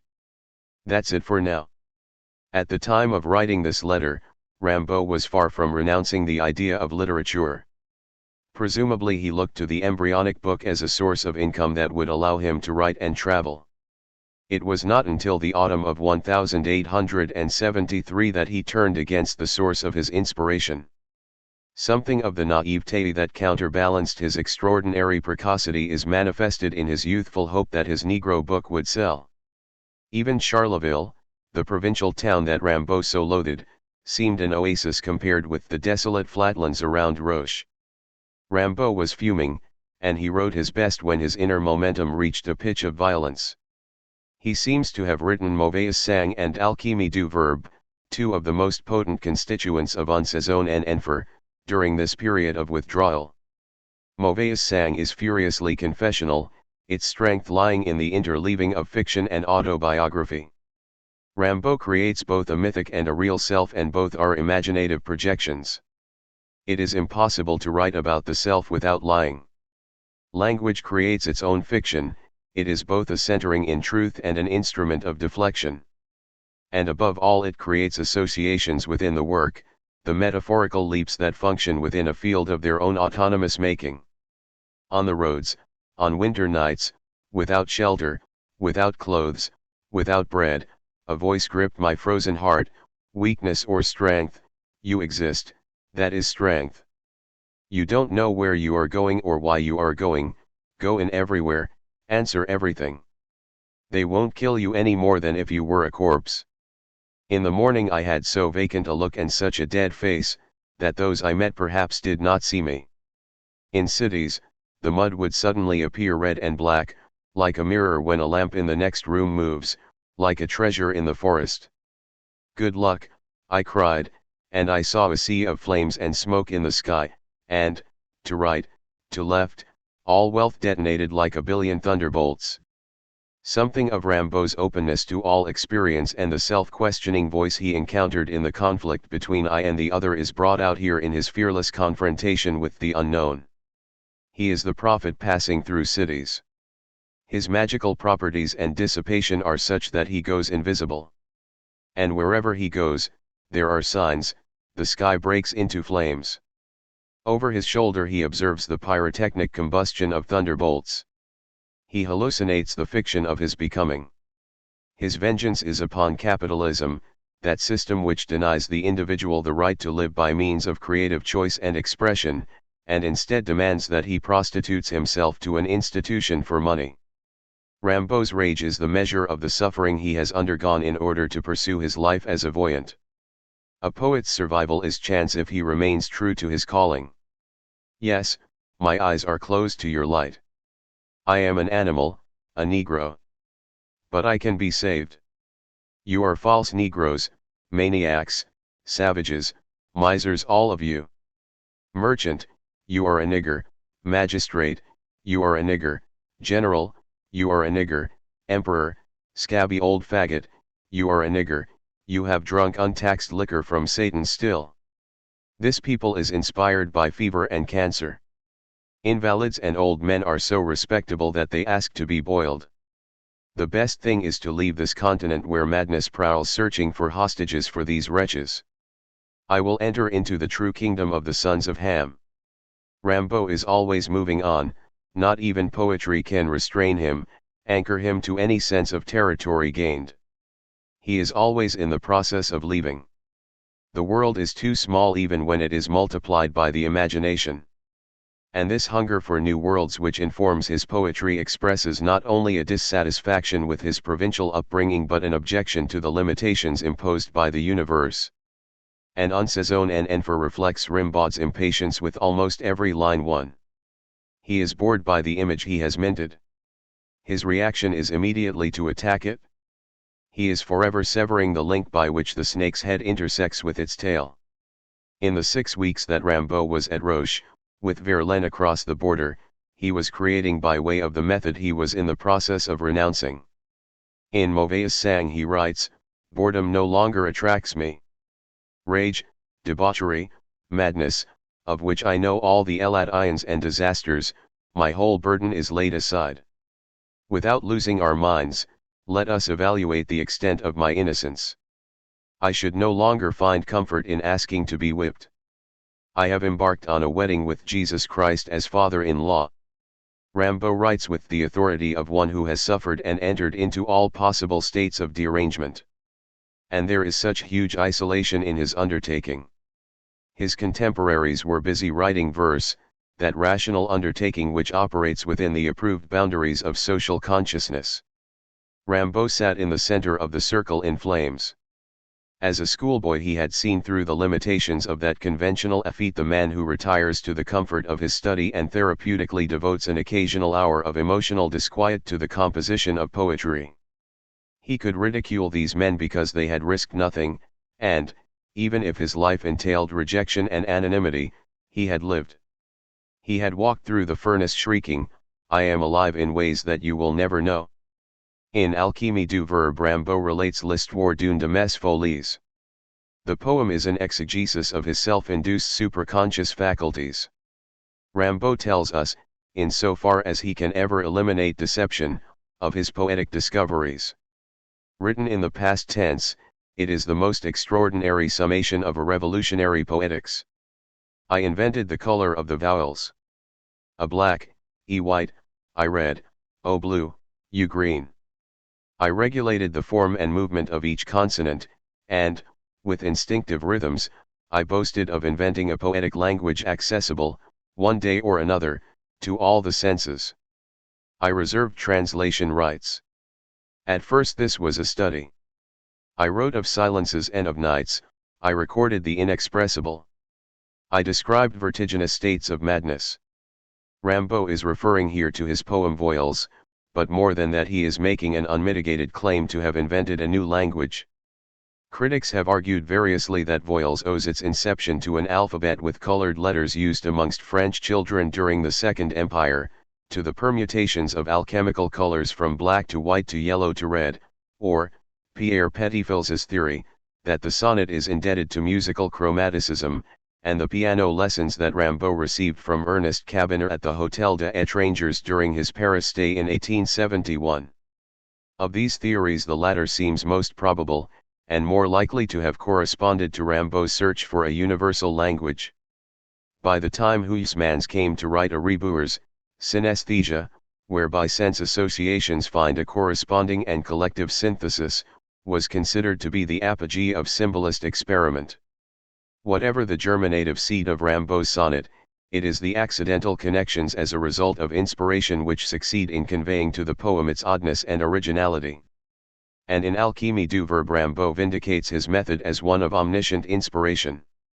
He is the creator of his poetic universe, the ancillary things that have prompted poems are filtered out as the imagination takes over. Un saison en for pivots on the poetico-centric universe. Rimbaud is both talking to himself and others. And the intensity of what he reveals to himself demands that we listen. His poetry is like the beat of a drum that sounds on the earth's crust. I accustomed myself to pure hallucination.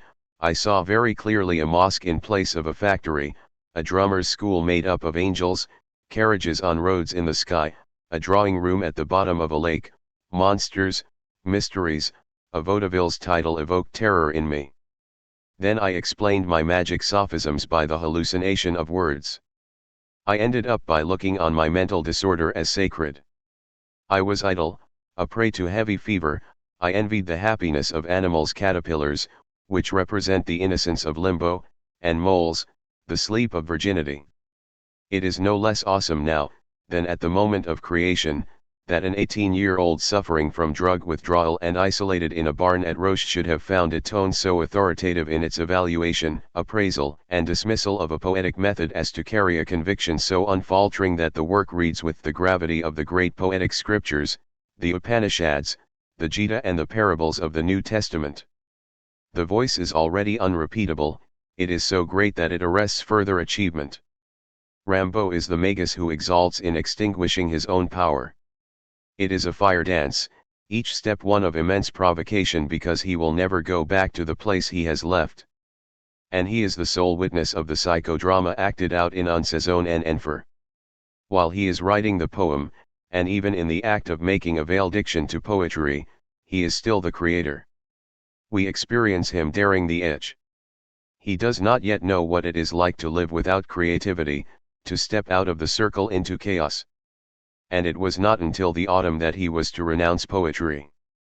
What Rimbaud underwent in April and May was the agonized elation of knowing he had taken a method to its last frontier. The step beyond that may have led to pathological insanity, a psychosis precluding voluntary return. The barn in which Rimbaud locked himself away, shutting out the light that would be painful to his contracted pupils, was both a metaphorical threshing floor and the contained cell within which the mystic or madman experiences vision. Rimbaud had taken on the responsibility of a shaman within a society that offered no support for the role. And this continues to be the discomforting social reprisal that the committed poet faces. A material world has rejected vision, prophetic speech, and oniric enlightenment so totally that the artist finds no help either psychologically or financially for the risk incurred by his undertaking.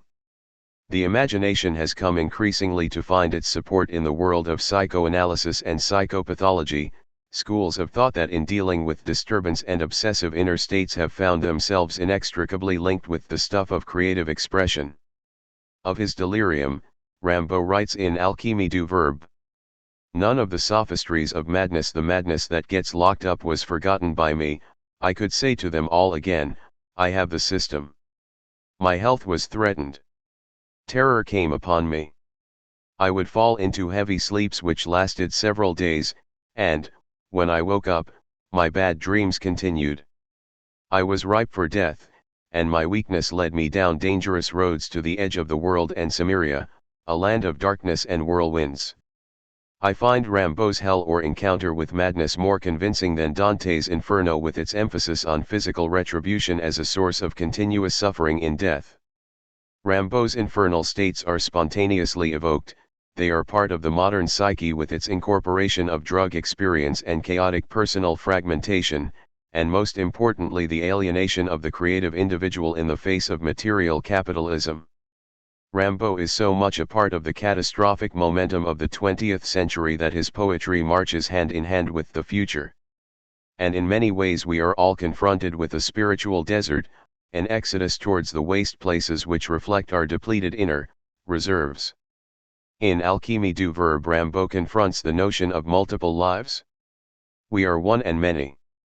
Our ability to create alternative lives for ourselves is constant. We invent the fiction we adopt each day. I am one and many. We are all in states of metamorphosis, either conscious or unconscious. Most of us realize the alternative selves we might have had. The options are numerous, we have somehow to elect a choice which seems most fully to realize the potential within us. And we have empathy, which is a transferable quality. We can think ourselves into what it is like to be an animal, another person, the opposite sex, and if the need to identify with another life becomes obsessive, we can act out the part. Rimbaud evokes the state of confusion, and in doing so has us question the premises of self-identity. To each being it seemed to me that several other lives were due. This man does not know what he is doing, he is an angel. This family is a pack of dogs. In front of several men, I talked out loud with a moment out of one of their other lives.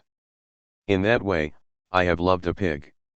In states of acute nervous crisis I have seen similar metamorphoses take place. There was a man I knew whose unresolved and tormented homosexuality manifested itself for me in the manner of seeing him as a failed woman. One breast was tucked into a low-cut white satin dress. Anxious as he was to divest himself of this uncomfortable role, his image changed to that of a wolf challenging the night from a rocky place in the hills. And who was I in his eyes? And so on. Madness comes about when we accept a misidentity for a permanence. By this time both Rimbaud and Verlaine were bored by inaction. Verlaine seems to have accepted that the fissure which had opened between him and his wife was now unbridgeable, and Rimbaud was seeking any distraction which would free him from the monotony of the countryside around Roche. These two figures, who by rights should not have met again, were now hurried back into a false union which was to explode into an almost homicidal mania by midsummer. By way of Liege and Antwerp, the two travelers set sail for Harwich and, after making their way back to London, rented a room at 8 Great College Street in Camden Town. Still living on the generosity of Madame Verlaine, they once again entertained the idea of giving French lessons to private pupils. These were crazy times. They overreached circumspection and had it known to the communards in London that theirs was a sexual relationship. Rumor was abroad of unspeakable relations. Rimbaud smashed the mirror with his fist. Verlaine had ruined his life. He could never embark on a literary career. He took a glass splinter and jabbed it into his wrist. Nothing happened. Verlaine, rising from a drunken sleep, went for him, hands reaching for his throat, only to be repulsed by a violent kick in the groin. Rimbaud cursed everything that had made his life into a condition of torment, his mother, his father, his upbringing, his alcoholic lover, the brutal solitude that came from living in London, the insults he had received when first he went to Paris, the disparagement meted out to his poetry, the black wall that opposed his future. Verlaine would have throttled both Rimbaud and Mathilde with his right and left hands. Each of them had contributed to his ruin, his volatile alcoholism. He wanted his mother's comfort, a new beginning in which he was free to choose a way of life suited to his indecisive and overwrought sensibility. If he stepped back far enough, the shadows in his life might disappear. Rimbaud hated everyone. They had all tricked him. He had expected so much, and he had ended up poor, reviled, inescapably a product of his peasant upbringing. He struck his boot against a wall, wishing it was Verlaine's face. Verlaine could not see a way out. Rimbaud, Mathilde, his mother, something had to happen.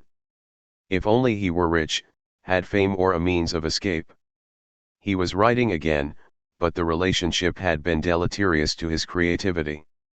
Rimbaud was too powerful. He had lost the confidence to write.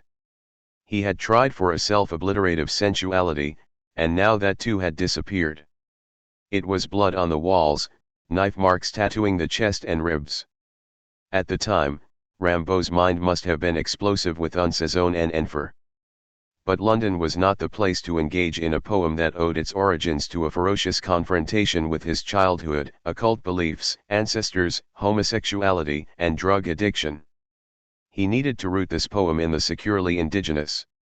As is so often the way, the return to an inherited physical landscape provided the poet with the tension necessary to promote extreme psychic risk.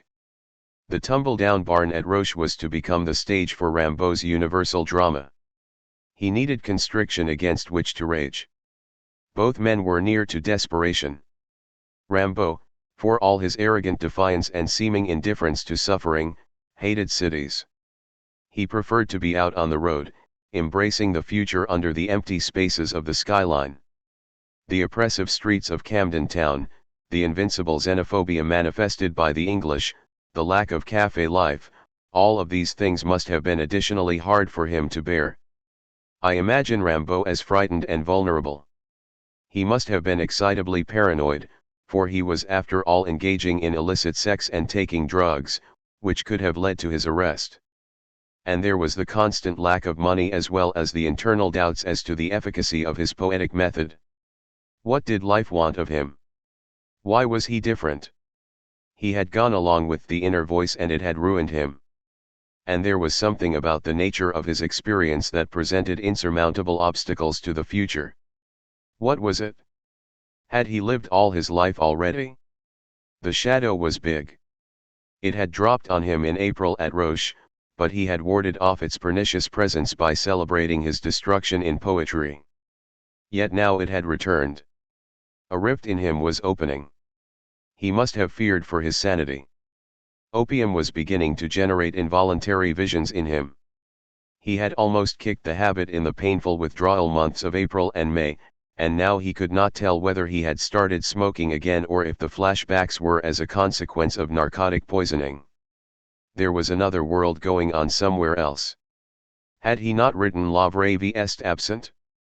What he saw now were nations in the sky, a black ape frozen into coitus with a white girl in a solid block of ice, flames raging in the streets, crewless ships drifting into fog, Verlaine's open mouth revolving like a whirlpool, sucking the room in, swallowing the bed, the wardrobe, and Rimbaud was suddenly a little green frog hopping to meet the quickening revolutions of that insanely stretched mouth. And when he dived in he was swallowed by a cavernous hall. His mother was sitting naked on a block of stone. She was writing down his thoughts. She knew them without his having to speak. She knew everything, their sex habits, their theft, their mad ravings, their knife fights. When she looked up at her son, her mouth became a snake's head and tail at the corners. And there were people watching up in the gallery. They stood with their heads bowed, their wrists in monocles. Drops of blood fell from a great height. He had to avoid them, for they burnt a hole into the floor and hissed fiercely on contact with stone. Their blood was molten, and all the time his mother went on taking down his thoughts. And now she was writing with blood. It was his own. She dipped her nib into a wrist vein. He felt nothing. She was going to use him up, carry on writing until his 8 pints of blood were spread in parallel lines across reams of paper. It went on drop by red drop. Something had to break.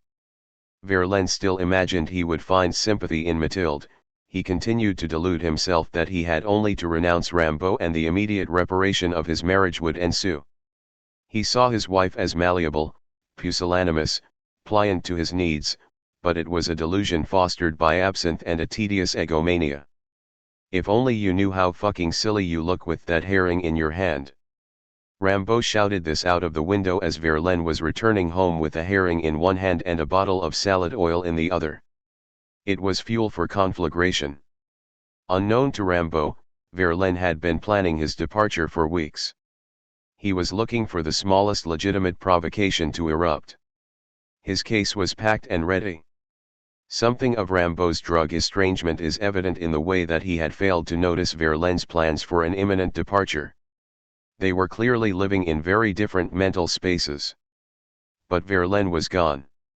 Traveling either by bus or underground, he got to St. Catherine's Wharf for the Antwerp boat. There was a delay before the full force of the shock hit Rimbaud and, traveling in pursuit, unable to believe that Verlaine had acted so finally on what was after all no more than a customary altercation, he arrived to see the boat weighing anchor. Verlaine was probably drunk. He could make no decision without anesthetizing himself with alcohol. His plan was to call a meeting with his wife in Brussels.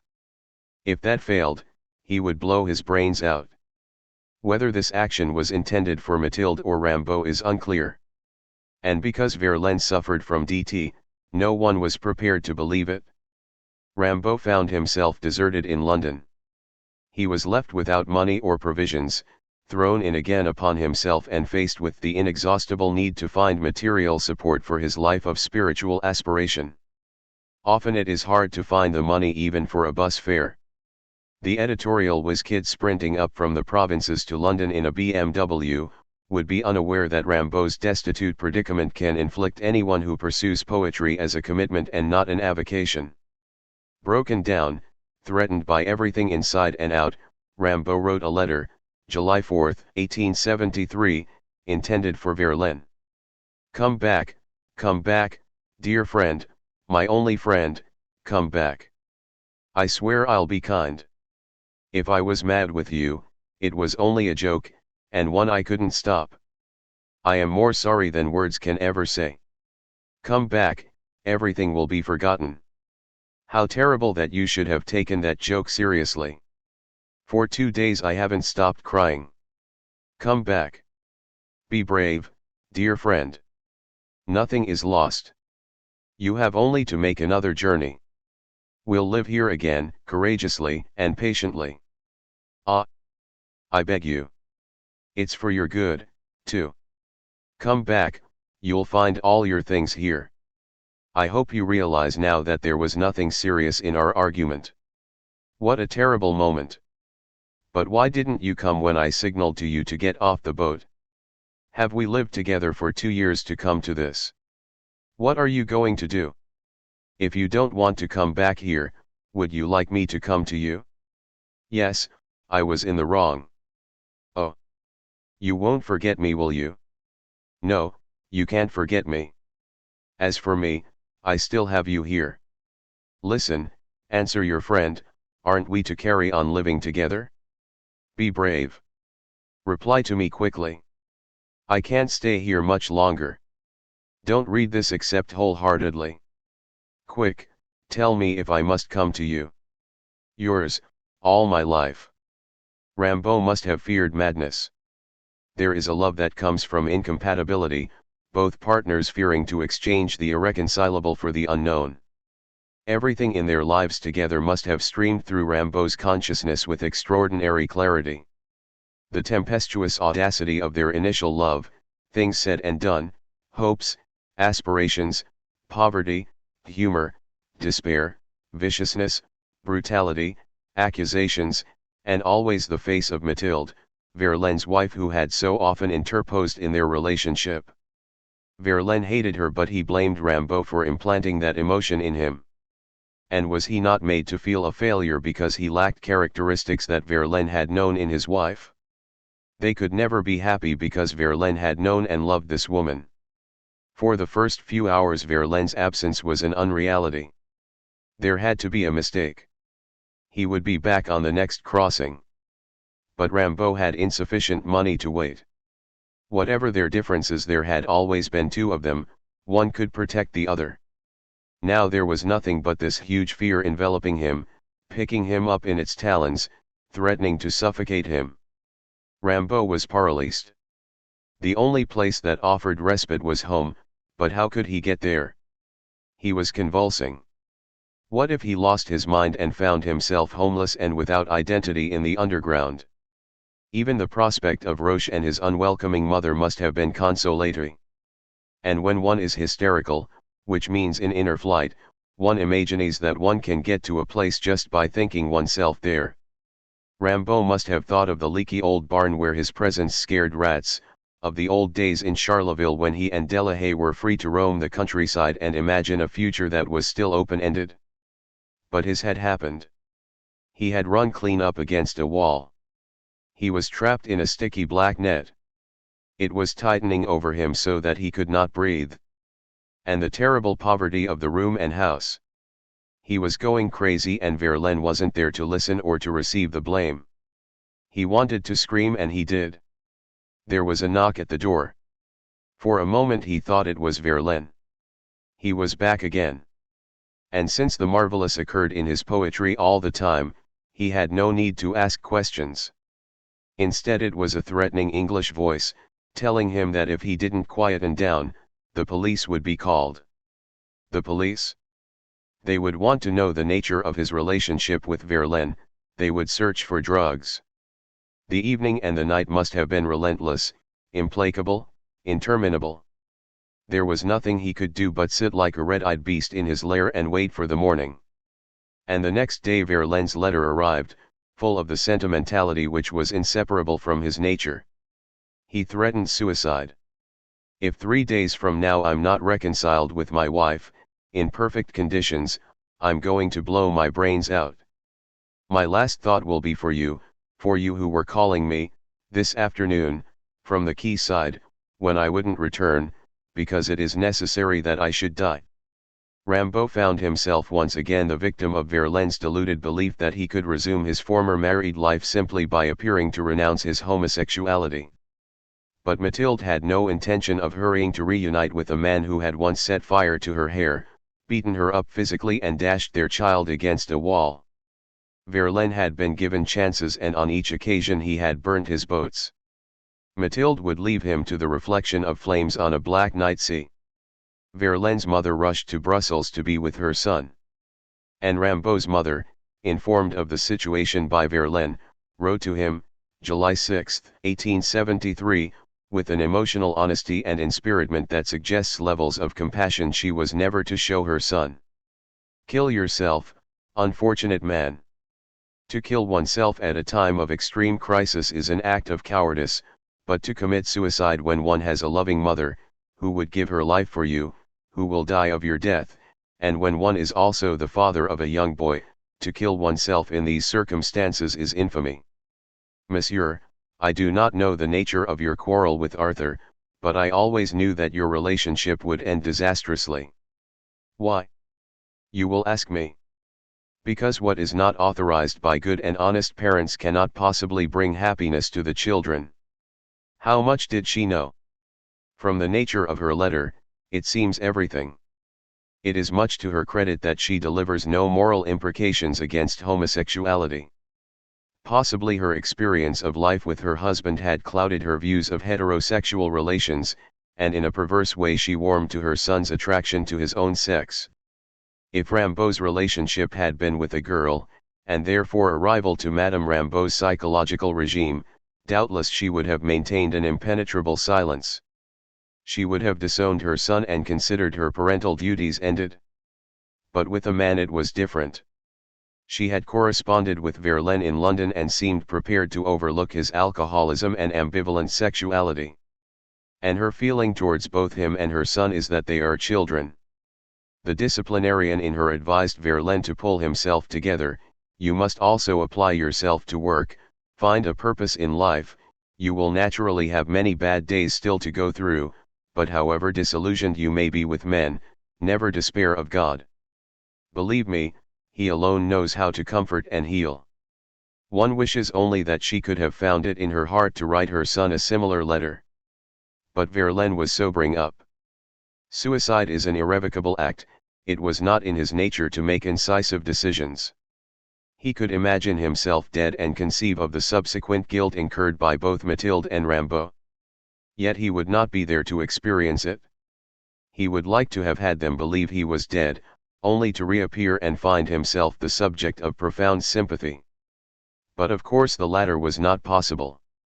Still intent on acting out a drama, on July 8 he wired Rimbaud to come to Brussels, Hotel Legiois, as he Verlaine was about to go to Spain to enlist as a volunteer in the Carlist ranks. This scheme was a way of maintaining dramatic action. Verlaine was on the edge of the heroic or cataclysmic, as he saw it, and Rimbaud must be made to suffer for having pushed him to such extremes.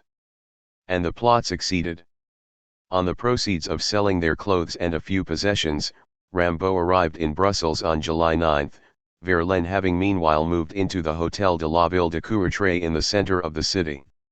Rimbaud found himself once again faced by Verlaine and a woman, only this time it was the latter's mother and not his wife.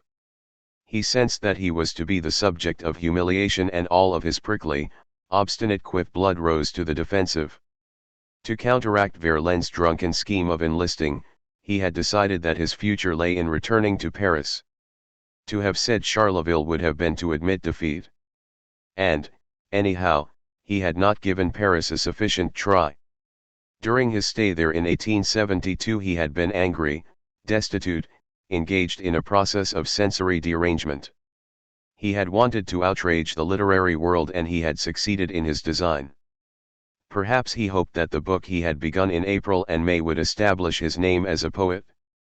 He would show Verlaine that he could succeed alone. His genius was meteoric, it would light up the century. But for the moment Rimbaud was trapped. The presence of Verlaine's mother prevented honesty of expression. And there was a rift. Perhaps for a time he felt strong in the belief that he would regain his independence and be free of Verlaine's lachrymose dipsomania. But Verlaine was not going to make things easy. He wanted to force the issue. He was drunk, belligerent, and looking to blame Rimbaud for the dissolution of his marriage and his premature redundancy as a poet. The night was taken up in bitter argument, inasmuch as Rimbaud could attempt to reason with a man who was little more than a gelatinous sponge of absinthe.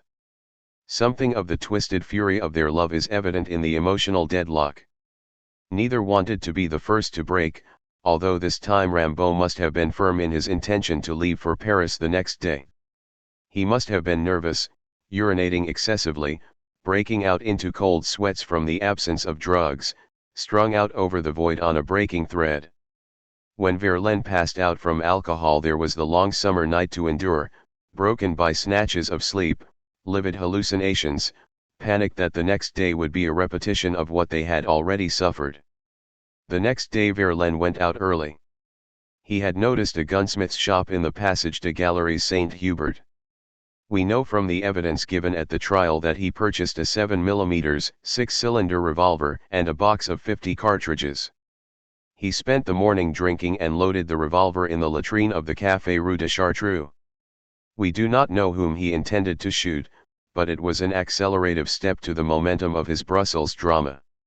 Whatever he did, news of it would get back to Mathilde. It might finally persuade her to come to his assistance. Rimbaud was resolute. He would leave for Paris at 3:50. He wanted to be out of it. Verlaine was still whipping himself into an intoxicated fury, locking Rimbaud in the hotel room and going out for another drink to fortify his courage. Verlaine's mother interceded once and offered to pay Rimbaud's train fare to Paris. Time was running out. 3:30. There was less than 20 minutes dividing Verlaine from a blank, loveless future. He had to make an example of someone for the losses he had suffered. In his fury, he blamed this obstinate peasant boy, so intractable in his obduracy, for inciting him to this savage retribution. There was fierce shouting. Neither would concede. Verlaine locked the door. "Now try to go," he threatened Rimbaud. And something in him snapped. A red tiger raced through his blood. He fired 3 shots. The first hit Rimbaud in the left wrist, while the other 2 went wide and embedded themselves in the wall. Verlaine promptly ran into his mother's room and threw himself on her bed. It must have been huge in his head. Homicide. Mania. Rimbaud's face breaking up like a red meringue. But it was only his wrist, although the bleeding was copious. When Rimbaud appeared, Verlaine threw the gun at his feet saying, "Here, unload it in my temple." Rimbaud was taken off to St. John's Hospital where his wound was treated and bandaged. No one in the hotel seemed to have heard anything, and Rimbaud's injury was explained away as an accident.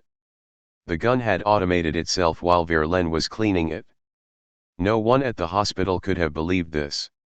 The sort of violent altercation that had occurred lives as a charge, a current on the skin. It is there as an animation in the voice, a dilation of the pupils. Verlaine's mother must have told the lie with her anxiety over her son's unpredictable conduct. There is reason to believe that both Verlaine and Rimbaud had become seriously disturbed in the course of their relationship. Their injurious knife fights, their respective states of intoxication, Verlaine blind drunk on absinthe and Rimbaud spaced out on drugs and liquor combined, had created a legacy of estrangement and mutual friction. Now the storm was about to break. Verlaine still wanted something. If it wasn't homicide, then it had to be an act of demonstrative violence. Was he trying to prove to his mother that he was a reluctant homosexual? A gun is also by metaphorical extension a phallus. There is nothing more counterproductive to sexual performance than constant inebriation.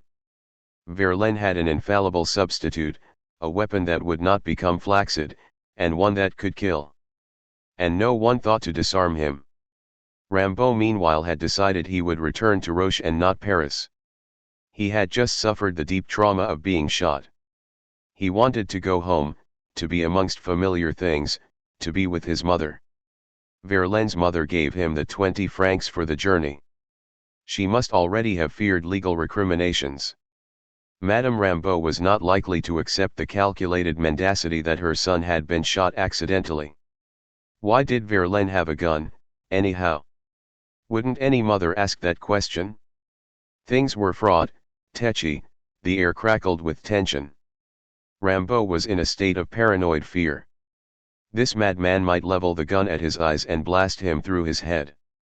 Whatever was fueling Verlaine was still injecting red-hot adrenaline into his system. They began their walk to the station.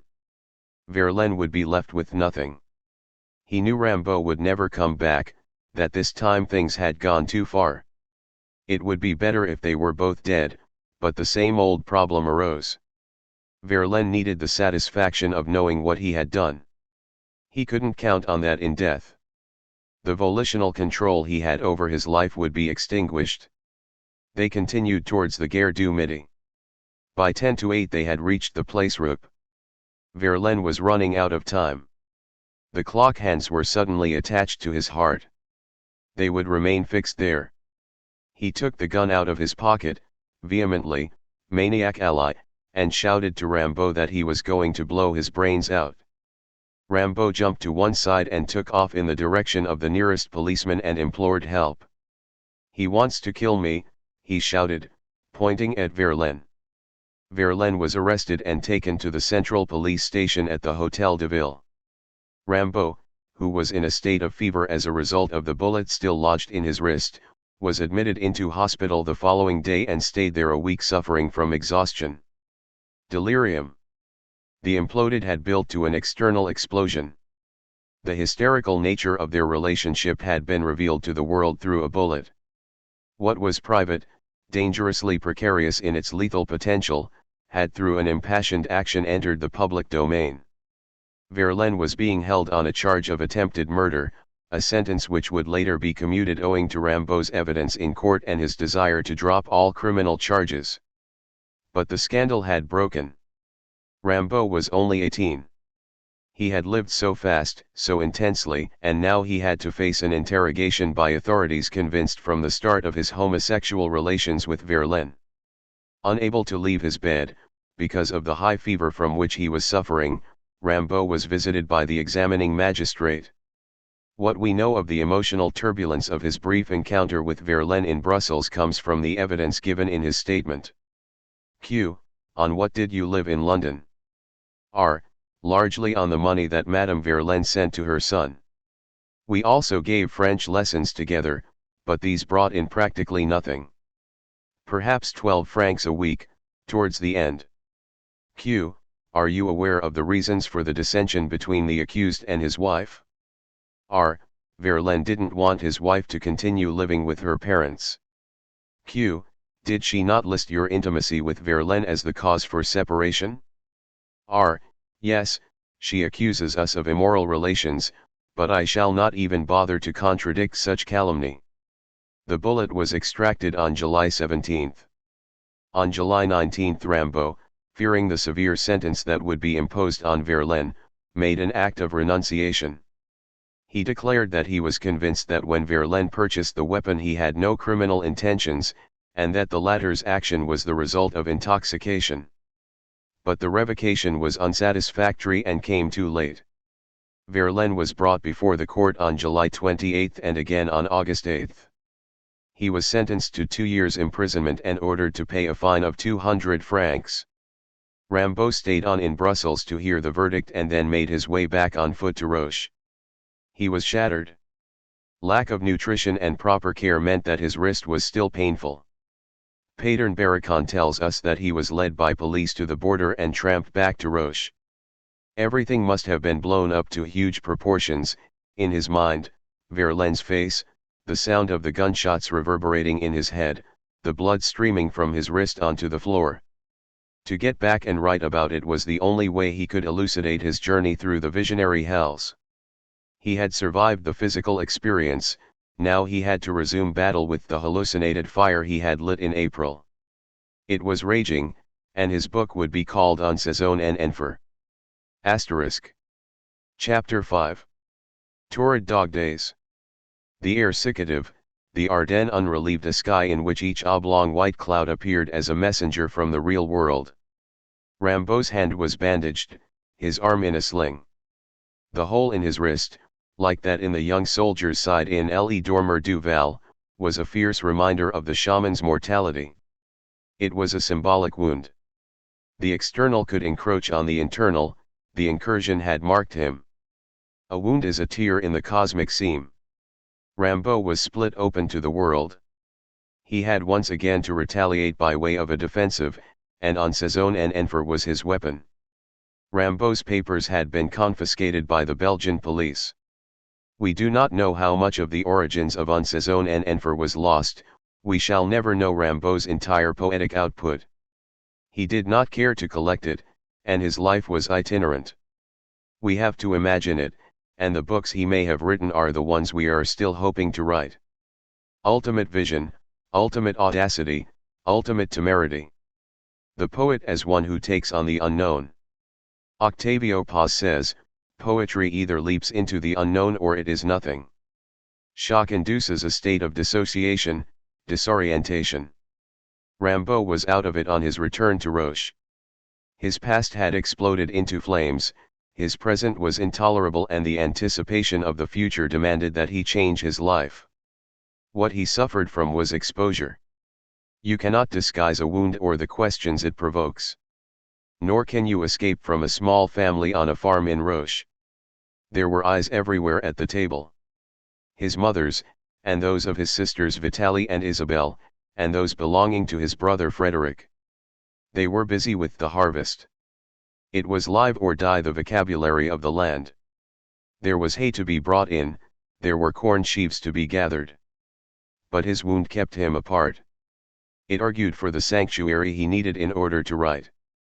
In the journal that Vitalie kept, she noted, "My brother Arthur did not participate in the farm work, he found sufficient occupation with his pen to prevent him sharing in our manual labors." Rimbaud needed to be alone.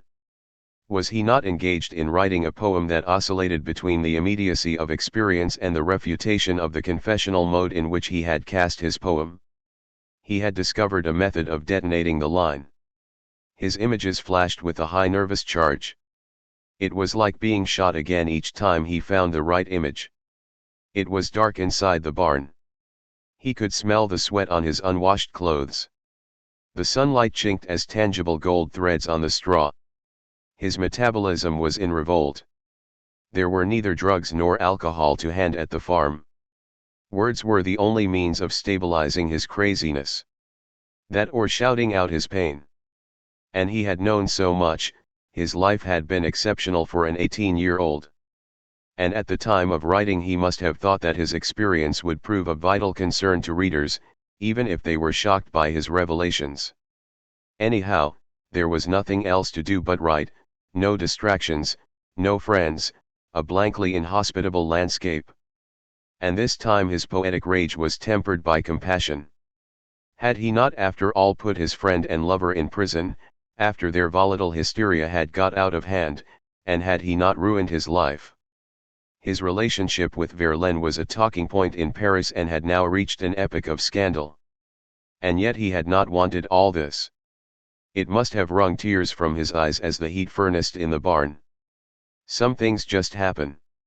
You do not want them to, and when you find yourself involved it is more like being a spectator to the action. You are still the same person when you walk away from an irrevocable blaze of temper. This one had involved a gun and his metacarpus. It had become public because Verlaine could not extinguish the incitement to violence. Either the gun had had to explode or his head would have. The shooting must have brought some relief, but not sufficient to curtail his homicidal impulse. If Verlaine had shot again, it would have been to kill. Rimbaud knew that. His hands shook while he wrote. The book he was writing would add some justification to his existence. He had transported it around in his head in London and Brussels, and now it would find completion in an isolation so magnified he might have been the last of his species left on earth. He could throw his visions against the cracked walls. Was he not after all confined like a madman to a cell? Rimbaud's alchemical journey through hell, entering by the unconscious or nigredo and living within the fermenting fragmentation of his psyche, is couched in terms of the irreconcilable conflict between good and evil. Light and dark. Rimbaud's individuation rejects the circumscribed imposition of monotheism. His torment demanded search, an ongoing journey involving the excavation of inner space. He was terrified, but he had still to affirm the poet's vision as the ultimate realization of imaginative truth.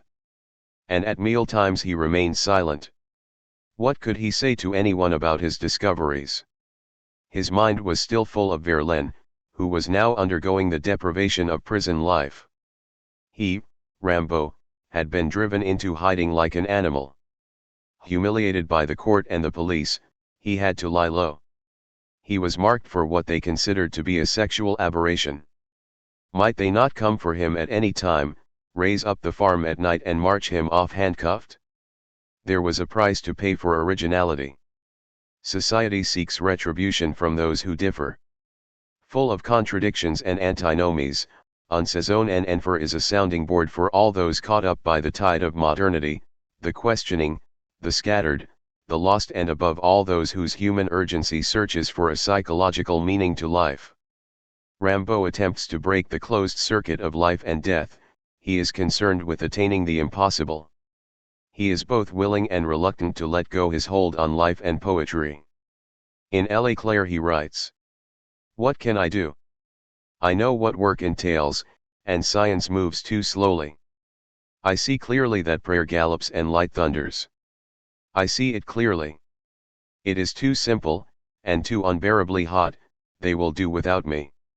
I have my duty, and I shall be proud of it in the way of several others, by putting it aside. My life is worn out. Come.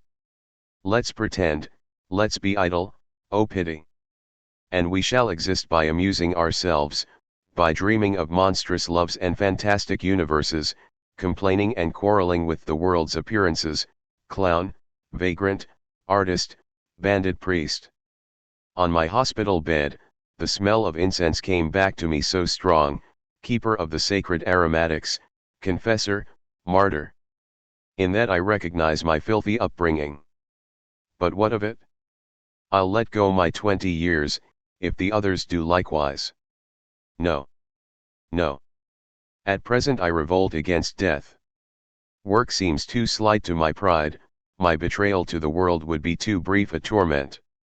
At the last moment I would attack right and left. The contradictions are never resolved, and the poem represents the experience of living out the conflict between belief and disbelief in the validity of poetic expression. Rimbaud's poem has no subject in the sense of preconceiving a condition about which he will write. Its involvement is with immediacy and not detachment.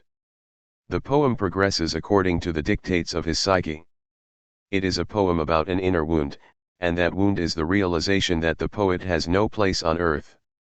Capitalist ethics and nations concerned with the belligerent dominance of empires have no room for prophetic speech, oniric journeys, the celebration of shamanism. Rimbaud's poem discovers the unrestrainable terror that has become translated into massive wars and racial persecution in the 20th century. It took an 18-year-old to do this, in a region so backward they might have stoned him for his discoveries. Rimbaud, and before him Lautréamont, was preparing the way for Freud and Jung. Together they detonated what has come to be the fallout of the unconscious. Their powerful images remained constellated in inner space, awaiting the more clinical vocabulary that psychology was to give to the inner narrative. Just another day. Heat. Boredom. Unaccountable mania. And although his wound had healed, a sort of shadow blood remained prominent in Rimbaud's mind. The orgasmic heat of his love for Verlaine had turned into an unalchemized, scalding reminder of his mortality, the red streamers chasing down his wrist and forming dark stars on the hotel floor. Hard night. The dried blood smokes on my face, and I have nothing behind me but that twisted tree. Spiritual combat is as brutal as the battle of men, but the vision of justice is God's pleasure alone. Rimbaud's greatness lies in the fact that he went unprotected. He had nothing between him and madness but a sheet of paper. And who would understand? He knew that he was writing for future generations, sacrificing his ego for its dispersal into the collective unconscious. His work would arrive one day, but who would he be then and where would he be? Not here but over there in the ambiguity of whatever death means. Un saison en enfer is not only a farewell to poetry but a valediction to life. Rimbaud never made concessions, the idealism of his youth, and he had believed absolutely in the redemptive faculty of poetry, had met with formidable opposition. At an age of expansive trust he had met with betrayal. It had started with his mother. At school even Isambard had expressed incomprehension, the poetic consensus in Paris had rejected him, and now the law had interposed between him and Verlaine. And how has it changed? Poets may have scuttled into adopting the role of respectable bureaucrats or academics, thereby diluting their art, but the committed poet has ranged wide of these capitulations to the state and still faces the same vulnerability, the same risk, the same angular profile presented to a society seeking the round-shouldered figure of conformity. Rimbaud's Un saison en enfer generates black gold. He is suspicious of the substance he has delivered. Alchemical birth involves psychophysical convulsions, delirium. The inner heat and the outer. The Athener and the golden lions of the sun. Rimbaud's pains were burns, scald marks on his cells. And in Nuit d'Elenfer Rimbaud pronounces the physical torture involved in his mystic discoveries. He has to transmute the poison within him to potable gold. I have swallowed a terrific mouthful of poison. 3 times blessed be the idea that came to me. My entrails are burning. The poison's violence racks my limbs, deforms me, throws me to the ground. I am dying of thirst, I am choking, I cannot cry out. This is hell, the eternal torment. Look how the fire rises. I am burning as I should. Come on, demon.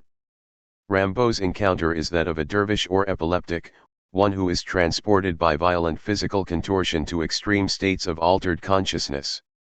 And Rimbaud is describing a condition known and suffered. There is never exaggeration in his writing, only the realization of truth. And the getting there is always by way of the volatile present. The past is valuable to him only in so much as it intensifies the immediate. Otherwise it is dead.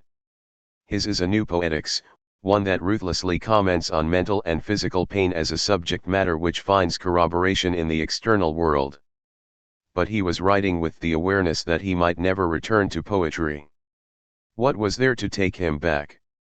In 3 adolescent years he had achieved what no other poet had managed to do before him, and that is to make a poetry out of experience which might have been considered deranged or a subject for psychopathology. Neither Tasso, Hölderlin, Nerval, Baudelaire, nor any of the English romantics had dared translate madness into poetry. If they wrote about breakdown, or mental estrangement as in the case of Clare and Smart, it was with the detachment of perceiving an imbalance objectively. Rimbaud differs in that he creates a poetry out of a deranged state of mind without any such qualification. He is the least compromising poet in the history of poetry. The hallucinations are innumerable. In truth it has always been the matter with me, no faith in history, a blank drawn over principles. I shall not enumerate on this, poets and visionaries would be jealous. I am 1,000 times the richer, let me be as avaricious as the sea.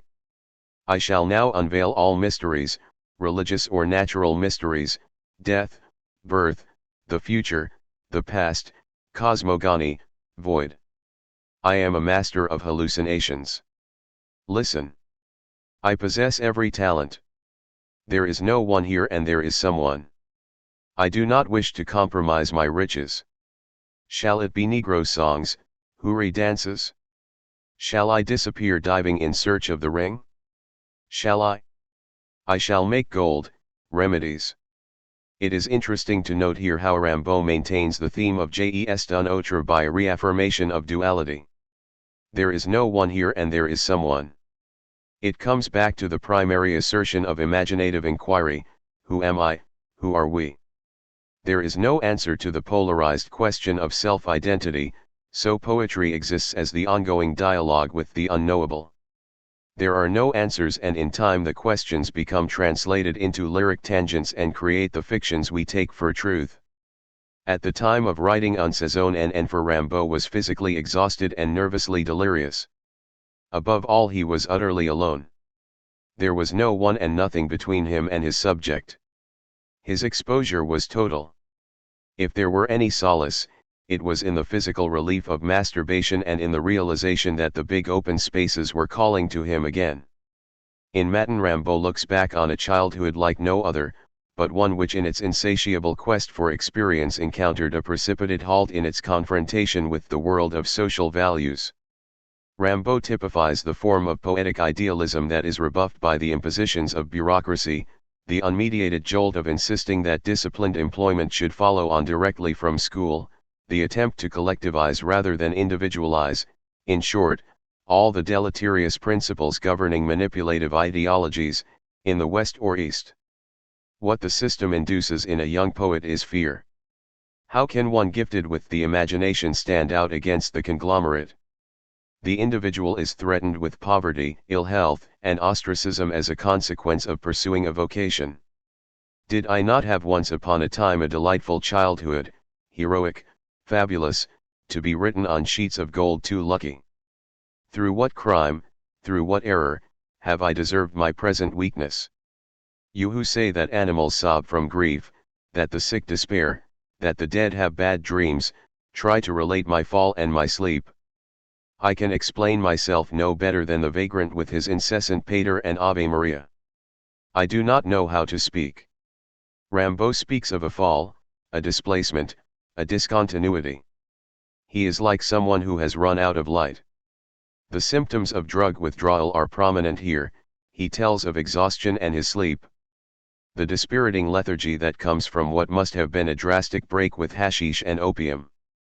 There were no substitutes, no methadone, no Valium.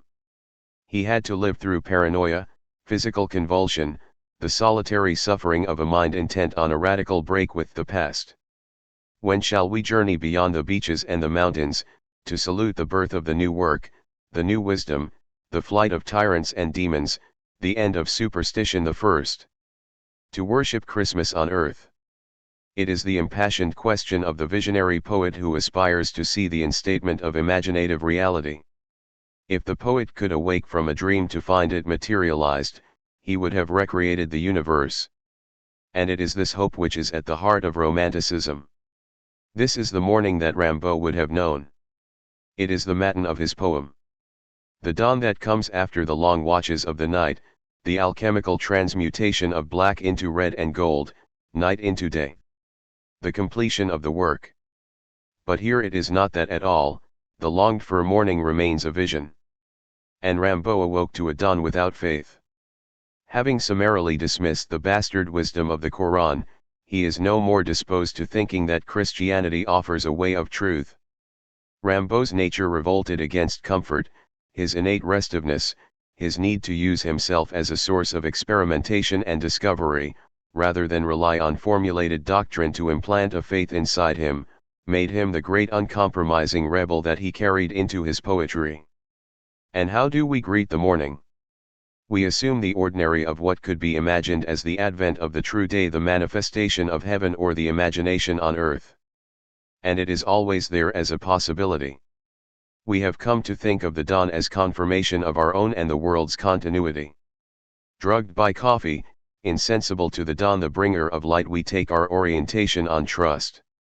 Yet for Rimbaud the true morning involves radical transformation. It involves a break with the old day and the celebration of the new. It is like waking up to find no separation between one's dream and reality. We have at last arrived. But where does one go after that? One has stepped into a space that others do not occupy. Everything blazes, a dewdrop is an emerald with a phoetus inside, the air opens out like pages of an atlas that have never been seen before. The ordinary house and shop on the corner are transformed into components of the new city, breath releases blossom and words are incantation, but what to do with the place and how to describe it? It should be visible to everyone, but it isn't. One has walked out of oneself and entered a new dimension. The changeover is bewildering but true. The poet always knew it would happen, but the materialists will call the actuality of vision madness. There is in all visionary poetry from Blake onwards, through the Romantics and in particular Shelley, right up to the futuristic worlds envisaged in the novels of J.G. Ballard, an acceptance that imaginative reality is truth. There is no question of the elaboration of a fiction to support a theory. On the contrary, it is material reality that is made to look dubious and inhibitive. But such a literature is still viewed with hostile suspicion by those who see the imagination as a subversive faculty more aligned with sensory disturbance than the discovery of the lost kingdom. We go there in rags and we are transformed into gold. The way is open to those who have ditched the credential of reason. And the realization of having made the journey comes from the notion of suffering. The men in big cars are heading for their ordinary day, the one in which money is considered to represent advancement. If they see the likes of a Rimbaud on the road to somewhere else, their response is one of condescending contempt for dropouts. Poets do not work, so what of them? But Rimbaud's morning lives in a parallel universe. It belongs to a dimension we reach by a leap into the unknown, in the same way as we are startled on making contact with an animal. The experience has taken us somewhere else. In the latter case, it is a reversion to the primal that activates the connection. Man realizes his animalistic origins. In the former state, the awareness that the kingdom has been located is an ecstatic realization which desperately needs to be communicated to the world, but very often isn't. The poet's frustration is that the imaginative province he has discovered with such generative excitement remains uninhabited by readers. Rimbaud might have ridden down the road on a lion's back, his eyes fixed on the future, but no one would have seen him. As it was, he gave voice to the song of heaven, the marching of nations. And above all, he waged war on all systems. He revolted against his youthful ideals. His belief in beauty and poetry had brought him nothing but rejection and suffering. The writing of Un Saison en Enfer effectively scorched everything that remained of his youth. It was as if Rimbaud had to set fire to the surrounding countryside. Fire was his retribution, he must have hoped to incinerate his past and begin again. Only there was a deficit, and it was one of time and experience. He could not undo what he had known. He was marked. An alchemical pact made with poetry leaves an ineradicable scar. If Rimbaud had pursued his fanaticism, he might have ended up like that other sun worshipper, Harry Crosby, who had black suns tattooed on the soles of his feet. In adieu, his valediction is not only to poetry but to the alchemical sun. It is a leave-taking that involves the creation of a new poetic cosmos and not the invocation of one the poet is prepared dramatically to disown. Autumn already? But why regret an eternal sun, if we are committed to the discovery of divine light far from those who die according to the seasons? Autumn.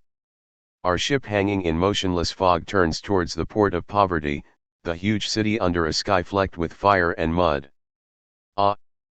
The rotten rags, the rain-soaked bread, the drunkenness, the thousand loves which crucified me. She will never have done, that ghoul queen of millions of souls and dead bodies, and who will be judged. I see myself again, my skin ravaged by mud and plague, my hair and my armpits alive with worms, and still bigger worms in my heart, lying stretched out among strangers without age, without feeling. I could have died there. It is an insufferable memory. I detest poverty. And I fear winter because it is the season of comfort. Rimbaud affirms with invincible courage the power of the inner light. Autumn cannot reach those committed to the discovery of divine light. The poet lives in a condition of timelessness, illumination centers itself in the word. Had he not already invented colors for the vowels? The alchemical transmutation was effecting itself now in his spiritual autumn, which was full of the red and gold permutations of the work.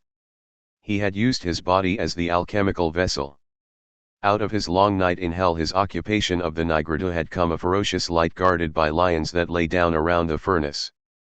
The imaginary city, one of poverty and disease which Rimbaud evokes, is still another of the inner cities that belong to his visionary itinerary. One could draw up a Rimbaud cosmography, a map as fabulous and original as those used by the Venetian sea kings in their voyage into the speculative unknown. Rimbaud provides a city for an inner state. Where did he see it? Was it in London in his months of derelict suffering, or now in his delirious confrontation with mania? It is a place of disease and squalor. Rimbaud is imposing reality, his own rotten clothes and rain-sodden bread and cheap wine on hallucination, the masturbatory fantasy of the thousand loves which crucified me. An image powerful for its disturbing sadomasochistic overtones, its suggestion of anonymous sex and its concomitant register of disease which has come to characterize the condition of our world ravaged by AIDS as we approach the millennium. Rimbaud sees himself in a form of necrotic decay. There are worms in his hair, his armpits, but, worse than that, they have taken to tunneling through his heart. In his orgiastic exposure he finds himself amongst strangers who appear to have neither age nor feeling. I could have died there.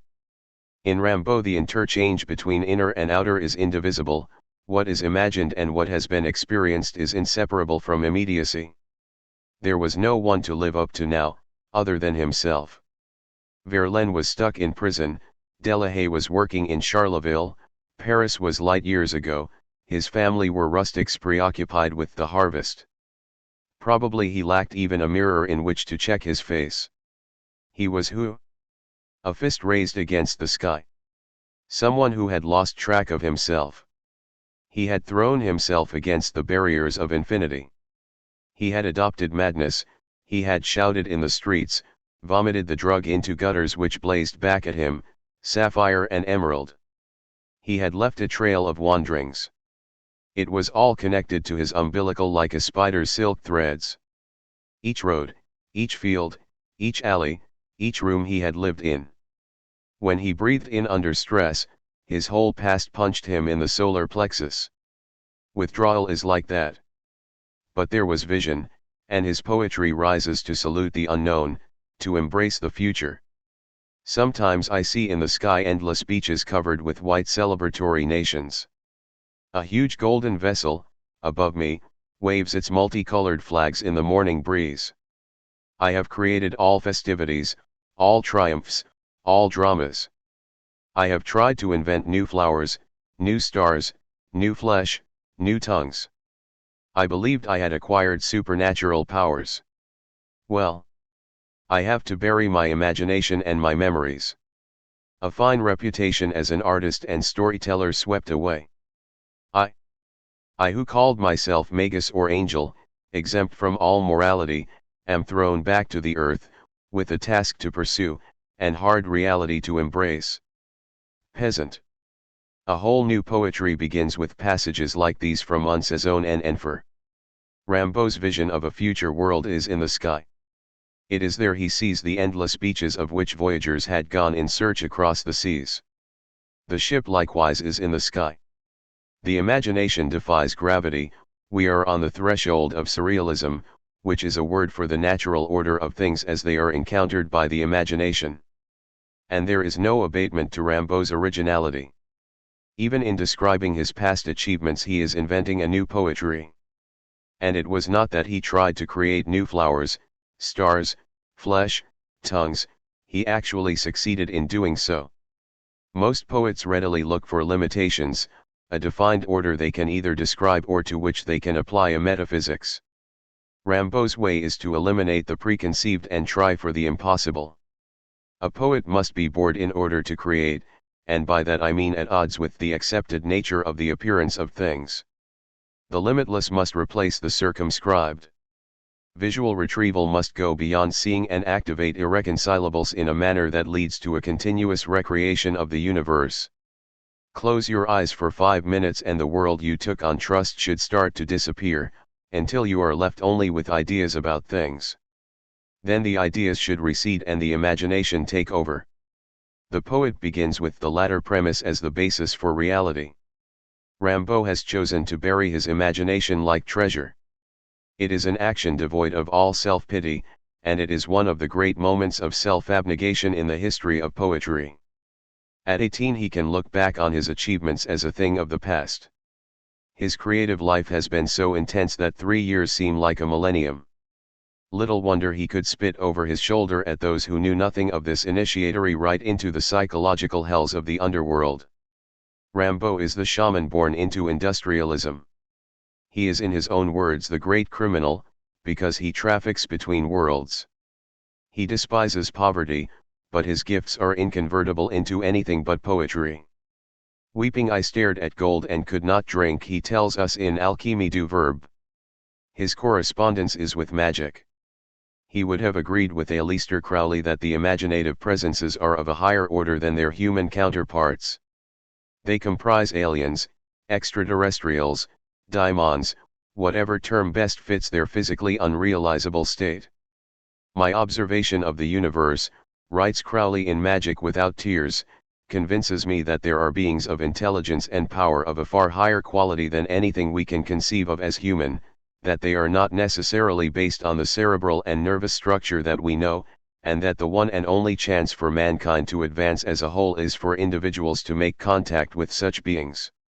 Rimbaud's contact with the informing agents of the imagination is the subject of Une saison en enfer, as it is of much of Les Illuminations. In this, his revocation of poetry, he prepares to let them go. He is seen exorcising his childhood ideals, and in doing so he projects them on the future. They are there for the enlightened in the 20th century to use. One might say that every true poet is possessed by one of the psychic presences that Rimbaud disowned. He left them in the air as potentiated fallout. Yes, the new hour is redoubtable. For I can say that victory is mine, the gnashing of teeth, the hissing of fire, the voice of disease abates.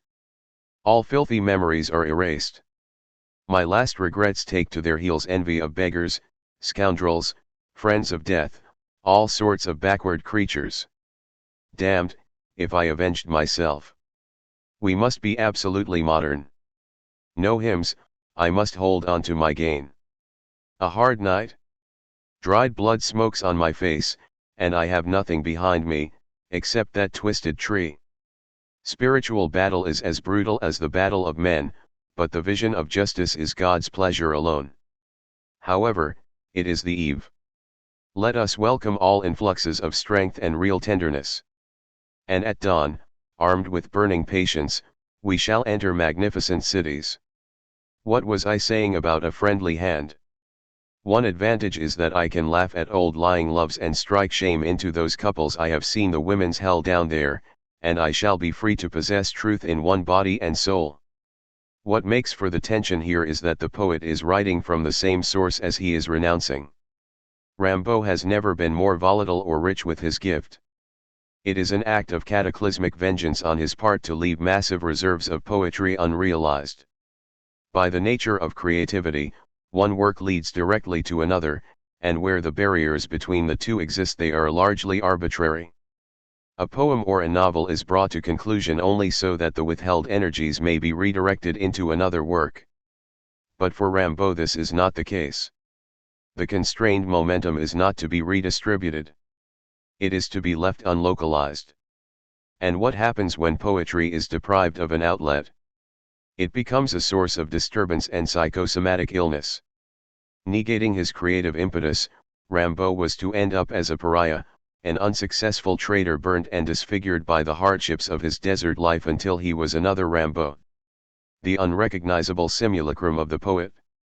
Rimbaud's victory as he describes it seems to be one of having survived withdrawal symptoms. He has come through. The inner torment and cacophony of shrieks has abated. His identification with criminals, vagrants, mental and physical dropouts, which had begun with Les Poètes Deceptants, has been replaced by the credo, we must be absolutely modern. His night has been a long one. Who can say when it was begun? Poetry messes up one's conception of time, it involves one in a series of distorted flashbacks and flash-forwards. Was it in Paris, Brussels, or last night sleeping out in the barn that Rimbaud had acquired dried blood on his face? His inner battle had raged in torment for so long that he knew now only exhaustion, the certainty that a phase in his life had reached completion. And the cities of which he had dreamt were awaiting him somewhere in the dawn. Rimbaud's family had turned to the fruit harvest, but still he refused to help. Autumn was here with dead leaves crackling underfoot on the parched soil, nothing and no one for miles. He had undertaken a work of solitary genius, but his suffering was nothing to the blank that would greet his book. Perhaps out of pity for his ruined condition, and in the hope that the book would lend some financial security to her itinerant son, Madame Rimbaud advanced Arthur the money necessary to have the poem printed as a plaquette in Brussels by Jacques Poud, 37 Rue Auxiliary Chouc. 500 copies were to be printed, of which Rimbaud was to receive 10 complimentaries. A white cover with simple black typography. No ostentation. No detraction from the seriousness of the text. The work was dated April-August 1873. Rimbaud was still 18. Asterisk. Post Delerium. That Rimbaud went to Brussels in the last week of October 1873 to collect his author's copies of Un Saison and Enfer from the printer, and that the entire edition with the exception of 10 or 12 copies was impounded owing to his failure to meet the printer's bill, does not concern us here. It is part of literary history. What happened beyond this point has become the subject of speculative biography. Rimbaud managed to leave a copy for Verlaine at the prison of the Petits Carmes, and the copies he circulated in Paris went unnoticed. He had already alienated himself from the Parnassians, and the hysterical nature of his affair with Verlaine, leading to the latter's imprisonment, was the subject of moral turpitude among those who saw Rimbaud as an impostor, a youth intent on ruining his older friend. But delirium, hallucinated consciousness, schizoid dissociation, manic overreach, call it what one will, Rimbaud is the celebrant of modern consciousness. It is in the likes of Hart Crane, Antonin Artaud, Robert Desnos, André Breton, Aimé Césaire, Federico Garcia Lorca in his New York poems, and in the visual art of Munch, Soutine, Ernst, Bacon and Pollock that Rimbaud resurfaces. The chaos out of which all these artists create is an inherited delirium. Rimbaud's unfinished work lives on as a current. It is centered in the permanent storm that hangs over the 20th century. And his legacy will go on being part of the creative future for as long as there is a world in which poetry functions. What does it mean to be dead? We cannot ask Rimbaud. His life is the story of someone who overtook himself at each critical juncture in his development. He refused to outstay himself. His unrealized past is always the potential future. Being hooked on poetry is a terrible thing. If the need is complicated by drugs, we have a powerful double addiction. Rimbaud, the poet, choked on himself. He wanted to bite so deeply into inner experience that he became the snake asphyxiating on its tail. Sometimes I imagine Rimbaud as a naked figure running from wall to wall of an empty house. The building is white and has no windows. The interior walls are black, bare except for the obscene slogans he has written on them in blood and excrement. When he came across this house in the wasteland, he crawled into it hoping it would offer shelter. The night he intended to stay lengthened to infinity. Time had ceased to exist, his clock was mania. It is like that when you are in extreme states of altered consciousness. It is easier to be stretched out the wrong way than it is to return. And sometimes it seems easier to crawl out of your skin, only there is nowhere to go after that. Rimbaud feared containment. Going into the desert was a means of avoiding the threat of institutionalized madness. It is time at last to hear the voice of Artaud. And what is an authentic madman? It is a man who has elected to go mad, in the sense in which society understands the term, rather than compromise for a certain superior idea of human honor. That is why society has had all those of whom it wanted to rid itself, against whom it wanted to defend itself, because they had refused to become its accomplices in certain acts of debasement, condemned to be strangled in its asylums. For a madman is primarily someone to whom society did not want to listen and whom it wanted to prevent from uttering unbearable truths. Le Theatre et son double. Delirium is not so much a state as a means of attempting to overtake it. The central theme of Un saison en enfer is announced in Deleuze in2, the autobiographical inferno of his relationship with Verlaine and L'Histoire d'une de mes folies, the alchemical nature of his poetic experiments. Both pieces of writing are extraordinary for their attempt to overtake the immediacy of their subject. If there is a pulse beat in paper, it will be heard in Un saison en enfer. The poem is a paper cell. Rimbaud's Delirium resists imprisonment by words. His acceleration is manic. Mad he wants to be beyond madness. And that is the direction of fearlessness, the poetic equivalent of running towards the heat flash. The experience is beyond language. It is post-somatic.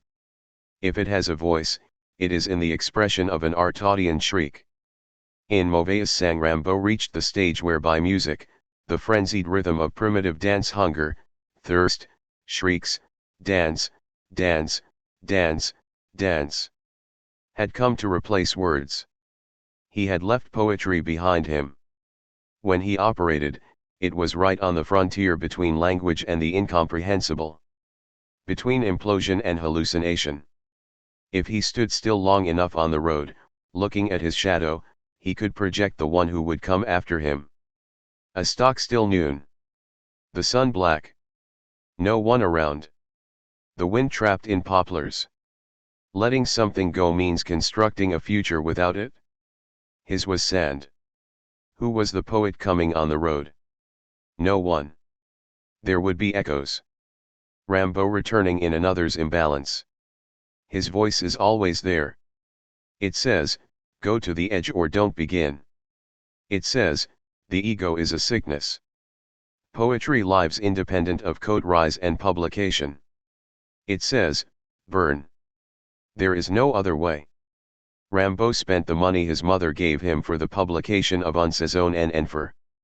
He needed to. He had spent his life in rags, in deprivation. He had sold everything, including his body. And he despised poverty. He had been humiliated in his travels, his clothes stank. He had turned his acute sensitivity to his very real suffering into an intransigent arrogance. He had believed that collective materialism was no more than a sugar carnival skull. He had broken his fist on the misrepresentation. The mob had reviled him as they would an epileptic.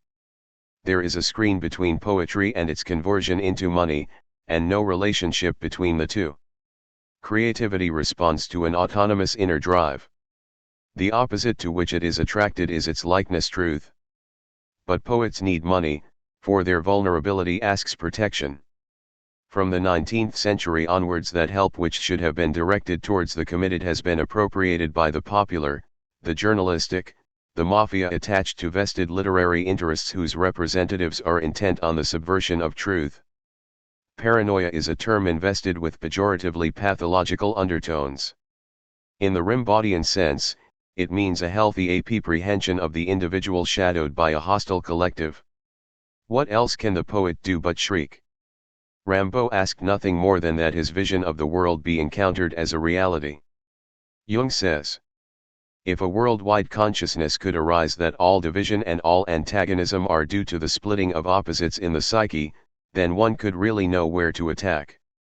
But if even the smallest and most personal stirrings of the individual soul, so insignificant in themselves, remain as unconscious and unrecognized as they have hitherto, they will go on accumulating and produce mass groupings and mass movements which cannot be subjected to reasonable control or manipulated to a good end. All direct efforts to do so are no more than shadow boxing, the most infatuated by illusion being the gladiators themselves. The undiscovered self. And Jung, like Freud, is a product of Rimbaud.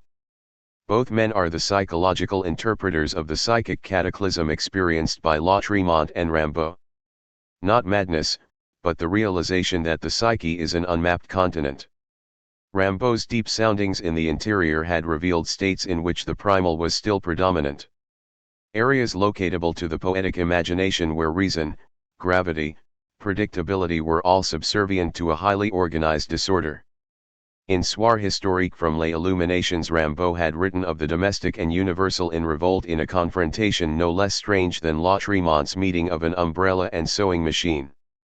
And some evening, for instance, the simple tourist, retiring from our economic horrors, finds the hands of the master have brought to life the harpsichord of the fields. They play cards at the bottom of the pond, a mirror evocative of queens and of favorites. There are saints, sails, threads of harmony, and chromatic legends, in the sunset. No. The moment of the bath-house, of seas boiling to foam, of underground conflagrations, of the planet carried off, of subsequent exterminations, certainties indicated with so little malice by the Bible and the Norns, and which are signs for the serious man to watch. Though the entire effect will be hardly a legend. So much happens here that had never before occurred in poetry. Playing cards at the bottom of a pond, a harpsichord strung by the wind in the fields, the planet getting blown off, great events of the imagination such as these are treated with a spontaneity that transforms hallucination into reality. Les Illuminations is the book of reality. No apology is needed for the true nature of things. Rimbaud is a cosmographer. He reinvents the universe. Seeing has become so much a condition of preconception, we take on trust the idea of the thing we see, that we all long for a flaw, a rift in the seam, a divide through which we may apprehend an altered state of the universe. I am so accustomed to hallucination, that watching a tree break into fire in a scarlet field under an emerald sky is one of 1,000 visual metamorphoses I may encounter before and during the writing of a poem. While still a schoolboy, I grew bored with the limitations of color perceived by the human eye, and so imagined the world as I might paint it. Mid-afternoon. I could sit on black sands under a violent cerise sky. If I wanted the sea to be white with the odd red and blue sail pricking up a cat's ear on the skyline, so it turned out according to that composition. And eventually what begins as self-induced, asserts an autonomous function. The poet lives through the creation of a private mythology which becomes in time the way that others learn to see an alternative or parallel universe. Hallucinogens like LSD are not necessary to the discovery of a visually heightened universe. If they are used, it is for no more than tincturing, adding tone to a palette already vitalized and set by the imagination. Changing one's perception of the world should be as easy as switching programs on a television set. Now I am in a meadow, now I am in a street, Sunflowers brushing my neck, now I am floating through the sky. I can be anywhere through a modulation of psychic energy. Rimbaud comes into focus again. His lip is split, blood is caked on his right index finger. A loop of saliva is twisted around his collar. Did he have a fit, back there off the road? His eyes are hugely dilated. Maybe he is perturbed with what I have just written. He wants to pulp the paragraph with his raw fist. Where does anything come from and why? I can repeat it, only differently. Rimbaud is at the London docks, sitting by himself watching the commerce on the river. Blue, brown, and grey river and sky colors mingle. A shaft of sunlight crosses his left knee. His right profile is in shadow. He is thinking that poetry has ruined him. It is while focusing on the naked torso of a West Indian docker that he decides his life lies elsewhere, that man's back will remain the source of his decision. He has thought into its hollow. He has watched the subtle kundalini of the spine. He has suffered for the animal labor of the man. He will never know his name, and yet their lives intersected at a crucial point. Rimbaud comes into focus again. This time his skin is blistered black from the desert sun. He is emaciated, his body is like a junkie's. No flesh on the bones. His face hollowed in to follow the bone structure of the skull. He carries a gun. He would blow the back out of anything. He would like to shoot the image of him I carry in my head. Asterisk. Rimbaud and the Sand Leopard. Jeremy Reed. Wind spitting the red sand in my eyes, my mouth. The poems I wrote on the desert's face are gone, the bitty black grains pour into another undulating dune. The sun's too close. I hear it roar at noon. The road I took from Tajura to Ankober still burns up molten in my head. The camels whistle, packs loaded with arms. The shrunken Salt Lake's stagnant bed contains another holocaustal sun. And when I woke at night the flames were red, in which my poems burnt. They thought me mad, and pointed to nothing but sand. No ash, no scattered books, no char. The morning star. The girl I brought from the interior, to console me in the ferocious waste of youth and time, changed into a white sand leopard, and stalked me, an assassin or a mirage. Hot breath and claws opening my chest at night. And in the morning, blood spots on the floor. My body thin as a hollow bamboo. My eyes punched in by the drilling white light. And Jammy, he alone. Here's how the poem sings from a hot stone. A snake drinks from my leather mouth. And are we moving again? Always south. Into the sun's eye. Vultures, warring tribes.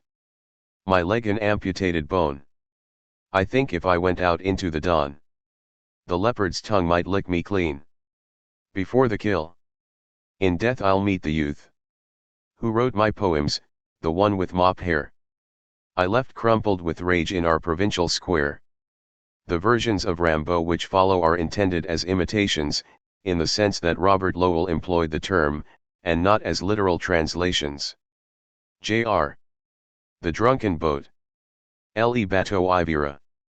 No longer guided by haulers, I felt the current chase me down sluggish rivers. Yelping redskins had made human targets, nailed them to stakes and cut out their livers. I was indifferent to every crew. Carriers of English cottons, Flemish wheat. My haulers dead, the uproars extinguished. The waters left me to a steady beat. Last winter, more dumbstruck than a child's mind, I ran into the ferocious riptides. The surf lashed me, loosened peninsulas. Were like white thunder smashing at my sides. The storm celebrated my sea vigils. Lighter than a cork I danced on the waves. The big rollers which distribute the drowned. 10 nights. Lighthouses marking sailors' graves. Sweeter than waspish apples to children. The green water oozed through my pinewood hull, scouring the vomit splashes and blue wine. Rudder and planks were gashed by a sea bull. Later, I found the poem of the sea.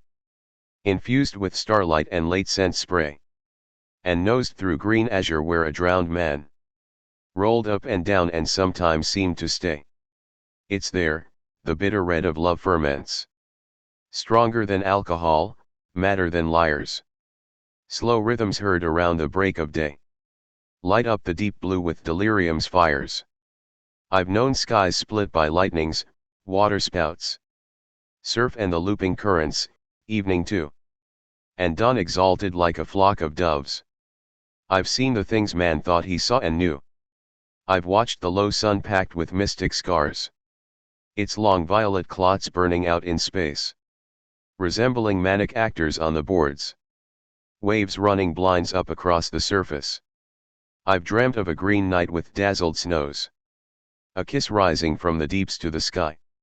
The circulation of all unknown saps. Yellow and blue phosphor singing in the sea's eye. I've followed in gestative months the swell. Running like hysterical cows to smash their violent panic on the reefs. I've sensed the snouting sea herd stilled by a star's flash. I've struck against amazing Floridas, where flowers are panthers' eyes in human skin, and rainbows drop down as the bridle rains, keeping the Glaucau sea horizons in. I've seen enormous swamps ferment, fish traps, where a leviathan rots on the beach, water avalanching out of a calm, cataracts shrieking in their overreach, glaciers, silver suns, waves shot through red.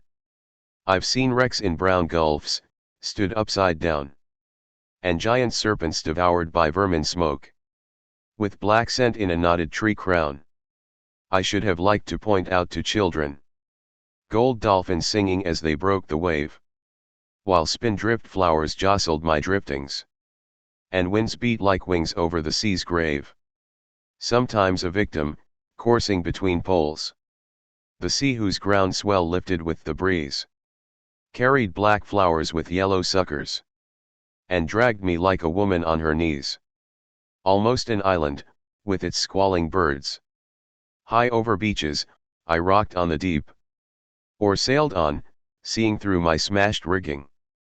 Drowned men somersault backwards into sleep.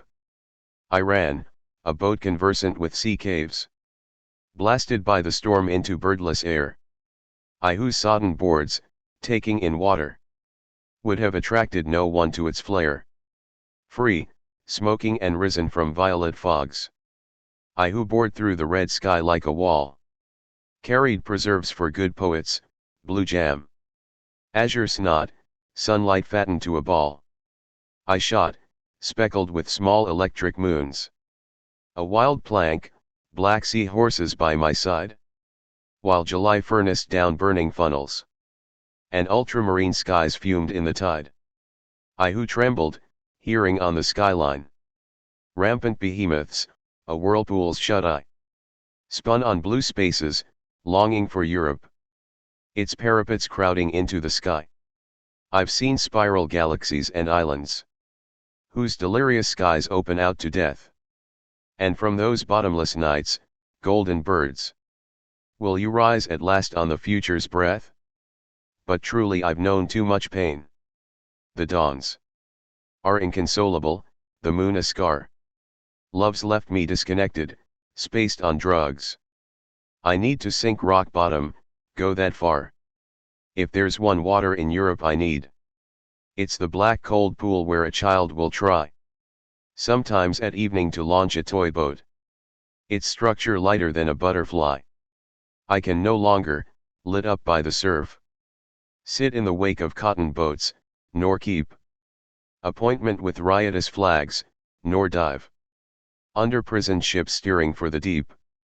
Vowels. Voiles. A black, e white, I red, you green, O blue. I shall tell of vowels and their arcane birth. A. Black brilliance of flies matting the earth, fidgeting around stench, and out of view. The shadow gulfs. E. White vapors and tents. Glacier splinters, snow kings, cow parsley. I. Purples, spat blood, lips inquiringly. framed in a smile or drunken indictment. Cycles, the vibration of green seas. Serene meadows dotted with cows, or lines mapped on a forehead versed in alchemy. O, a trumpet shrieking out of deep skies. The void in which planets and angels shine. O Omega, the violet ray from his eyes. The sleeper in the valley. Le dormeur du val. A green hollow, the river's voice points there. And seethes through grasses, madly pawing free. In silver tatters. The sun fires the air.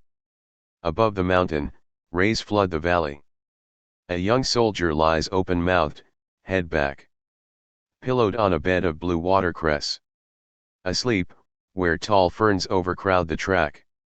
The sun-warmed grass affords him ease from stress. His feet thrust in red flowers, he sleeps. His smile is like a sick child's, it is infantile. He is stone cold, nail heads flash from his solace. Flower scents no longer break into his rest. He sleeps in sunlight, one hand on his breast. In his right side are 2 red bullet holes. 7-year-old poets. Les poets de septans. Dutifully shutting up the copybook. The mother, with a proud and imperious look, ignored her child's contemptuous disdain. His blue eyes flashing, his face scored with spots. All day he studied in a sweat, and crammed. But through his effortless facility, dark fissures showed, a sour hypocrisy. In corridors, their mildewed papers blotched. By damp, he'd stick his tongue out, and fists jammed into his groin, see lights behind his eyes reveal a pattern. When a door opened, admitting lamplight, they could see him high on the stairway, contained and out of reach. In summer, cowed, complacent like a fish, he'd meditate in the latrines and wish he was a hermit on a coral beach. In winter, he'd lie up behind the house, buried in clay, feet stretched against a wall, and watch a cold moon whiten the garden. He'd force his eyes until visions appeared, and hear the creak of rotten trellises. The friends he chose as his accomplices were stringy, poor, pink-eyed and cretinous, who hid yellow and black grubby fingers, coated with mud in threadbare, patched-up clothes. They spoke with gaps, these prematurely old village idiots, and if his mother caught him out in these friendships, and if she knew the depths of his concern, she said nothing. Lies come easily if your eyes are blue. At 7 he began to write novels about lives in the desert, liberty, forests, suns, riverbanks, wastelands. His mind was prompted by the magazines he'd find, depicting Spanish and Italian girls in poses that had his cheeks burn with fire. And when, brown-eyed, short-skirted and frisky, the little girl of 8 who lived next door would roughly jump on him without panties and pin him in a corner, he would bite her bottom, hold her face down to the floor, until she beat him black and blue, and he could taste her skin. It lasted all the night. He feared December Sundays, the ennui of sitting with his hair greased back, reading a Bible with its cabbage green edges. Nightly, dreams pushed him out on cliff ledges. He hated God, but loved the grimy men he saw at evening return to suburbs, where mad performing artists and vendors were crowded round like monsters in a den. He dreamt of prairies, the earth's rising scent, and golden puberties, love on a plain, rushed by the quick wind and laid flat again. He relished the dark things in life, and sat in his bare shuttered room, the ceiling blue, inhaling its sodden humidity. The novel that he read took up the theme of heavy ochre skies, flooded forests, flesh-petaled flowers open in astral woods. Then cataclysm, collapse, vertigo. Neighborhood noises carried from the street. He lay stretched out on a raw canvas bale, hunched, tense, already breaking into sail. Fawn's head.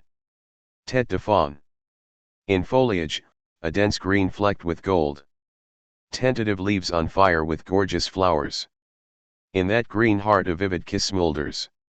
Exploding through the sumptuous tapestry. A startled fawn abruptly shows his eyes. And bites the scarlet flowers with white teeth. Stained as the crimson sediment of wine. His mouth opens in laughter on a leaf. And when he breaks for cover like a squirrel, his outcry still vibrates in every tree. And you can see as a bullfinch triggers. The gold woodland crown close like a whirlpool. Sarbruck. Éclatant victoire de Sarbruck.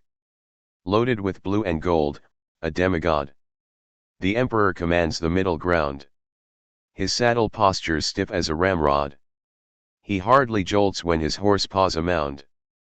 The conscripts group around a gilded tent. And a red cannon, they rise drowsily. Pitou salutes the historic moment. And greets the emperor with victory. Dumanet leans on his rifle like a cane. A peasant farmer taking stock of rain. He shouts the emperor, to a stony ring. Of faces, only wine would make them sing. Beauquillon, flat out in blue, shifts his butt. And sneeringly quips emperor of what? The lice hunters. Les chercheuses de peau. The child's head throbs, its red flush sparks with pain. He dreams of faces behind streaming veils. Before he sits up, his two big sisters are by his bed, long fingers, silver nails. They take the child to a dormer window. A flower garden swims in the blue air. The dew silvers, as they begin their search. Slow fingers probing his unruly hair. Enticing, intimate, their breath vibrates. Its rose scent has him shiver, now they miss. And now they catch, he hears saliva drawn. Lightly over red lips designed to kiss. Their eyelashes beat like frenetic moths. Electric fingers set his blood on fire. He lies submissively, his hair crackles. Beneath their sovereign nails the lice expire. Entranced, and lazy as though dulled by wine. Or the harmonica's diluting wail. The child feels in their caresses the first awakenings of a future lifting sail. On the road. Ma bohème fantaisie. I'd take to the road, my fists thrust inside. Torn pockets, my threadbare coat grown ideal. I walked under the sky, the muse my bride. I dreamt of making my brilliant loves real. My trousers gaped from disrepair, my shirt was buttonless, my pursuit was the line. I'd strike into a lyric. The ground hurt. I lay at night exposed to cold starshine. On autumn evenings sitting by a ditch. I listened to the stars and felt the dew. Cold on my forehead burned to fever pitch. By a strong wine. I acted out my part. Playing the lyre on laces threaded through.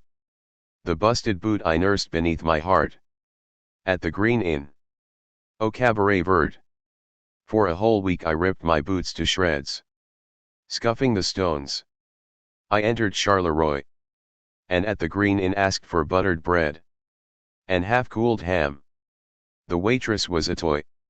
Happy, I stuck my legs out underneath the green table and studied the artless designs of the wallpaper, then the dress of the big-breasted girl, no straps, a sheath. A kiss wouldn't scare her vivacity. She brought me my request, and smilingly let her eyes dance upon the colored plate. Pink and white ham spiked with clove of garlic. And filled my beer mug, I could hear it tick. A sunbeam lit the froth's heady gold spate. Hunger. Fame, un saison and enfer. If I have a taste, it's for the earth and stones. I always feed on air, rock, coal, and iron. My hungers circulate. Elect fields of sound. Drain the bright poison of convolvuli. Eat the broken pebbles. Old church stone. Boulders left by floods. Bread sown in grey valleys. Asterisk asterisk asterisk. The wolf howled under the leaves, spitting out bright feathers of his feast of fowl. Like him I consume myself. Lettuce, fruit. Wait only to be picked. But the hedge spider eats only violets. Let me sleep. Let me simmer on Solomon's altars. The scum boils over the rust and flows into the cedron. Finally, O happiness, O reason, I removed from the sky the blue which is black, and I lived as a gold spark of cosmic light. From joy, I adopted the most absurd and exaggerated modes of expression. It is found again. What? Infinity. It is the sea, mixed with the sun. My eternal soul. Live your dream. Despite the lonely night and the flaming day. So you free yourself from human suffering, common aspirations. You fly off free, always without hope, and no orator. Science and patience. Torture is sure. No more tomorrow. Satin starfire. Your resolute heat is duty. It is found again. What? Infinity. It is the sea mixed with the sun. Stupra, 3 scatological sonnets. Le Stupra. 1. Ancient beasts copulated on the run. Their glands coated with blood and excrement. Our fathers puffed their big dicks out, displayed their wrinkled foreskins and bark grainy balls. The medieval woman, angel, or pig, asked for a lover with huge dimensions. Even a Kleber, judging by his pants, seemed to have debatable resources. Man and the proudest mammals have one front. Their giant pricks are very like our own. But a sterile period has struck, the horse and the bull have bridled their white-hot heat. And no one again will display genitals in the woods where children invent first sex games. 2. Our arseholes are not theirs. Often I saw men unbutton their pants behind a hedge. And in those unembarrassed childhood baths, I studied the architecture of the arse. Tight, and in most cases white, its easy curves are formed by planes of muscles, and it's screened by a network of hairs. For women it's a slit, a groove black with tufted satin flowers, a moving and wonderful inventiveness of painted angels on a blue tableau, recalls the cheek where a smile indents flesh. Oh, to be naked now, twitching for fun, my head moving down on my friend's fat cock, both of us whispering in ecstasy. 3. Obscure and wrinkled like a violet.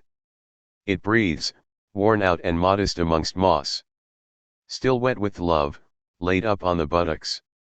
Curved incline to the tangled pit. Threads hang like gossamers of milk, small tears, pushed back by a rebuffing wind. Over small clots of reddish marl. They lose themselves in droplets on the slopes. In my dream my mouth sucked at the crack. My soul, jealous of this wild coitus, makes it a tearful place, lamenting nest. It's the olive and the cajoling flute, the tube from which heavenly praline flows. Feminine Canaan sticky with moisture. Asterisk.